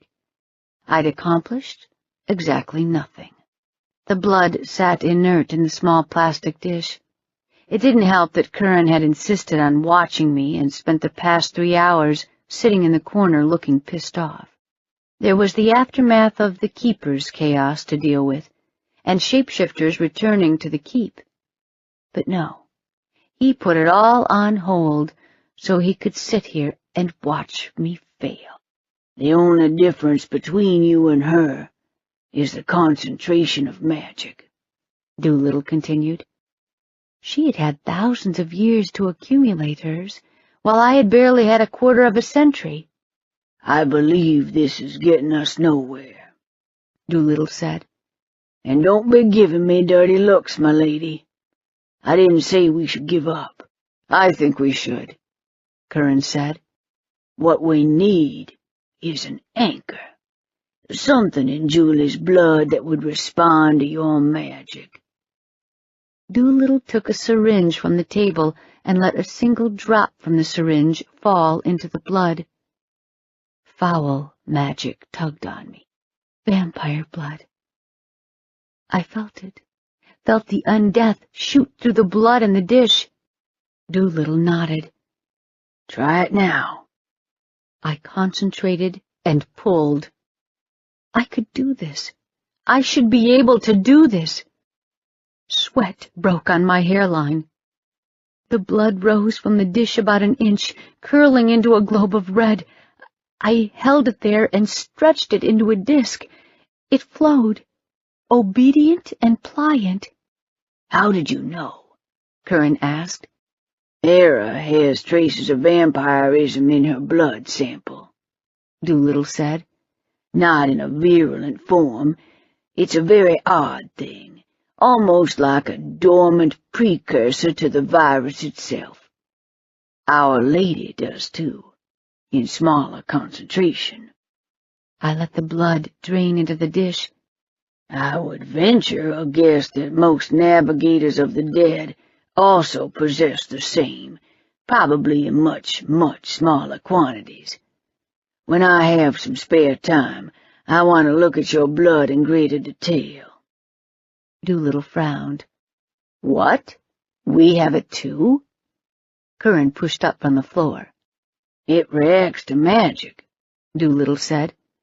Perhaps it's an evolutionary adaptation to the world where magic was a constant presence. I would have to run more tests, but for now we must deal with the problem at hand. We need the vampiric vector. Are you telling me I have to infect Julie with vampirism? This was crazy. Vampirism was irreversible. But then, so was Lycos V. I wouldn't presume to tell you anything, Doolittle said. This whole scheme is an exercise in insanity. However, if you persist in this harebrained, ill-advised endeavor, this is the only way for you to mold her blood. How about we just don't do it? Curran said. I took a deep breath. Can you tell me with absolute certainty that Julie will go loop the moment she wakes up?" They both answered in unison. "Yes." "Then I have to do it," I told them.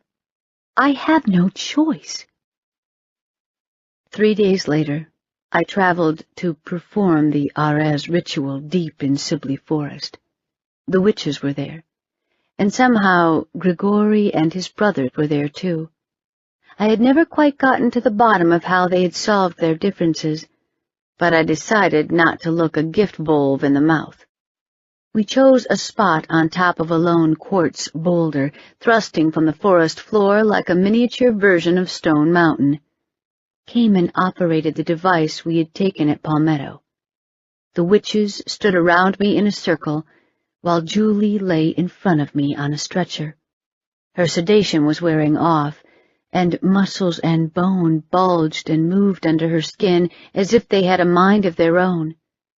Derek and Jezebel stood on both sides of the stretcher, waiting. Cayman opened the device. Magic spilled from it in a dense cascade of pale glow. The witches strained, and then a flood of power hit me so cold it felt like my muscles froze. It spread through me, flowing from cell to cell, saturating my blood, setting my nerves on fire. The witches kept feeding me power, more and more and more. The ice turned into agony, shaving at me from the inside, scraping layer after layer from my core. In the haze of magic, Doolittle took a step toward Julie. The syringe in his hand rose. The needle touched her skin, and the immortous pathogen entered her body. In a normal victim, it took 7 hours for full colonization of the body. 7 hours from the infection to full-blown vampirism. The process was irreversible. We didn't need 7 hours. We just needed 1 minute for the vampiric blood to fully circulate through Julie's body. More magic came. My hands and feet dissolved into pain. Every instinct screamed for me to stop. End it! Just end it, and the pain will stop. Julie's body began to glow. It beckoned me, like a swamp light, drawing me closer and closer. She kicked and convulsed on her stretcher, muscles and fur bulging. I was almost there. A little more magic, a little more pain. A searing blast of magic smashed into me, pushing me over the edge. Julie snarled. Her restraints snapped and she shot up, her flesh boiling. Grotesque jaws thrust from her face. She stood hunched over, half human, half lynx, but whereas a shapeshifter's warrior form was streamlined, Julie's body was a mess of mismatched parts. Her left arm was huge. Her right leg had a knee that bent backward. Fur sheathed her stomach while human skin stained her back in pale patches. She stared, mesmerized. I felt the blood sliding through her veins, flowing in a current of tiny particles of magic. Julie opened her mouth, her monstrous face uncertain. Derek clamped her in a bear hug, and Jezebel sliced her neck, severing the jugular. Blood shot in a pressurized spray, and I grabbed it with my power, gathering each precious tiny drop. Condensing, turning, spinning it into a globe of brilliant magic. All sound faded, except the beating of my heart. I kept pulling it, drawing it out of the container of flesh until I had taken all of it. The creature who had owned the blood before me toppled to the ground.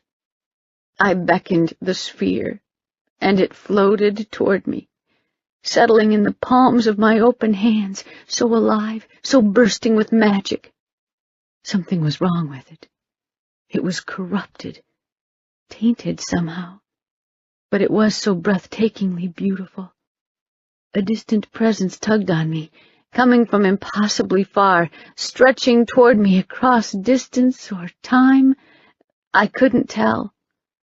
It peered inside me, permeating my magic, examining the blood in my hands. I was supposed to do something with this blood, wasn't I? Or maybe not. It sat in my palms, so warm and throbbing with power. The presence watched me. I watched it back. A thought formed in my head, and it wasn't my own, yet somehow it also was. Well done. At the creature's body, another creature was screaming at me, her face contorted. A third creature stared at me, an expression of pure horror stamped on his face. Odd. This blood. All wrong. I had to do something with it, but I wasn't sure what. I held the blood out to the presence. It's dirty. Then you should clean it, the presence suggested gently. I had to clean it. Yes, that was it. Let your blood flow, the presence murmured. I sweated blood. It poured from my pores, bleeding magic. Now bind them together, the presence suggested. I molded my blood, stretching it in thin filaments to the glowing core of the creature's blood in my hand, wrapping my magic around it, piercing it, cleansing. That's it, the presence told me. Excellent. Now return it. It's mine!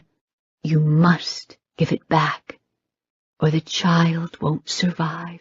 But it's mine! No. You only borrowed it. If you keep it, you'll kill its vessel. The creatures were screaming. I didn't want to kill anyone. I held the sphere for another long moment, savoring it, and thrust it back into the creature's body. It flowed into her, rushing through, filling her collapsed veins and arteries. The creature didn't stir. You must will her to live, the presence told me gently. She needs your help. Mine. I told the blood. Obey me. Live. Survive. Obey. Obey. Obey. The creature drew a hoarse breath, jerking. The wound on her neck bled, her body whipped, gripped by spasms. The others lunged to her. The world careened on its side, went dark, and all was still. I opened my eyes. Curran sat next to me, his gray eyes watching me. Julie, she survived, he said. His quiet voice gained a rough growl. If you think that I will ever let you pull that fucked up shit again, then this thing between you and me is done. We are fucking done. We made it. We made it through in one piece. He didn't die. Julie didn't die. I didn't die. It was some kind of bloody miracle. I thought you loved me and would never leave me. That was not you. That was fucked up. I put my arms around him and kissed him. Curran clenched me to him. My bones groaned. Never again. Never again, I promised. I give you my word. Never again. I'm so glad you woke up. Aha! The shoe is on the other foot. Shut up. He kissed me, and I pulled my personal psycho into bed with me. 20 minutes later, I was eating chicken soup. It was the best soup I ever tasted. How long was I out? 3 days. That's nothing. You were out 11. Curran shrugged. 3 was enough. How's Julie? Freaked out and under house arrest, but okay. Why under house arrest? Curran shook his head. Oh no, I killed Kate. Kate is dead because of me. If she dies, I'll kill myself. And other stupidity along those lines. I ordered her locked up so she doesn't do something idiotic. Doolittle says she's healing well. No trace of like V, no vampirism. Curran focused on me. I thought I lost you both back there. I think you might have. I was really confused at some point. I think I hallucinated. I can almost swear I heard somebody. Who? I don't know. I promise never again. I don't think I can survive another one like that. Curran sighed. I suppose you'll want to see the kid now. Yes. Curran roared. Barabbas! The door opened, and my nanny stuck his spiky head inside. He saw me, and his face split in a sharp grin. My lord, my lady, may I say that I am delighted that my favorite Alpha is feeling better. Why, you'll be running recklessly into danger against overwhelming odds any time now. Curran growled. Shut up. Bring Julie. 3 minutes later, Julie stepped into the room. She stopped at the entrance, a pale, skinny wraith. I waited, but she didn't come any closer. Hey, I said. Hey, she answered. Are you okay? I don't know. Julie swallowed. Oh, boy. What's the problem? You did something to me. Julie hesitated. My magic looks like yours. I glanced at Curran. You didn't tell her? Oh, no, that's your mess. You can have that job. You go right ahead. I sat up straighter. When Leslie bit you, she infected you with like V. I used an old ritual and cleaned your blood with mine to save you. Julie blinked a few times. So, what does it mean? It means that you are now immune to like V and vampirism. You might develop some new powers. It might be strange for a while, but I will help you through it. Julie swallowed. So am I like really your niece now? Something like that. I almost died saving you. Am I going to get some sort of hug or what? She took a step, broke into a run, and hugged me. Curran shook his head. I stuck my tongue out at him. Whatever. She was alive. I would deal with everything else as it came. You can never tell anyone, Curran said. What Kate has done for you can't be done to anyone else. Do you understand? The pack is full of desperate parents whose kids might go loop. You can't go around telling people that Kate cured you of it. If anybody asks, you pulled through on your own. Your magic was so strong, your body rejected like V. Julie, answer me. Yes, sir, Julie said in my arms. I pulled through on my own. A knock sounded, and Barabbas stepped back into the room, carrying a narrow blue vase filled with flowers. Happy reunion. Also, these came for you, Kate. I put them in a vase. Not quite sure what these flowers are, but they smell divine. The vase held a dozen small flowers, their petals pristine white, like small stars, solid black at the center. I froze with Julie still hugging me. Morgan's bells. I knew these flowers. I had made them. They had sprouted during the flare, on the spot where I had cried my eyes out, holding Bran's lifeless body. Next to me, Curran was very still. I willed my mouth to move. "Is there a card?" Barabbas nodded and passed me a small white rectangle folded in half. I flipped it open. "Congratulations on your victory, Your Highness. Looking forward to our next meeting. Hugh." This concludes Magic Slays. Please visit our website, www.tantor.com, for more information on our growing library of unabridged audiobooks and to take advantage of special offers.